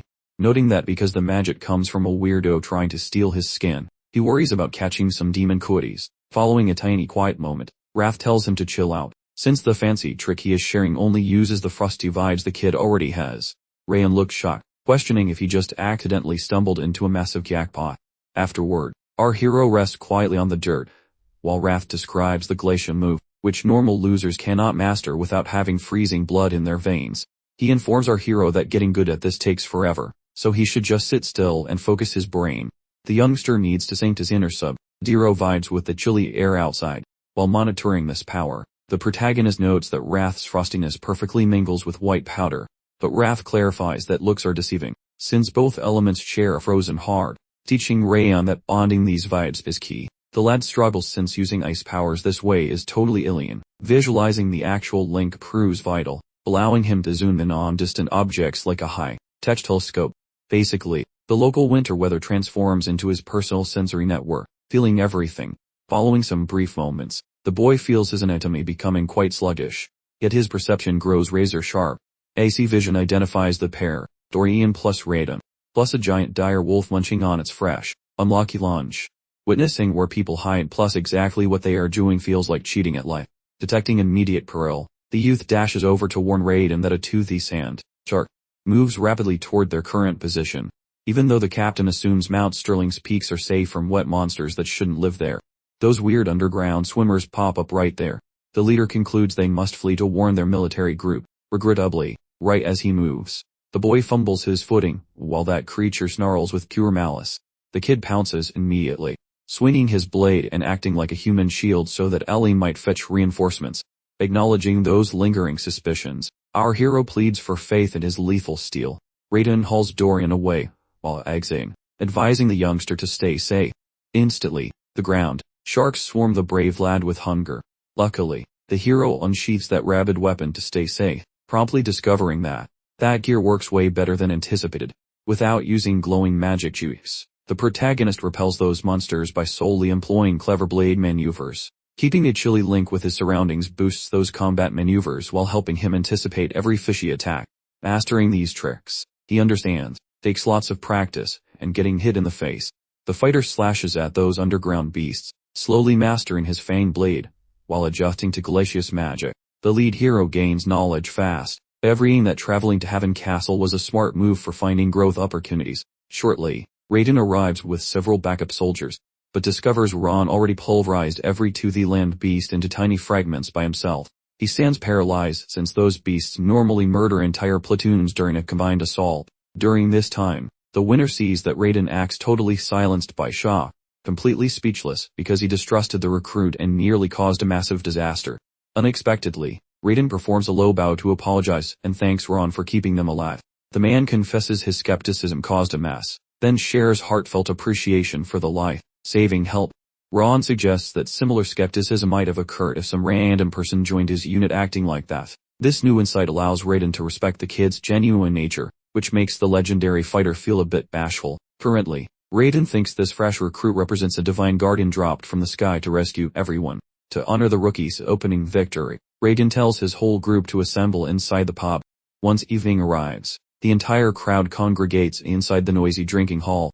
A doubtful warrior questions if our champion actually annihilated every single earth shark by himself, observing he appears younger than 17. Yet Rayon immediately defends the boy. Simultaneously, Wrath obsesses over snacks, claiming cheese and pineapple are a godly match, although our lad thinks the food is gross. Dorian then pokes fun at his young master's extremely bizarre tongue, admitting he could never survive eating the strange pizza Ron is currently chewing. Suddenly, Yua pops up and mentions how attractive the young champion looks, introducing herself while pointing toward various other things on the food list. Scanning the list, the boy finds out that Wrath demands a minty cocoa frozen snack. He feels unsure, yet Yua swears their particular recipe is fantastic, because homegrown herbs are picked daily. When Devildorm mentions teaching Ron a secret martial arts move, our hero finally relents and buys the treat, still wondering why a pub serves sherry ice. Hungry for details, several warriors inquire regarding the way he smashed half a dozen beasts at once. A soldier questions how the youngster became extremely powerful, yet offers deep gratitude for surviving the encounter. The group assumes he will rise through the ranks soon, so they desire a conversation before his schedule fills up. The young champion feels extremely uncomfortable during the acclaim, because he rarely encounters such glowing flattery. At last, Yua delivers the green frozen treat, and Wrath begins acting like a happy toddler, excitedly hyping the flavor, bragging the sugary snack is icy and precious exactly like he is. Out of nowhere, the main dude wonders if Glacia has any spicy hidden features. The entity becomes hyper, shocked the kid actually connected the dots already. He clarifies this skill does more than find things. It turns Frost into a tactical nuke. The boy catches on that he can freeze faces and save his own hide, learning that 12 months of hard work could produce a few killer moves. But that 12-month wait seems extremely boring. Thus the boy suggests a gamble to master those skills within half a year. Wrath pauses, remembering he is the world's most pathetic gambler lately. Yet once the main man cuts the deadline down to 5 moon cycles, the spirit says yes. After some chill tavern vibes, the hero heads back to the boring dorms. While the hero and his pal move for the exit, the girl wanders over and The buddy presents fruity treats created using the remaining tropical garnishes from that pie. The boy expresses gratitude while she suggests a return visit for extra treats. Simultaneously, up on the frosty peaks, the third unit sprints for the fortress to deliver some news, telling the head honcho that some icy freaks are lurking nearby. Come sunrise, Rayon tells the duo they must delete those frosty giants. The sidekick loses his mind since they just started, but the mentor says the big bosses gave the order. The kid recalls the boss got news today regarding a troll pack lounging by Zone 4. A dozen plus one monsters are hanging out, and the vice boss wants them killed prior to visiting Hole 5. The big boss tells his assistant to grab the elite squad plus those furry sellswords to slay those frozen beasts, and check the surroundings prior to coming home. Out of nowhere, the second in command drags the third squad along, because the rookie wiped out the shark beast solo without a scratch, making him a useful meat shield. Back in reality, Rayon tells the guys to pack gear and catch some s. Once the instructor exits, Dorian starts sobbing about having zero downtime before the next lethal mission. He wonders if pointy metal actually works against giant frozen monsters. Our main man ponders how frozen ogres possess fragile hides because of the frost, making them easy targets for glowing blades, even if they heal faster than a lizard tail. The lad starts vibrating like a broken phone, fearing his own demise. But the leader promises that nimble feet can dodge any giant, and when the poor guy remains a shivering mess, our champion suggests something else. He invites the blonde to spar instead, reasoning that surviving a sparring session makes chilly monsters seem like cuddly kittens. Naturally, Dorian decides those snowy beasts are total pushovers, and instantly passes out for the night. At daybreak, by the fortress entrance, the second in command starts counting every nose. Dorian looks like a total zombie, claiming that facing certain death is preferable to one more round with his terrifying friend. Abruptly, a fellow named To, leader of the wolf pack, walks up to greet our wandering warrior. This leader mentions his hired blades are itching for a scrap. The pair lock palms, mentioning how much they enjoy this upcoming group effort, before the mercenary boss wanders off to watch over his goons. Afterwards, the grumpy spirit mutters his disapproval, telling our lead to keep one eye open around that guy, insisting that it has the shifty gaze of a serpent, and such folks usually wait for your back to be turned. The hero pays attention, since he also sensed a chill when their eyes collided. Out of nowhere, Yu shows up with the snacks. The soldiers cheer, noticing she gets more charming, and her recipes get more edible every single day. Watching her win everyone over, our lead realizes she is basically the adorable living Lucky Charm of this entire stony fort. She surprises him with some dried meat prepared by her family, explaining it is a little gift for his big outdoor adventure. Ron gives her hair a soft rub. Soon, the commander tells the group to assemble for some trip instructions. He states their goals are hunting frosty titans and wandering the snowy paths between the high peaks and the chilly ocean. Meanwhile, our hero spots Wrath wearing a very odd, stern face, though the spirit claims he is fine, even though some funky vibes are drifting down from the high cliffs. Eventually, every single warrior marches away from the stone walls. Shockingly, the hired swords demand the trailblazers haul their heavy luggage before they even leave. They order the scouts to cherish those packs like secret girlfriends, then laugh at the poorer guys for being hopelessly and miserably single. Ron ponders why those snowy punchers think scouts are unpaid interns for their dirty work. Rayon clarifies that these big shot warriors supposedly need to save their muscles for brawls, like lazy cats. Thus, the low-ranking scouts follow orders like puppies, since this has been the routine ever since this team arrived. Previously, the scouts acted as janitors, lugging heavy equipment back and scrubbing the battlefield like it was a crazy kitchen. Ron suggests the lad should not let this nonsense sting his pride, since getting grumpy only makes life more annoying. Our hero thinks this scout mistreatment is totally ridiculous. These brave souls gamble with death by sniffing out traps and villains first, yet they get treated like yesterday's garbage. When dealing with this frosty assault team, teamwork is as non-existent as a snowman in a scorching desert sauna. Rayon notes their boss, Ezekiel, thinks this toxic mess is normal. The weirdo.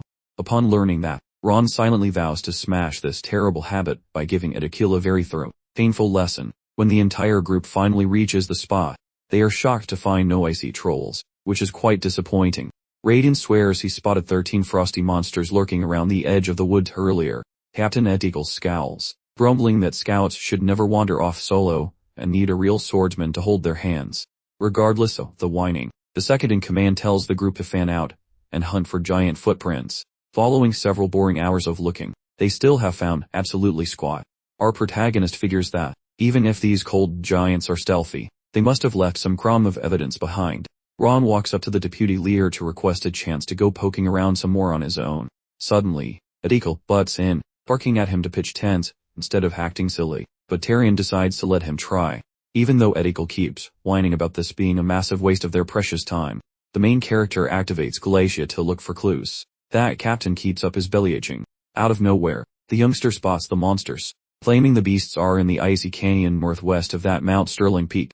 Edical instantly calls him a liar, asking if he actually found them, or is just making stuff up to look cool. The lad verifies everything. Edical fumes, yelling that this is no time for bad jokes, but our hero coolly replies he is not that dumb. Then things calm down. Tyrion wonders how he tracked them, so our kid explains he used a radar trick he learned from a true master. Edical bickers that the icy glen is way too distant for some magical radar to actually work properly. Inwardly, the second in command shares those doubts, thinking a rookie like Ron is probably just dreaming big. Those crimson eyes slice clean across reality, rendering skepticism a very poor fashion choice. That deputy recalls just a single Zygarde resident famously navigates wild terrain like an internal floor plan, specifically Rinmer. Plus, since the boy studied under that legend, he seems credible. The legendary guy bent a sachets frontward, voicing fascination plus inquiring about travel duration. This fellow calculates 30 minutes for arriving besides additional time for locating a superior vantage point. Benta feels flabbergasted that Ron previously whipped up a secret recipe for clobbering those big green monsters. Grinning widely, this youth tells that boss they should investigate, because Sunlight won't be quitting for another couple hours. Ignoring that grumpy Edical whining, Tyrion instructs every soldier for scaling Mount Sterling, claiming such a move might halt catastrophe before things get hairy. Noticing that grumpy captain still remains doubtful, this main hero offers spicy wagers. Should those giants appear exactly as he guessed, those chilly soldiers shall converse politely with scouts, lugging heavy luggage plus assisting with camp scrubbing. Should his guess fail, Rayon will perform any silly task Ediquile dreams up. Ediquile agrees, telling the kid for preparing against a giant serving of failure pie. Afterwards, those warriors march toward the icy canyon, where is a mysterious caped dude watches from some bushes like a creep, stunned to observe the bunch walking straight toward the monster's secret clubhouse. He feels completely confused because they located the hideout despite him scrubbing the trails cleaner than a surgeon's hands. Noticing they might reach those giants sooner than expected, he determines for stalling their progress even more. Suddenly, a particularly nasty idea enters his brain, a concept he likes much more, so he promptly calls some nasty beasties to join the party. Surprise! Those troops bump into a wall of cranky trolls hogging the road. Ediquile mashes those molars, irritated because Rayon tracked some monsters starting from quite significant ranges away like a bloodhound. This youth saunters nearby, referencing their gamble plus declaring that following combat, those snowy troops shall handle every task, since any leader ought to value his oath. Ediquile fumes while the boss steps in, noting how lucky Rayon spotted those brutes plus advising the whole group to prioritize that objective rather than weeping. Tyrion raises every squad for battle plus delivers a signal for starting to shoot arrows like angry bees. Those giants, feeling like pincushions, start to wobble on their feet like drunk toddlers. That leader tells his squad for staying aggressive so those ugly things cannot heal their nasty wounds, pausing each blade, easier for chopping those foes down before anyone can even blink. The lead guy watches how solid group tactic keep those frosty goons totally pinned. Yet, Beto is unique, switching from a mellow vibe to having terrifyingly sharp murder eyes in seconds. Dorian sees Rayon just chilling behind, and asks why he is not sprinting into carnage, as the lead says their goal is guarding those fresh recruits. He also mentions having a private date with a different villain. Shortly, the scout team gets told to play backup from the very back. Raiden tells the blade guys to poke trolls in the face while the shooters annoy them from afar. He admits they are actually kicking butt, because the squad jumped those chilly jerks so hard they forgot how to swing back or even breathe. While Raiden punters grabbing a souvenir for Rayon, danger vibes suddenly hit him. Spinning, he sees a beefy troll soldier and a magic nerd walking up. The giant lug pounces toward Raiden, who knows he is too slow, but Tyrion and Beta salvage his clumsy skin. They tell him to wake up, and Beta notes these buff trolls are built way different. Man.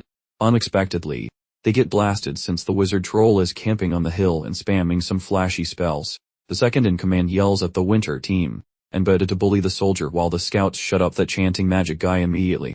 While Raiden tells his team to reload, some weirdo in a robe shoots freezing sticks at them. Luckily, that main dude appears and smashes them, which makes Raiden look speechless. That creepy hidden guy walks closer, complimenting Rayon and Tyrion for being actually somewhat decent. That second leader spots the hooded jerk named Eden and flits out over the obvious ambush. Eden makes a glowing circle in the sky, and summons some nasty frosty dark phantom hacks, and claims he is staying for the whole party. Every grunt hits dirt like some drops sack of flour, and under are frosty hacks which feels like bad winter. Regarding that big fixer, upper project, Eden shouts, he is definitely going to end their careers. Luckily, our young champion lunges ahead and clobbers the villain, shocking the bad guy because he can actually wiggle around despite the spooky magic. Ron mentions he has survived a lifetime of gnarlier hexes and much more freezing vibes. Swiping his wild tooth blade and performing a feral tooth jig, our hero goes for another round. Once that strike connects, he notes that leaning too hard on spooky mojo makes a person lose their actual combat muscles. With Eden fading, and the hacks vanishing, Edekil stands stunned, seeing Ron smash a spell that even put Tyrion on ice. Fast as lightning, Tyrion tells every squad to squash those ugly monsters prior to them getting organized. Once the mess is gone, Tyrion gets in Eden's face, mocking him for not deleting even a solitary soul, and asking why he threw this party, offering a quick nap instead of pain for info. Eden chuckles, rejects any mercy, and spills the tea about splitting the castle's crew, then mentions a spicy little parting present, and suddenly, a massive bang rattles the big house. While the noise echoes, Eden brags that their fancy home is going to crumble like a stale cookie. The whole army loses their cool when they notice the barbecue smoke rising from the fort. Rayon, looking totally rattled, screams that the fortress was marketed as a completely invincible stone box. Meanwhile, that blue ghost guy, Eden, admits their first idea was just to bait the big boss, Nilint, out. Since the first act flawed, he improvised a second one, using a magic chant to bring a bunch of ugly monsters into the lobby. Those oversized green dudes are probably redecorating the interior with heavy clubs right about now. Losing his temper, Tyrion serves Eden a very high-speed knuckle sandwich, shouting that their home is far too tough to be broken by a few stinky green guys. Our hero concurs, thinking that as long as the legendary boss is home, the property value remains totally safe. Suddenly, that cobalt phantom starts cackling like a maniac, while the entire floor starts doing a very aggressive, wobbly dance. The troops start looking quite perplexed, but our hero gets a feeling this is not just a standard geological rumble. Eden gloats about pulling every string perfectly, claiming the heroes have been dancing to his tune the whole time. He brags that nobody can do squat but witness the fortress crumble into dust from safety. Next he giggles crazily, mocking the soldiers of Tyrion. Boiling with anger, Tyrion deletes Eden right there. He subsequently tells every squad to head back to Avon Fortress now. Currently, the building is cooking like an oven inside. Indoors, Nilane tells his army to save the peasants first, telling the primary group to douse the flames, while the second crew tackles the chilly giants. Luckily, Tyrion arrives back with every single soldier. Nilane says that frozen monsters attacked them, wondering if the group spotted any weird business during their little field trip. Tyrion explains how Eden planned the sneak attack, mentioning they slapped the blue spirit that was bringing in those frosty pests. Yet he cautions, considering the evil speech and the rumbling ground, the villains are likely brewing something worse than blue monsters. Nilane debates if the bad guys actually benefit from capturing the dusty old Haven castle. However, Tyrion argues that this mess could spark a massive monster marathon way too early. Between frosty beasts, ugly creatures, and the shaky floor, the giant tsunami of monsters is definitely coming for them. The grunts start sweating bullets, fearing their broken home cannot survive an incoming parade of hungry, biting things. Nilane screams at the top of his lungs for silence, scolding the guys for behaving like frightened little kittens. He mentions that Haven is the big metal wall of this land, and if they lose, everyone's grandma and dog will be defenseless. Using a very emotional monologue, Nilane makes the army feel brave again, begging the boys to swing their swords for their sweethearts, not just their skins. His talk quickly makes everyone feel heroic, making Ron look totally shocked by his boss energy. Nilane tells half the boys to babysit the locals and scrub floors, while the others must guard the brick walls, telling Dorian and the hero to stay inside, though Tyrion thinks it is smarter to drag both of them to the battlements too. Nilane pauses, saying that those two will become monster snacks once the first round starts. Nevertheless, Tyrion argues that the lead guy killed that blue ghost with just one smack, while Dorian came back without a scratch, so do not think they are weaklings. Eventually, Nilane tells Ron and Dorian to get their butts up to the stone walls for defense duty. Standing high, a scout sees a very strange thing coming. That leader watches the scene, feeling quite paralyzed. Then asks his friend Yahello about seeing such soggy surges before, but the guy admits this is his tibbat. Staring at the smelly crowd, the boy thinks of those descriptions of heaven being a perpetual war zone, where once meshes icy North Sea beasts and Mount Sterling ghouls without rest. Right now, a giant flood of ugly trolls is sprinting toward the front door. The chief wants a head count, so Tarion says 1,000 are visible, though the constant flow suggests many thousands more are coming for a snack. Ron feels dizzy, noticing his magic nose cannot even tally the massive amount of beastly bodies approaching. That commander queries whether the lad recognizes these floods, yet our champion admits having slight knowledge. Thinking back, the lad knows stopping such surges typically results in many funerals, hence why squads go on journeys, practicing for such disasters to keep the body count down. Walls can be patched up, but dead guys are notoriously bad at coming back. Right now, the kid must ensure few fighters end up in a coffin today. Those beasts howl loudly, and the boss tells the gang to lift their pointy toys, even if their knees are shaking. He pumps them up, shouting that heaven graduates survive any trial, then brandishes steel while promising a round of booze later. Guys with plates and sticks stand in front, while the bone nerds climb the high rocky bits. Once the leader shouts, sharp sticks fall on fuzzy targets, meaning dies. Yeah, some lookout screams about a beefy green enemy sprinting toward the giant wooden portal. Those grunts try stopping him, but the chunky guy simply does not care. That boss moves ahead, swearing to guard the portal solo. Additionally, green thugs start climbing the bricks, so the troops must use magic glows once the enemies reach the P. Even with their hard work, one green intruder hops the fence. This causes a nearby grunt to shriek for a savior. Luckily, our lad zooms over, deleting that green beast using only one hit. The boy gasps, thinking this place is a total dumpster fire, even after he turned hundreds of beasts into rugs. It seems his current efforts are as effective as trying to tickle a stamp bead. Suddenly, command screams for everyone to grab something sturdy, because a spicy bonehead is currently hugging the eastern wall. That creature just went boom on the castle stone, sending our main man face planting into the dirt. While he panics about his fellow soldiers, he hears the symphony of guys having a very bad day. Noticing that gravity just claimed several buddies thanks to the explosion, he gets ready to play combat medic.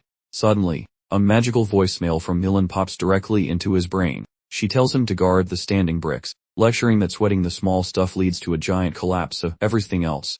The guy gets it, because ditching their posts to rescue friends would just let the monsters in for a buffet. However, since he lacks a fancy officer title, he sets a private goal of keeping every soul away from the afterlife. Without warning, the brave lad dives off that ledge to guard his hurt buddies. This makes Wrath scream that he is nuts, doubting his ability to survive while playing a human shield.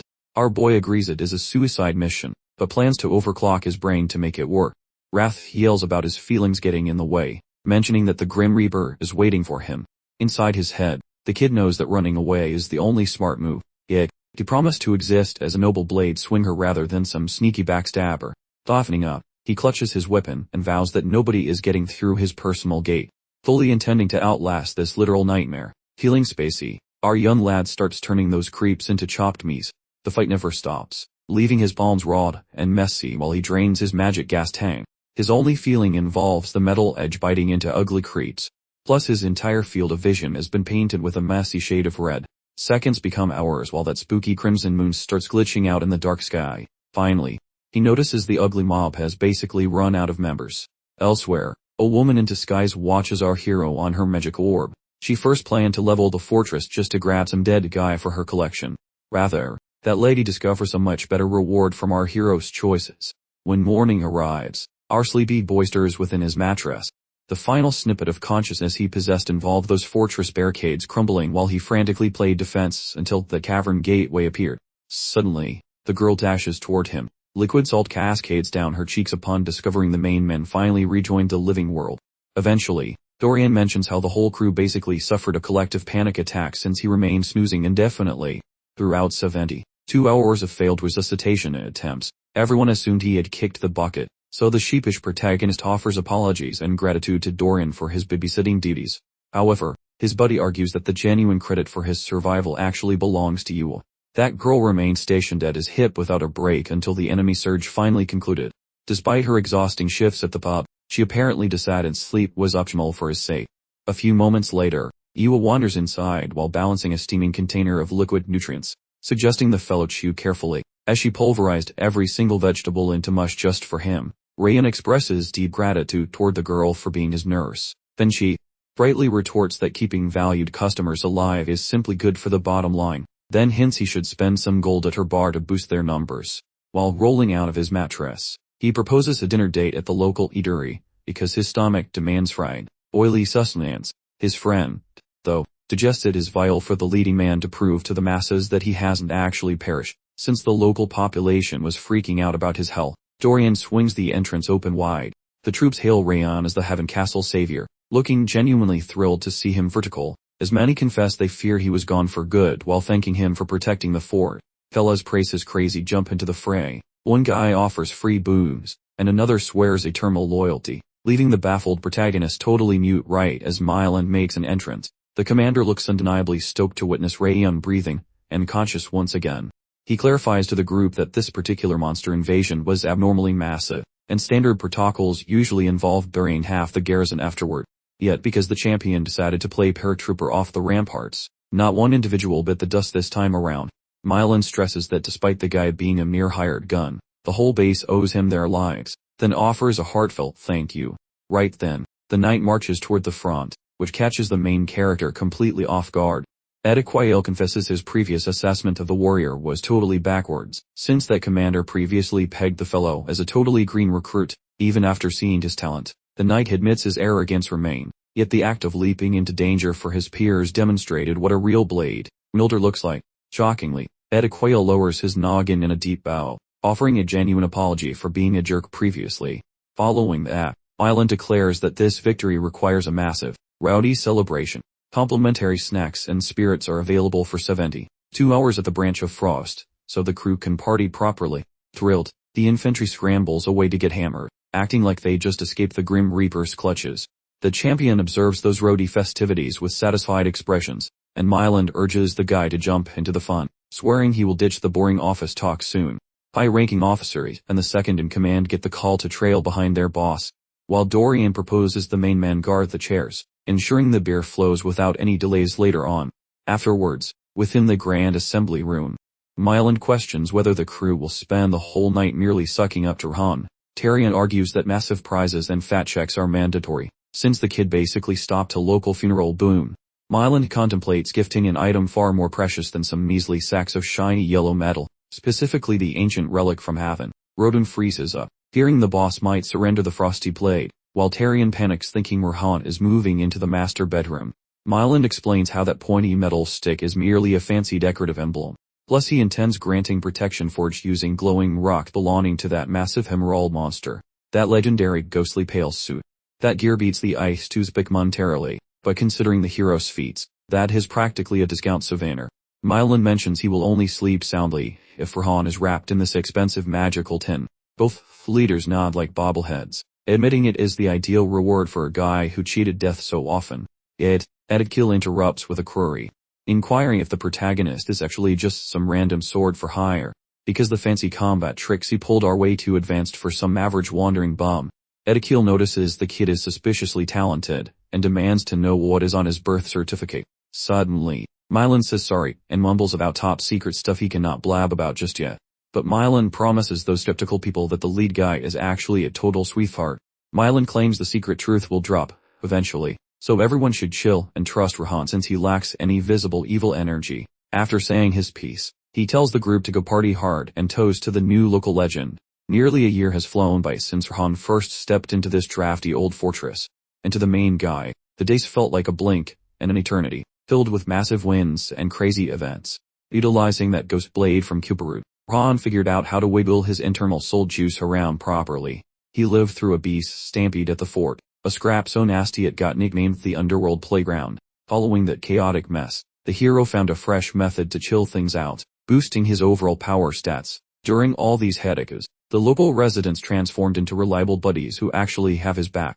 Local gossip regarding these victories saturated every kingdom, providing Rayon a cool moniker as epic fables travel everywhere. Toward the northwest corner, past that massive sandy pit called the Levine Desert, life was getting quite spicy. Word reaches Burn about a mythic warrior causing a ruckus at Haven Castle. A leafy-haired dude mentions how a Golden Blade Master spent all night protecting the weak, burning nicknames like Castle Savior and Scary Sword Freak. His pulse quickens upon noticing that his favorite overachiever named Ron is somehow packing on even more raw power. That green fellow sits, asking if Ron is the target Burn wants to crush, which the blonde admits is the primary goal. This observer wonders why Burn looks like a kid on Christmas. Instead of being grumpy, his rival is becoming a monster. Buran claims it is way more fun, because chasing down a beast who keeps moving the finish line makes victory tastier. Plus, the more terrifyingly potent our hero becomes, the more Buran will have to improve just to stay relevant. The broccoli-haired guy jokes they must be best pals, but Buran gets sappy, claiming they are strictly professional competitors. Over on the opposite border of that dusty Lithane wasteland, news reaches Martha regarding that legendary freak currently haunting the Haven Castle area. That sidekick mentions a common legend regarding the fortress surviving a massive tsunami of beasts once Ra decided to flex. Martha lets out a breath, wondering if this guy has a limit, or is just aiming for absolute godhood. Her helper rolls their eyes, and says stories are mostly lies, insisting Martha could still kick the heroes, but in a scrap. They highlight the pile of corpses she recently slaughtered. That woman disagrees, grumbling that her current body count is still lacking. She feels that Ron has leveled up like some video game character on a massive winning streak. Her helper looks worried, wondering what kind of nightmare could make a person like Martha feel so nervous. Martha admits the guy once saved her from the grave, and she considers him her official rival for now. Hidden inside that Kadam tropical camp, a fellow soldier asks the girl how anyone could dive from ramparts and act as a doctor during the massacre. Some woman with cropped hair calls it a total fairy tale, since no child could achieve that, then asks the girl for a second opinion. Our girl stays cool, while stating the rumors are legit, since the hero is a walking cheat code. The short-haired fighter assumes the guy is a wimp compared to Runan's skills. Runan corrects them, saying he is tougher, with a mind and body of steel. The group looks stunned, mostly because that girl usually conquers the local foliage for breakfast in under 6 hours without even trying. A scout on a branch notices Runan acts weird when Ron comes up, asking if he is her ultimate rival. Runan explains she just wants to be strong enough to tag along, acting like a reliable partner, not a useless sack. Somewhere else, the protagonist is on a frozen peak, obsessively trying to master his frosty glacier techniques. Ron realizes this is the more he plays with ice, the more his senses start to tingle with incredible high-definition clarity.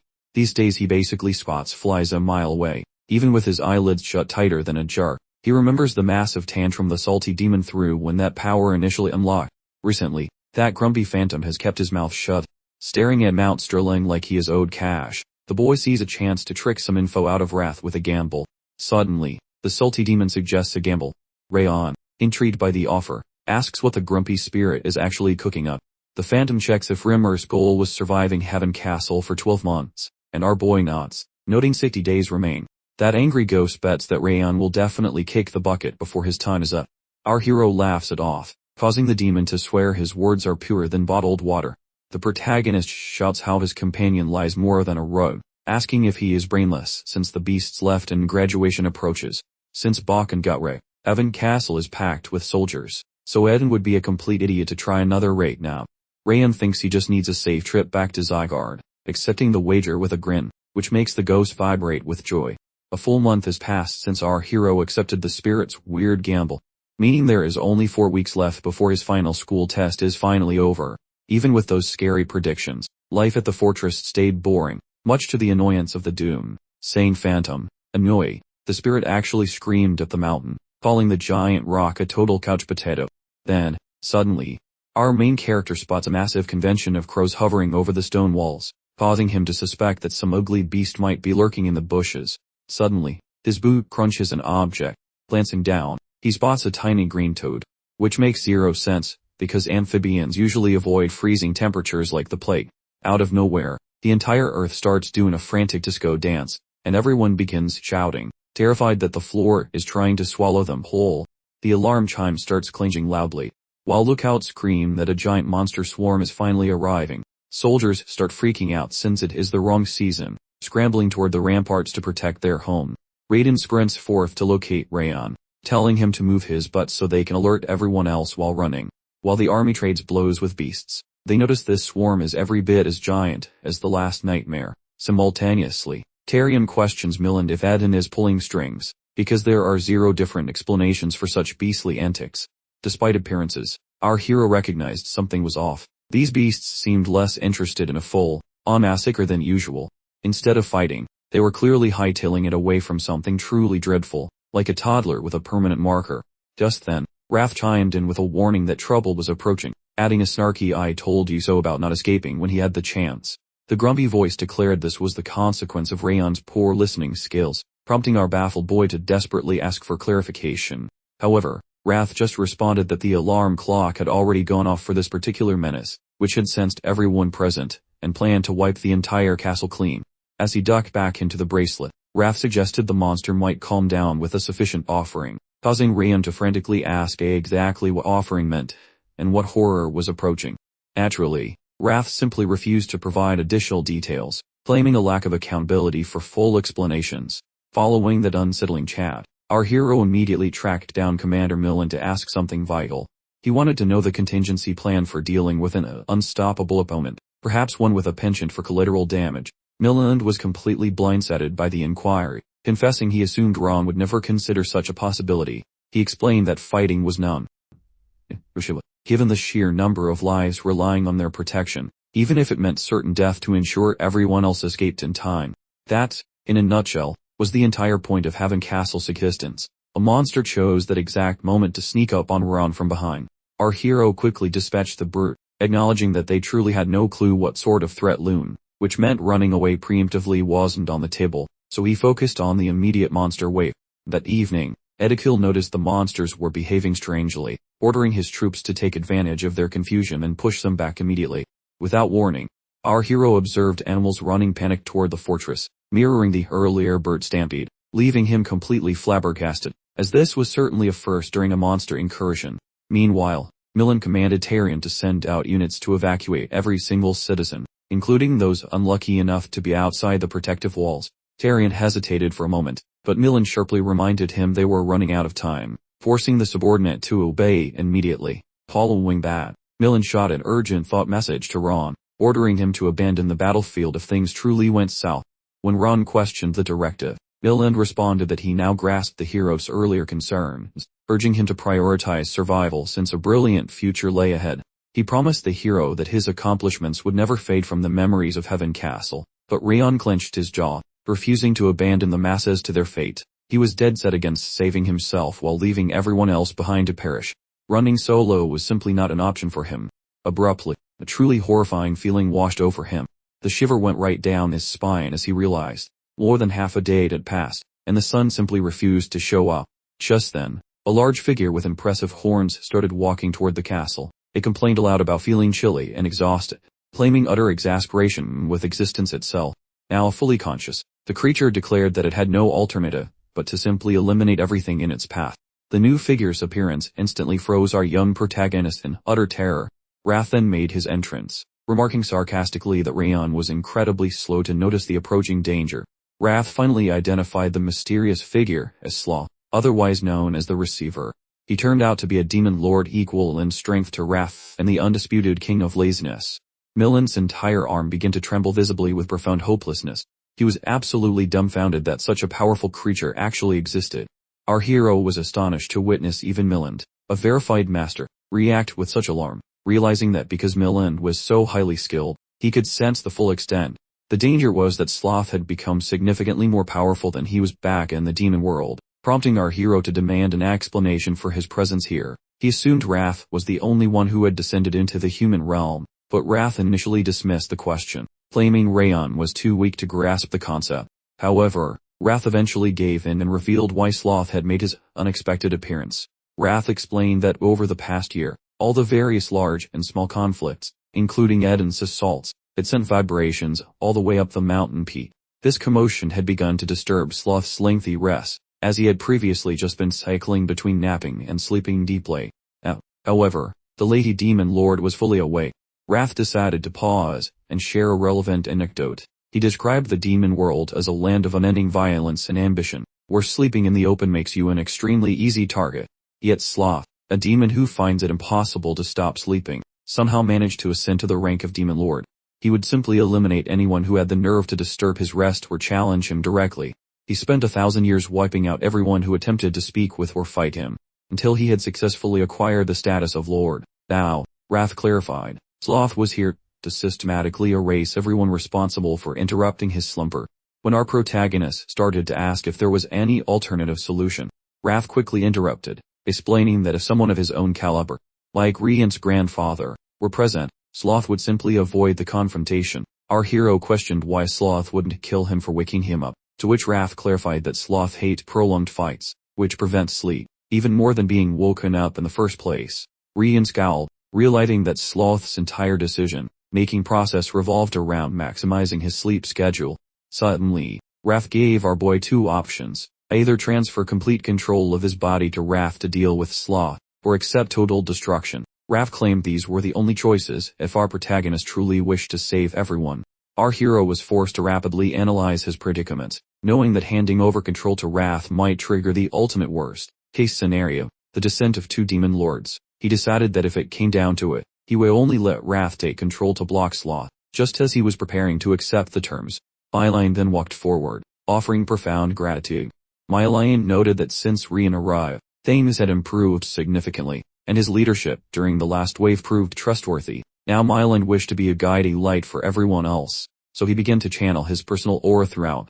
The old man says his work is done since he is basically ancient. However, the young lad still has worlds to conquer, making him feel like a total clown for wanting to quit right now. Igniting his spirit, the boy informs the captain that fighting alone is suicide, hence they shall face the chaos together. The kid screams for the crowd to scram because the grumpy old man said so, while Tyrion starts whining from the back, rejecting the idea of ditching his buddies. He demands to stick around until the very last credits roll. The old guy yells that the shaky warrior must rescue others, because he currently possesses the stability of a baby giraffe. Their destiny is grim. Sadly, the commander tells every squad to vacate the fortress and unlock the southern entrance. Each second these two stall buys time for rescue, so the troops flee while begging their leaders to stay alive. The angry one grins, teasing that their struggle is useless, because the lazy bum is already outside the castle entrance. That sleepy villain complains about the icy temperatures, feeling rather cranky because others ruined his nap time. Next he hurls a massive magical blast at the fortress, which almost turns our protagonist into a human pancake, proving the previous attack was just a light warm. The angry spirit offers a spicy deal. I either hand over the wheel or get deleted from existence immediately. However, the kid refuses to quit, hunting for a loophole using the random junk he learned during his journey. He ponders the various traits of his enemy, including his extreme laziness, chilly vibes, and total lack of motivation. Connecting the clues like a frantic detective, the young warrior suggests a bargain to the grumpy soul. The entity appears stunned, hence the boy clarifies. The hero suggests absorbing that fury for strength increase, yet the ghost chuckles, stating the deal offers him nothing. The lad argues that simply withholding cooperation would cause every person here to perish. If this strategy backfires, the boy will permit the entity to take charge. The spirit fumes. He shuts his mouth as the veteran hits the floor. The lad screams for an answer immediately. Lacking any other choice, the salty spirit concedes, muttering that the hero shall definitely regret this annoying stunt. Consequently, the sleepy giant senses the spicy vibes and stops moving. Suddenly, the young warrior announces that such a lazy bum must not create drama here, because this region belongs to the angry king, while the lad serves as his current container. The grumpy ghost stands totally stunned. Then he erupts with pure shock, wanting to understand how the kid hijacked his body or what stunt is being played. Finally, the clever hero confesses he is pranking the ghost for always being a total nuisance to him. The angry one is totally baffled, yelling to find out why the boy just claimed this entire fortress belongs to him now. That youngster completely overlooks every inquiry, providing the hero responses. In the meantime, the sleepy giant halts, hoping to verify if the boy is actually the ghost's host, which the lead confirms by claiming the spirit is fuming at any intruders on his land. Within his head, the Ice King screams for Ron to quit lying, because he never uttered those weird threats. However, our main man understands that all of the spirit's whining is basically just shouting into a void. The drowsy one only picks up on the intense frustration pouring out, which was carefully cultivated through a ridiculous wager. Acting as the host, the kid orders the napper to carve this divine command into his lazy soul immediately. Inhaling a massive, theatrical lungful, the youngster bellows like someone possessed, shouting how the lover must perish due to invading and swearing the spirit will sabotage his rest forever should he remain, while the actual ghost wonders if Ron has lost his mind since he never suggested such things. Out of nowhere, the sleepy giant starts sweating, terrified by the thought that his precious nap time could vanish forever. Noticing the panic, our lead feels shocked his trick is succeeding, so he ramps up the drama. Faking a negotiation with the spirit, he fakes a tremble and stammers, looking terrified to block the spirit from appearing, while the actual ghost is totally lost trying to understand the boy's weird behavior. Continuing the performance, Ron begs the spirit not to blow his energy on a sleepyhead because they need it to conquer the mainland. At last, The napper talks, staring intensely at the metal jewelry on the kid's arm. Undeterred, the lad keeps role-playing, asking the spirit if he plans to punish the napper for hitting his minions, and if he will stalk the guy to ruin every future siege day. Hearing this, the drowsy demon goes stiff, imagining the nightmare of being hunted forever without a single wink of sleep, and pondering if the ghost would actually scrap with him nonstop.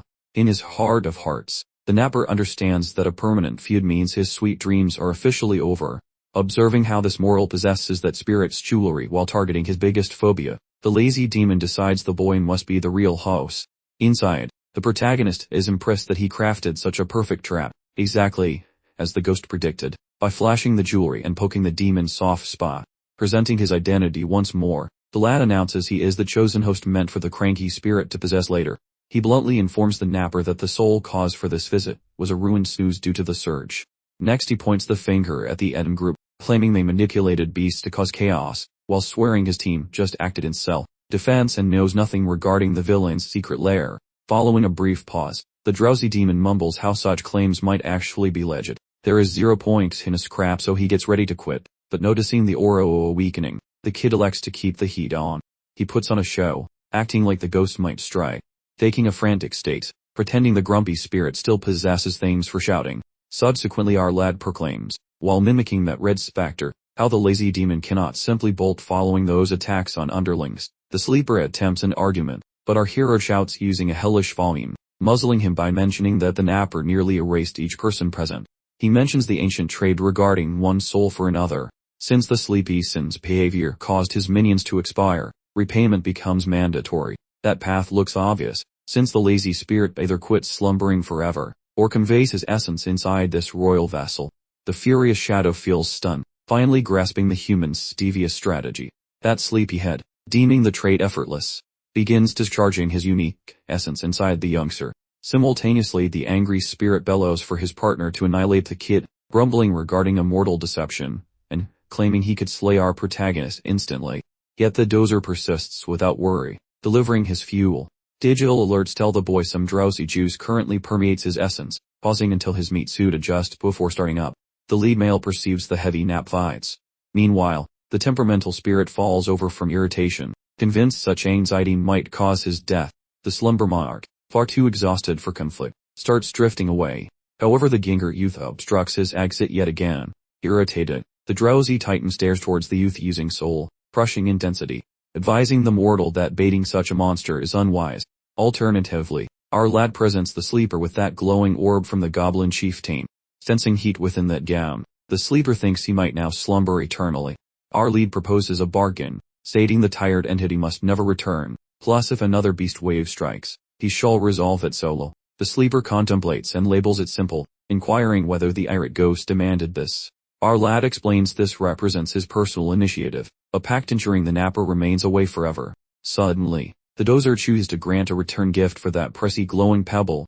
Hoisting his limb, the napper gifts the youth a floral bangle, mimicking that irate spirit's accessory, mentioning the item provides future utility. While the boy doubts the floral aesthetic, the napper claims it suited his previous master's unique flair.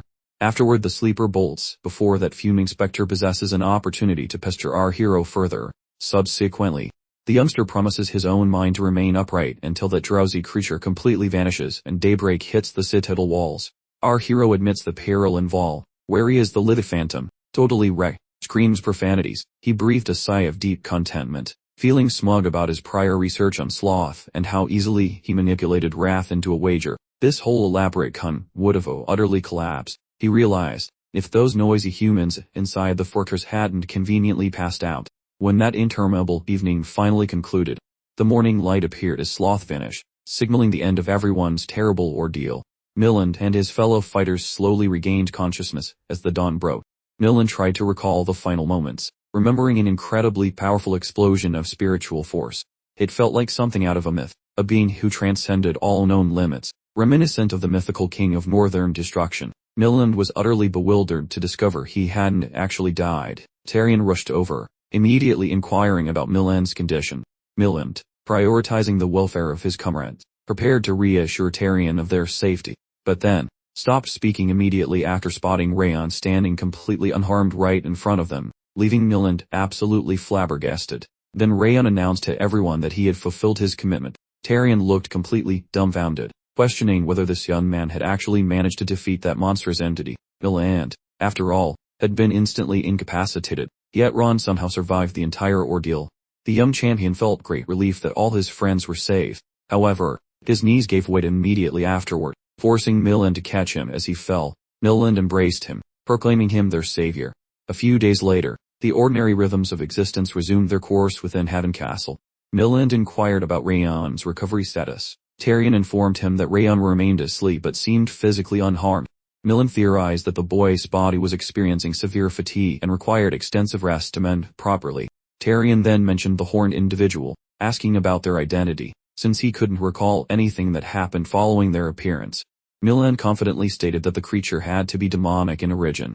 The malevolence, sinister energy emanating from it was undeniably the mark of a powerful Finn. That level of destructive force could only belong to a demon king. Milan confessed that facing such an entity successfully required a legendary figure, like the mythical king of northern destruction himself.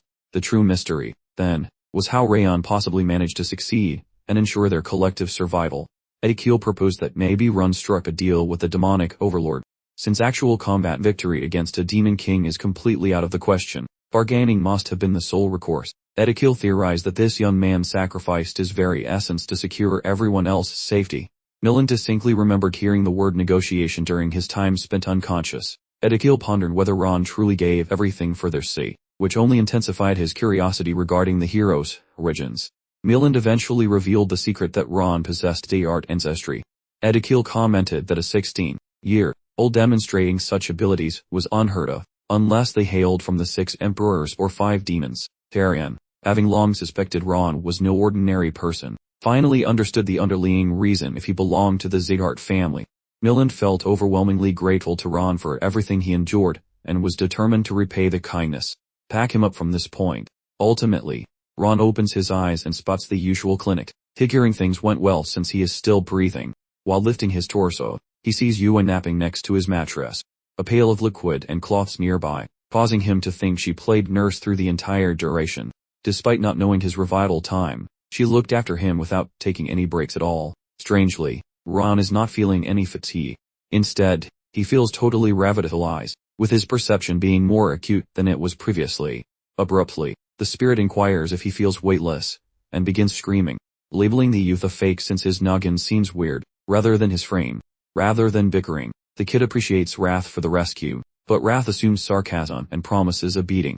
Wrath ponders if Ron is the sole human to trick 2 hell rulers, calling Sloth the dumbest monarch for being to see you. Also, he screams that it is illogical for the boy's spirit to expand simply by resisting Sloth for a brief moment. Puzzled, Ron examines his attributes, and discovers various prizes, with numerous talents improved. He admits he lacked the opportunity to inspect them, before collapsing, yet now he spots a weird detail. Because of the Sloth attribute, his power levels will rise while he is napping. Both the devil and the kid are shocked by this new information. Currently, Ron knows why he feels great, as his nap equaled a full day of exercise, making him happy with the bonus gains, while Wrath gets angry at Sloth for failing to kill the boy. The demon insists on hearing the specific numbers of the protagonist, and the youngster answers that his points have gone up by nearly 11. This makes Wrath silent, then in rage, shouting about the massive loot the kid stole, while Ron grins, saying his power spikes from Wrath's tantrum, just as Yua wakes and Ron walks inside. Both ask if the hero is doing well, and he claims they are worrying way too much.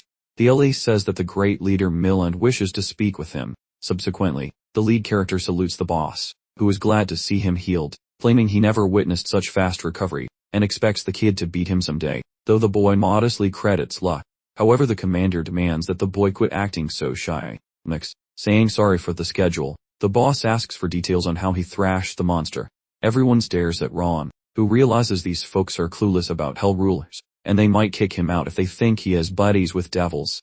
While the kid fumbles for a fib, Milan silences him, insisting he owes no explanations, leaving our protagonist dazed while Milan blathers on, basically claiming that Spooky Beast was a hellish sovereign, and they assume Ron swapped his fleshy bits and ghost essence just to shoo him away. The lad stays quiet, while the sidekicks nod, praising his heroic haggling with the devil, making him realize this misunderstanding is snowballing out of control. Meanwhile, the angry spirit screams that the lazy demon actually forfeited his essence, and no self respecting devil would ever window, shut for human spirits. The leader stands and bellows that because the kid gave plenty, they shall compensate him, as every captain offers a dramatic salute, swearing that the entire fortress has his back, and he simply must holler if he ever desires a snack or a small favor. After a brief pause, the youth mentions there is actually a single tiny request he has in mind, a friendly scrap against the head honcho before he retreats back to his own house. The calendar pages fly by like a frantic pigeon until he reaches his final graduation. Because of the lazy one, our main guy has gotten quite cozy with his beefy physique, finally figuring out how those weird magic tricks actually were, and currently his athletic form is looking sharper than a high-end kitchen knife. At present, the youth wanders toward the fighting pit to challenge the commander, while the local peanut gallery goes wild, screaming for him to knock the old man's socks off before he hits the road. The veteran inquires if the lad is hated, and our hero promises he is fully prepared, having anticipated this specific beatdown. Ignoring any additional pauses, the boss bellows it is time to rumble. The youngster instantly feels the massive, scary energy radiating from Milan, the undisputed heavyweight champion of this dusty old castle. He acts first, charging forward to land a spicy opening blow. Yet the boss parries that swing with absolute grace.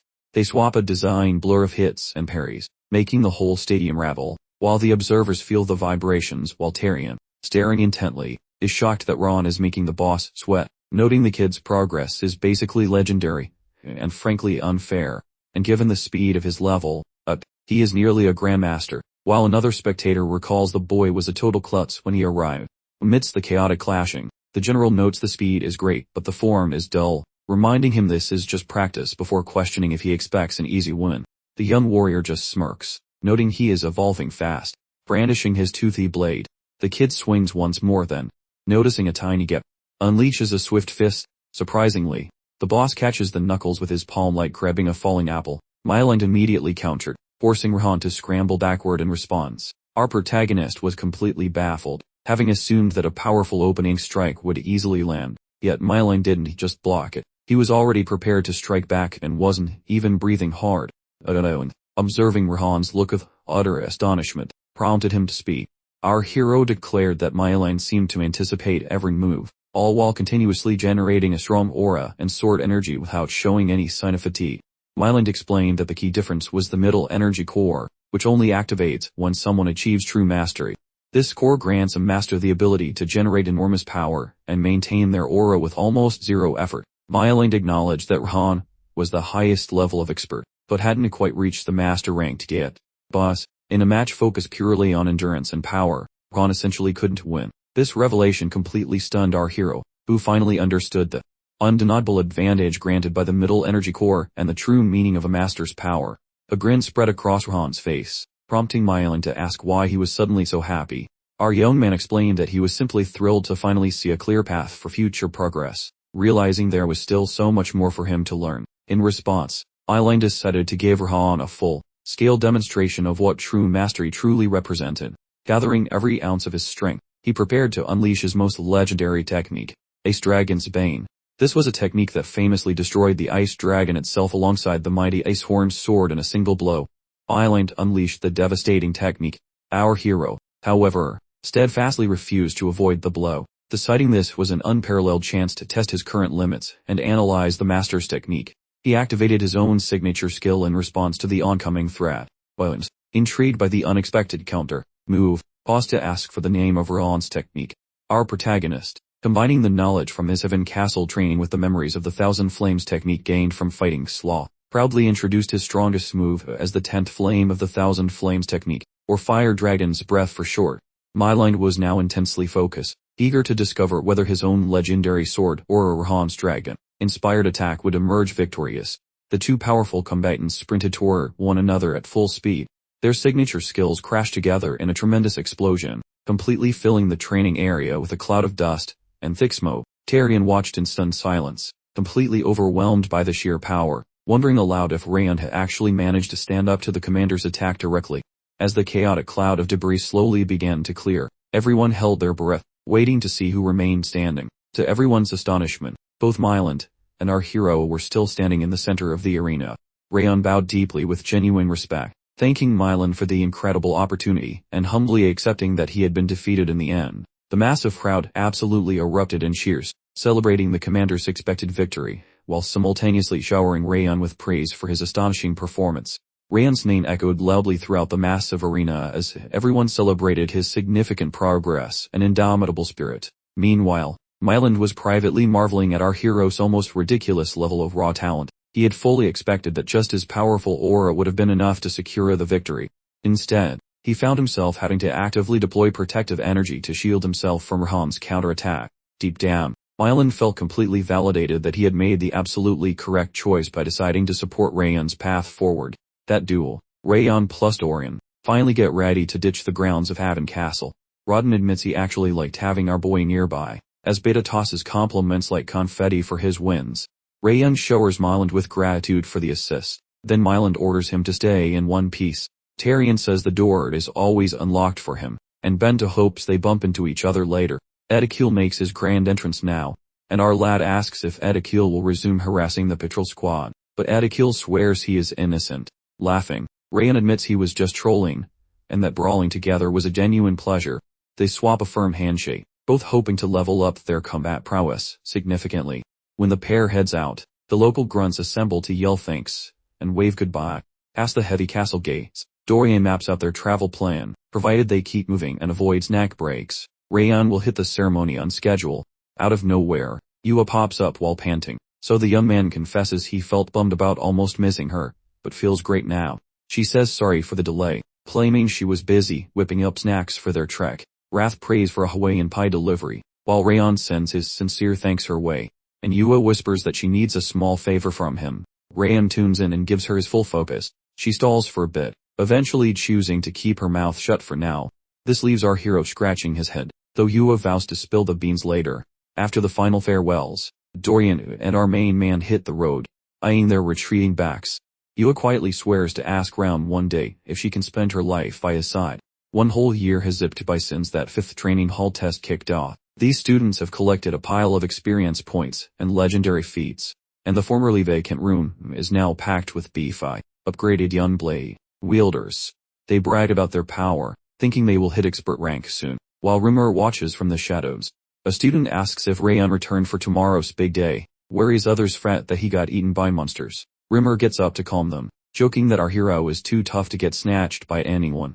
He tells them to quit stressing and keep their eyes on the graduation prize. Then he flops back down, grinning as the students head out. Still, worry nibbles his guts.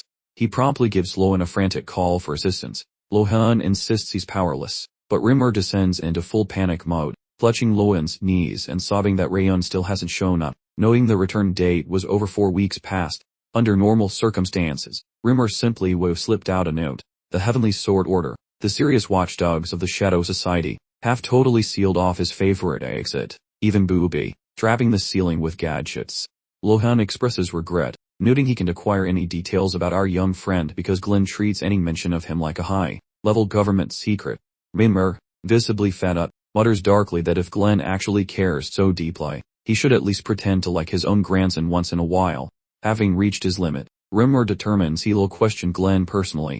He assures Lohan he will reveal whatever information Glenn provides, then stomps away. Lohan, meanwhile, watches nervously in the direction of the main house. In a flash, Glenn angrily projects his strength to put Rimmer in his place.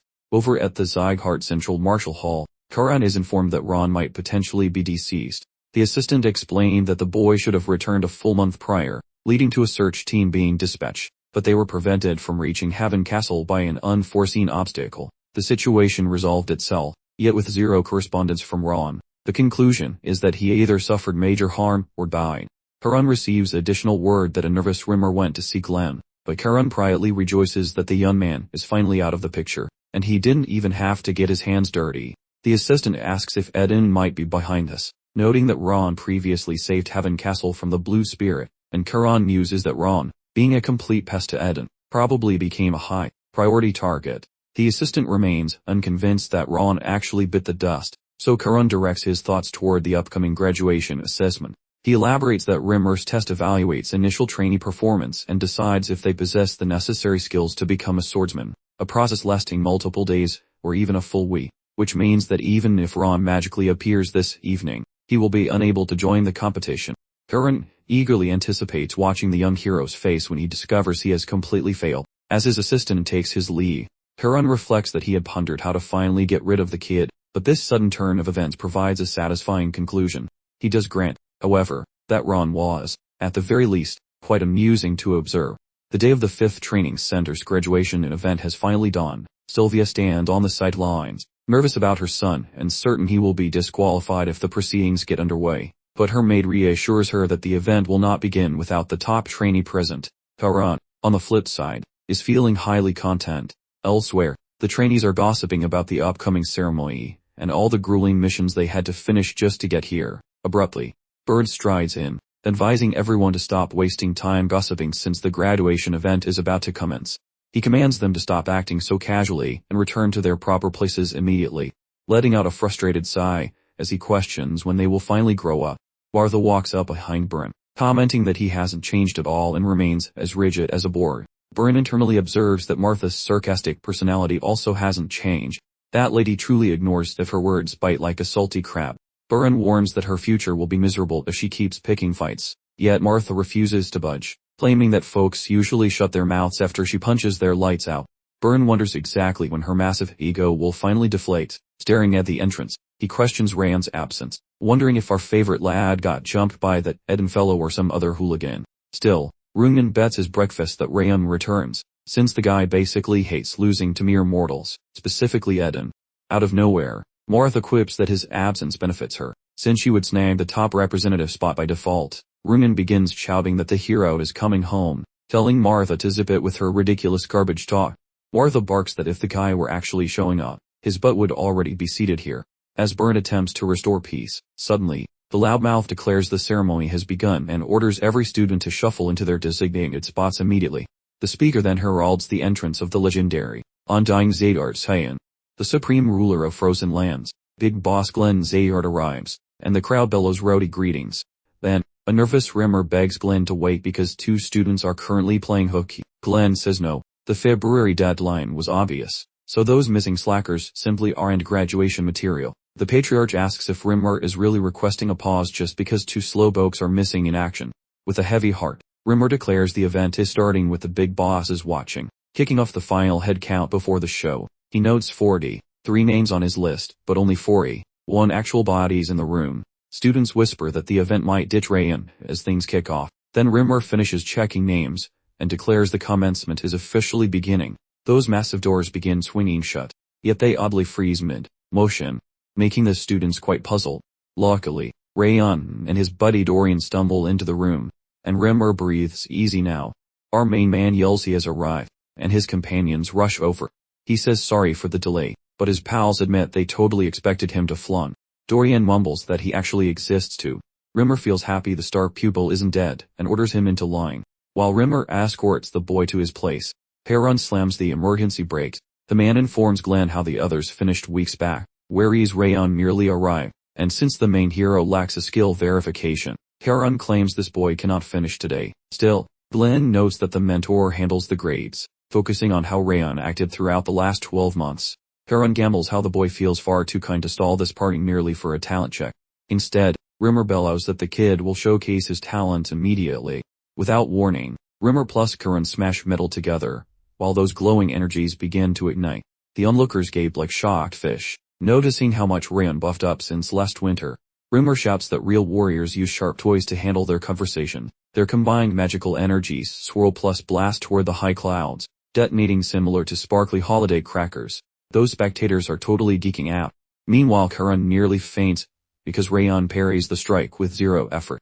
He sits there pondering what kind of secret training Rayon survived while he was gone. Rayon mentions to Harun how such a flashy performance should serve as proof. With no other options, Harun retreats while making annoying noises with his mouth. Then, Rimmer checks with the leader to see if the graduation party can finally commence. Glenn gestures toward the wrecked arena floor plus remarks how he intends to pose tough inquiries regarding Rayon once the show finishes, yet he allows Rimmer to continue. Rimmer summons the star pupil Rayon forward, and starts reading the official list of names. Exactly 43 students are here, nobody is missing, and everyone is present. Consequently, the final celebration for the 5th room's graduates is officially underway.